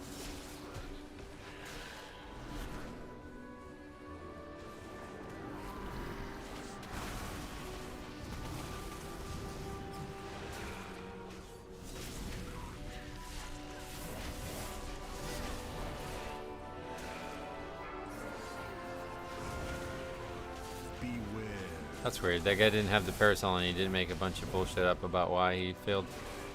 He just succeeded. Tough game. No, for some reason the fall doesn't seem to do damage, at least in the very small his sample size that I've seen, which is one video and now one guy. I don't know if there's a trick to it or what, but he's not going to whisper you for the next 30 minutes. He's probably not going to come in the stream either, yeah. Yeah, he doesn't have enough time to get a free item, yeah. That's a funny way to put it.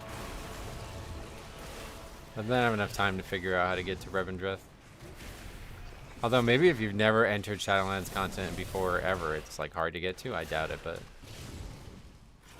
no idea.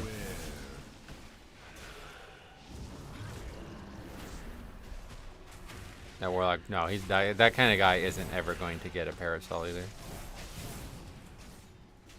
That's what's really frustrating about a lot of DPS.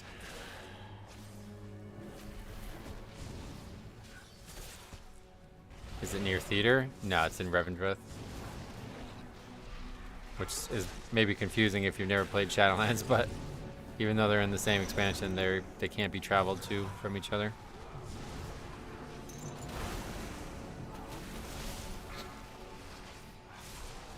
I saw a quick video on how to get one yesterday. I've been told it's literally just fly out and loot a treasure. Is that how it works? Beware. Yes. Tough one. Treasures are pretty rough. Like, we just had Mop Remix, and man, that expansion was tough, man. If you have ever done Shadowlands with the character, then you can't even get upstairs in Ouroboros.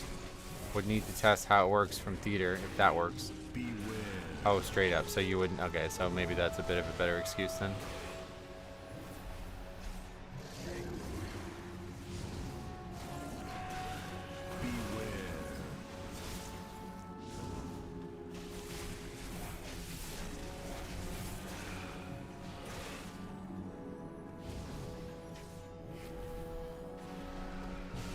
I have 5 of them. I don't remember how I got any of them. Yeah, the Mop Remix one, I have that one for sure. You could always just buy the Shadowlands Heirloom Flight Map, no? Well, he's saying that the Flight Master is on the top level and you can't access it for some reason. I don't know why that would be the case, but that's what's being suggested.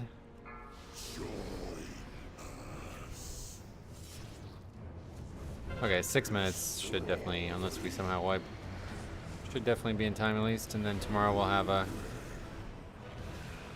16 to start with again.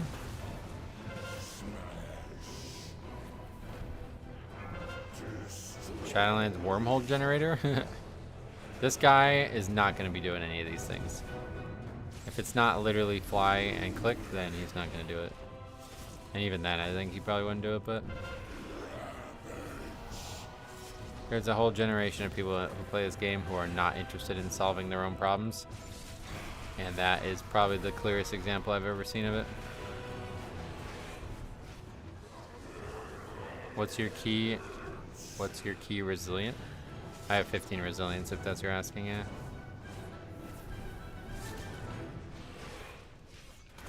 You need to quest to access upper level of Oribos. I know that because I was too lazy to level to 55 in my warrior when I re-rolled this season and instead used the boost for that. My new warrior can't go upstairs. That's interesting. Yeah, I guess I don't have any characters that would be able to test that weren't around during Shadowlands, to my knowledge. There's probably one or two somewhere, but the intro crest for new characters was bugged for a long time. Yeah, I remember that. I hated the fall damage on DFC after the first boss, so I went and got the parachute from Northwind Engineering. Oh, really? Yeah, the skip was broken. I heard a lot of complaining about that, too. That one is understanding. I could be upset about that, too, if it was me.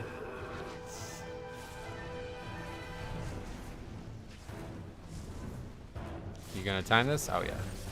I'm gonna destroy this, it looks like. These boss splits are very good.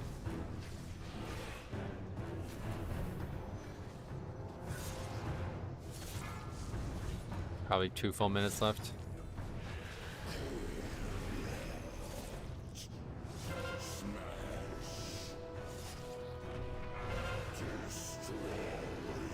This is like the boringest fight ever to tank, honestly.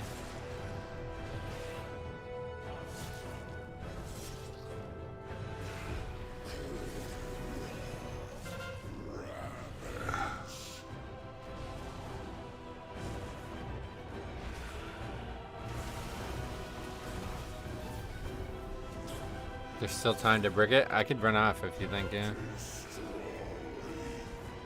Yeah, the mechanics can obviously be failed, but it's like such pass or fail mechanics. It's like really rare. I don't know that we've seen it on a hierarchy. It's a low-key thing right there, but don't see it much on the hierarchies. It is really boring as Blood Death Knight. Other tanks get to dodge the frontal. Oh yeah, I guess I should be trying to dodge that, right? I always forget that you can. I actually didn't know you could until somewhat recently.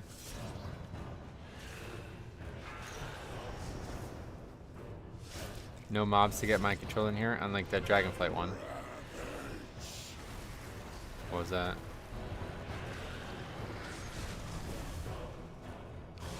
I'm sure some people don't dodge it still, but yeah, obviously if you're not somebody who can just death strike it back up, it's a bad idea to get hit by it.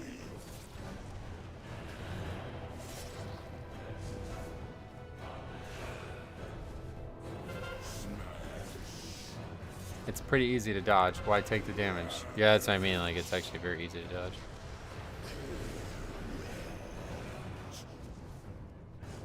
You also run really far away. Look at this. Still attacking from out here. I feel like D&D might not be hitting him, but other than that. I just save a Word of Glory charge in my Paladin. Oh yeah, now you can just walk out of it. Joke mode. How much time do we have left there? A lot. Full 2 minutes, yeah. We got 2 points again. So we actually got 8 points today. With no actual new upgrades.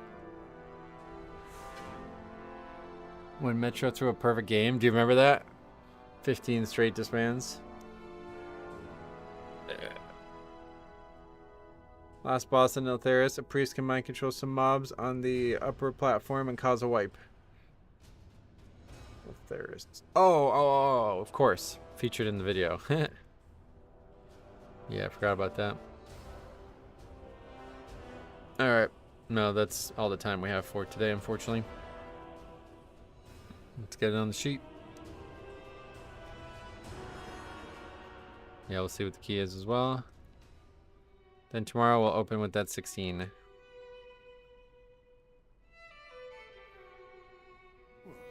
Literally just wasting a proc if you don't use it. Oh, yeah.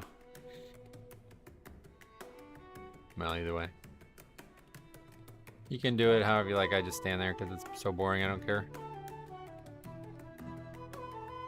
Alright, the key is... Pilous Puff. What? No, that's not it. That's not the... Yeah, okay, Floodgate. That's not one we need, unfortunately. Thanks for the stream. Hey, no problem, buddy. Thanks for being here. What's going on with The Witcher? I hear a lot of people talking about The Witcher. I figured you'd know.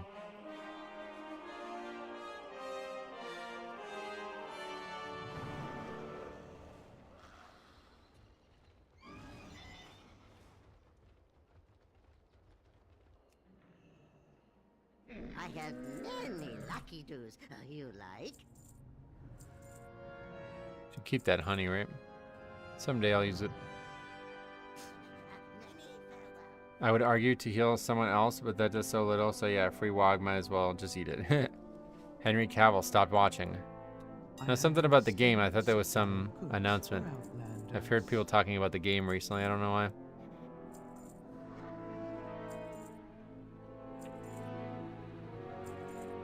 There's going to be another game coming soon in the next couple years. I haven't watched the show in a while, though. Oh, yeah, I was talking about the game. So it's just they're hyping up a new game is out. I don't know why I thought something else. I thought they were doing like a remaster or something.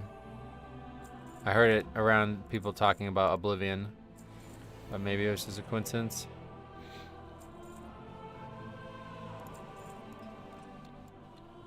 Bunch of drama about Siri. Oh, really?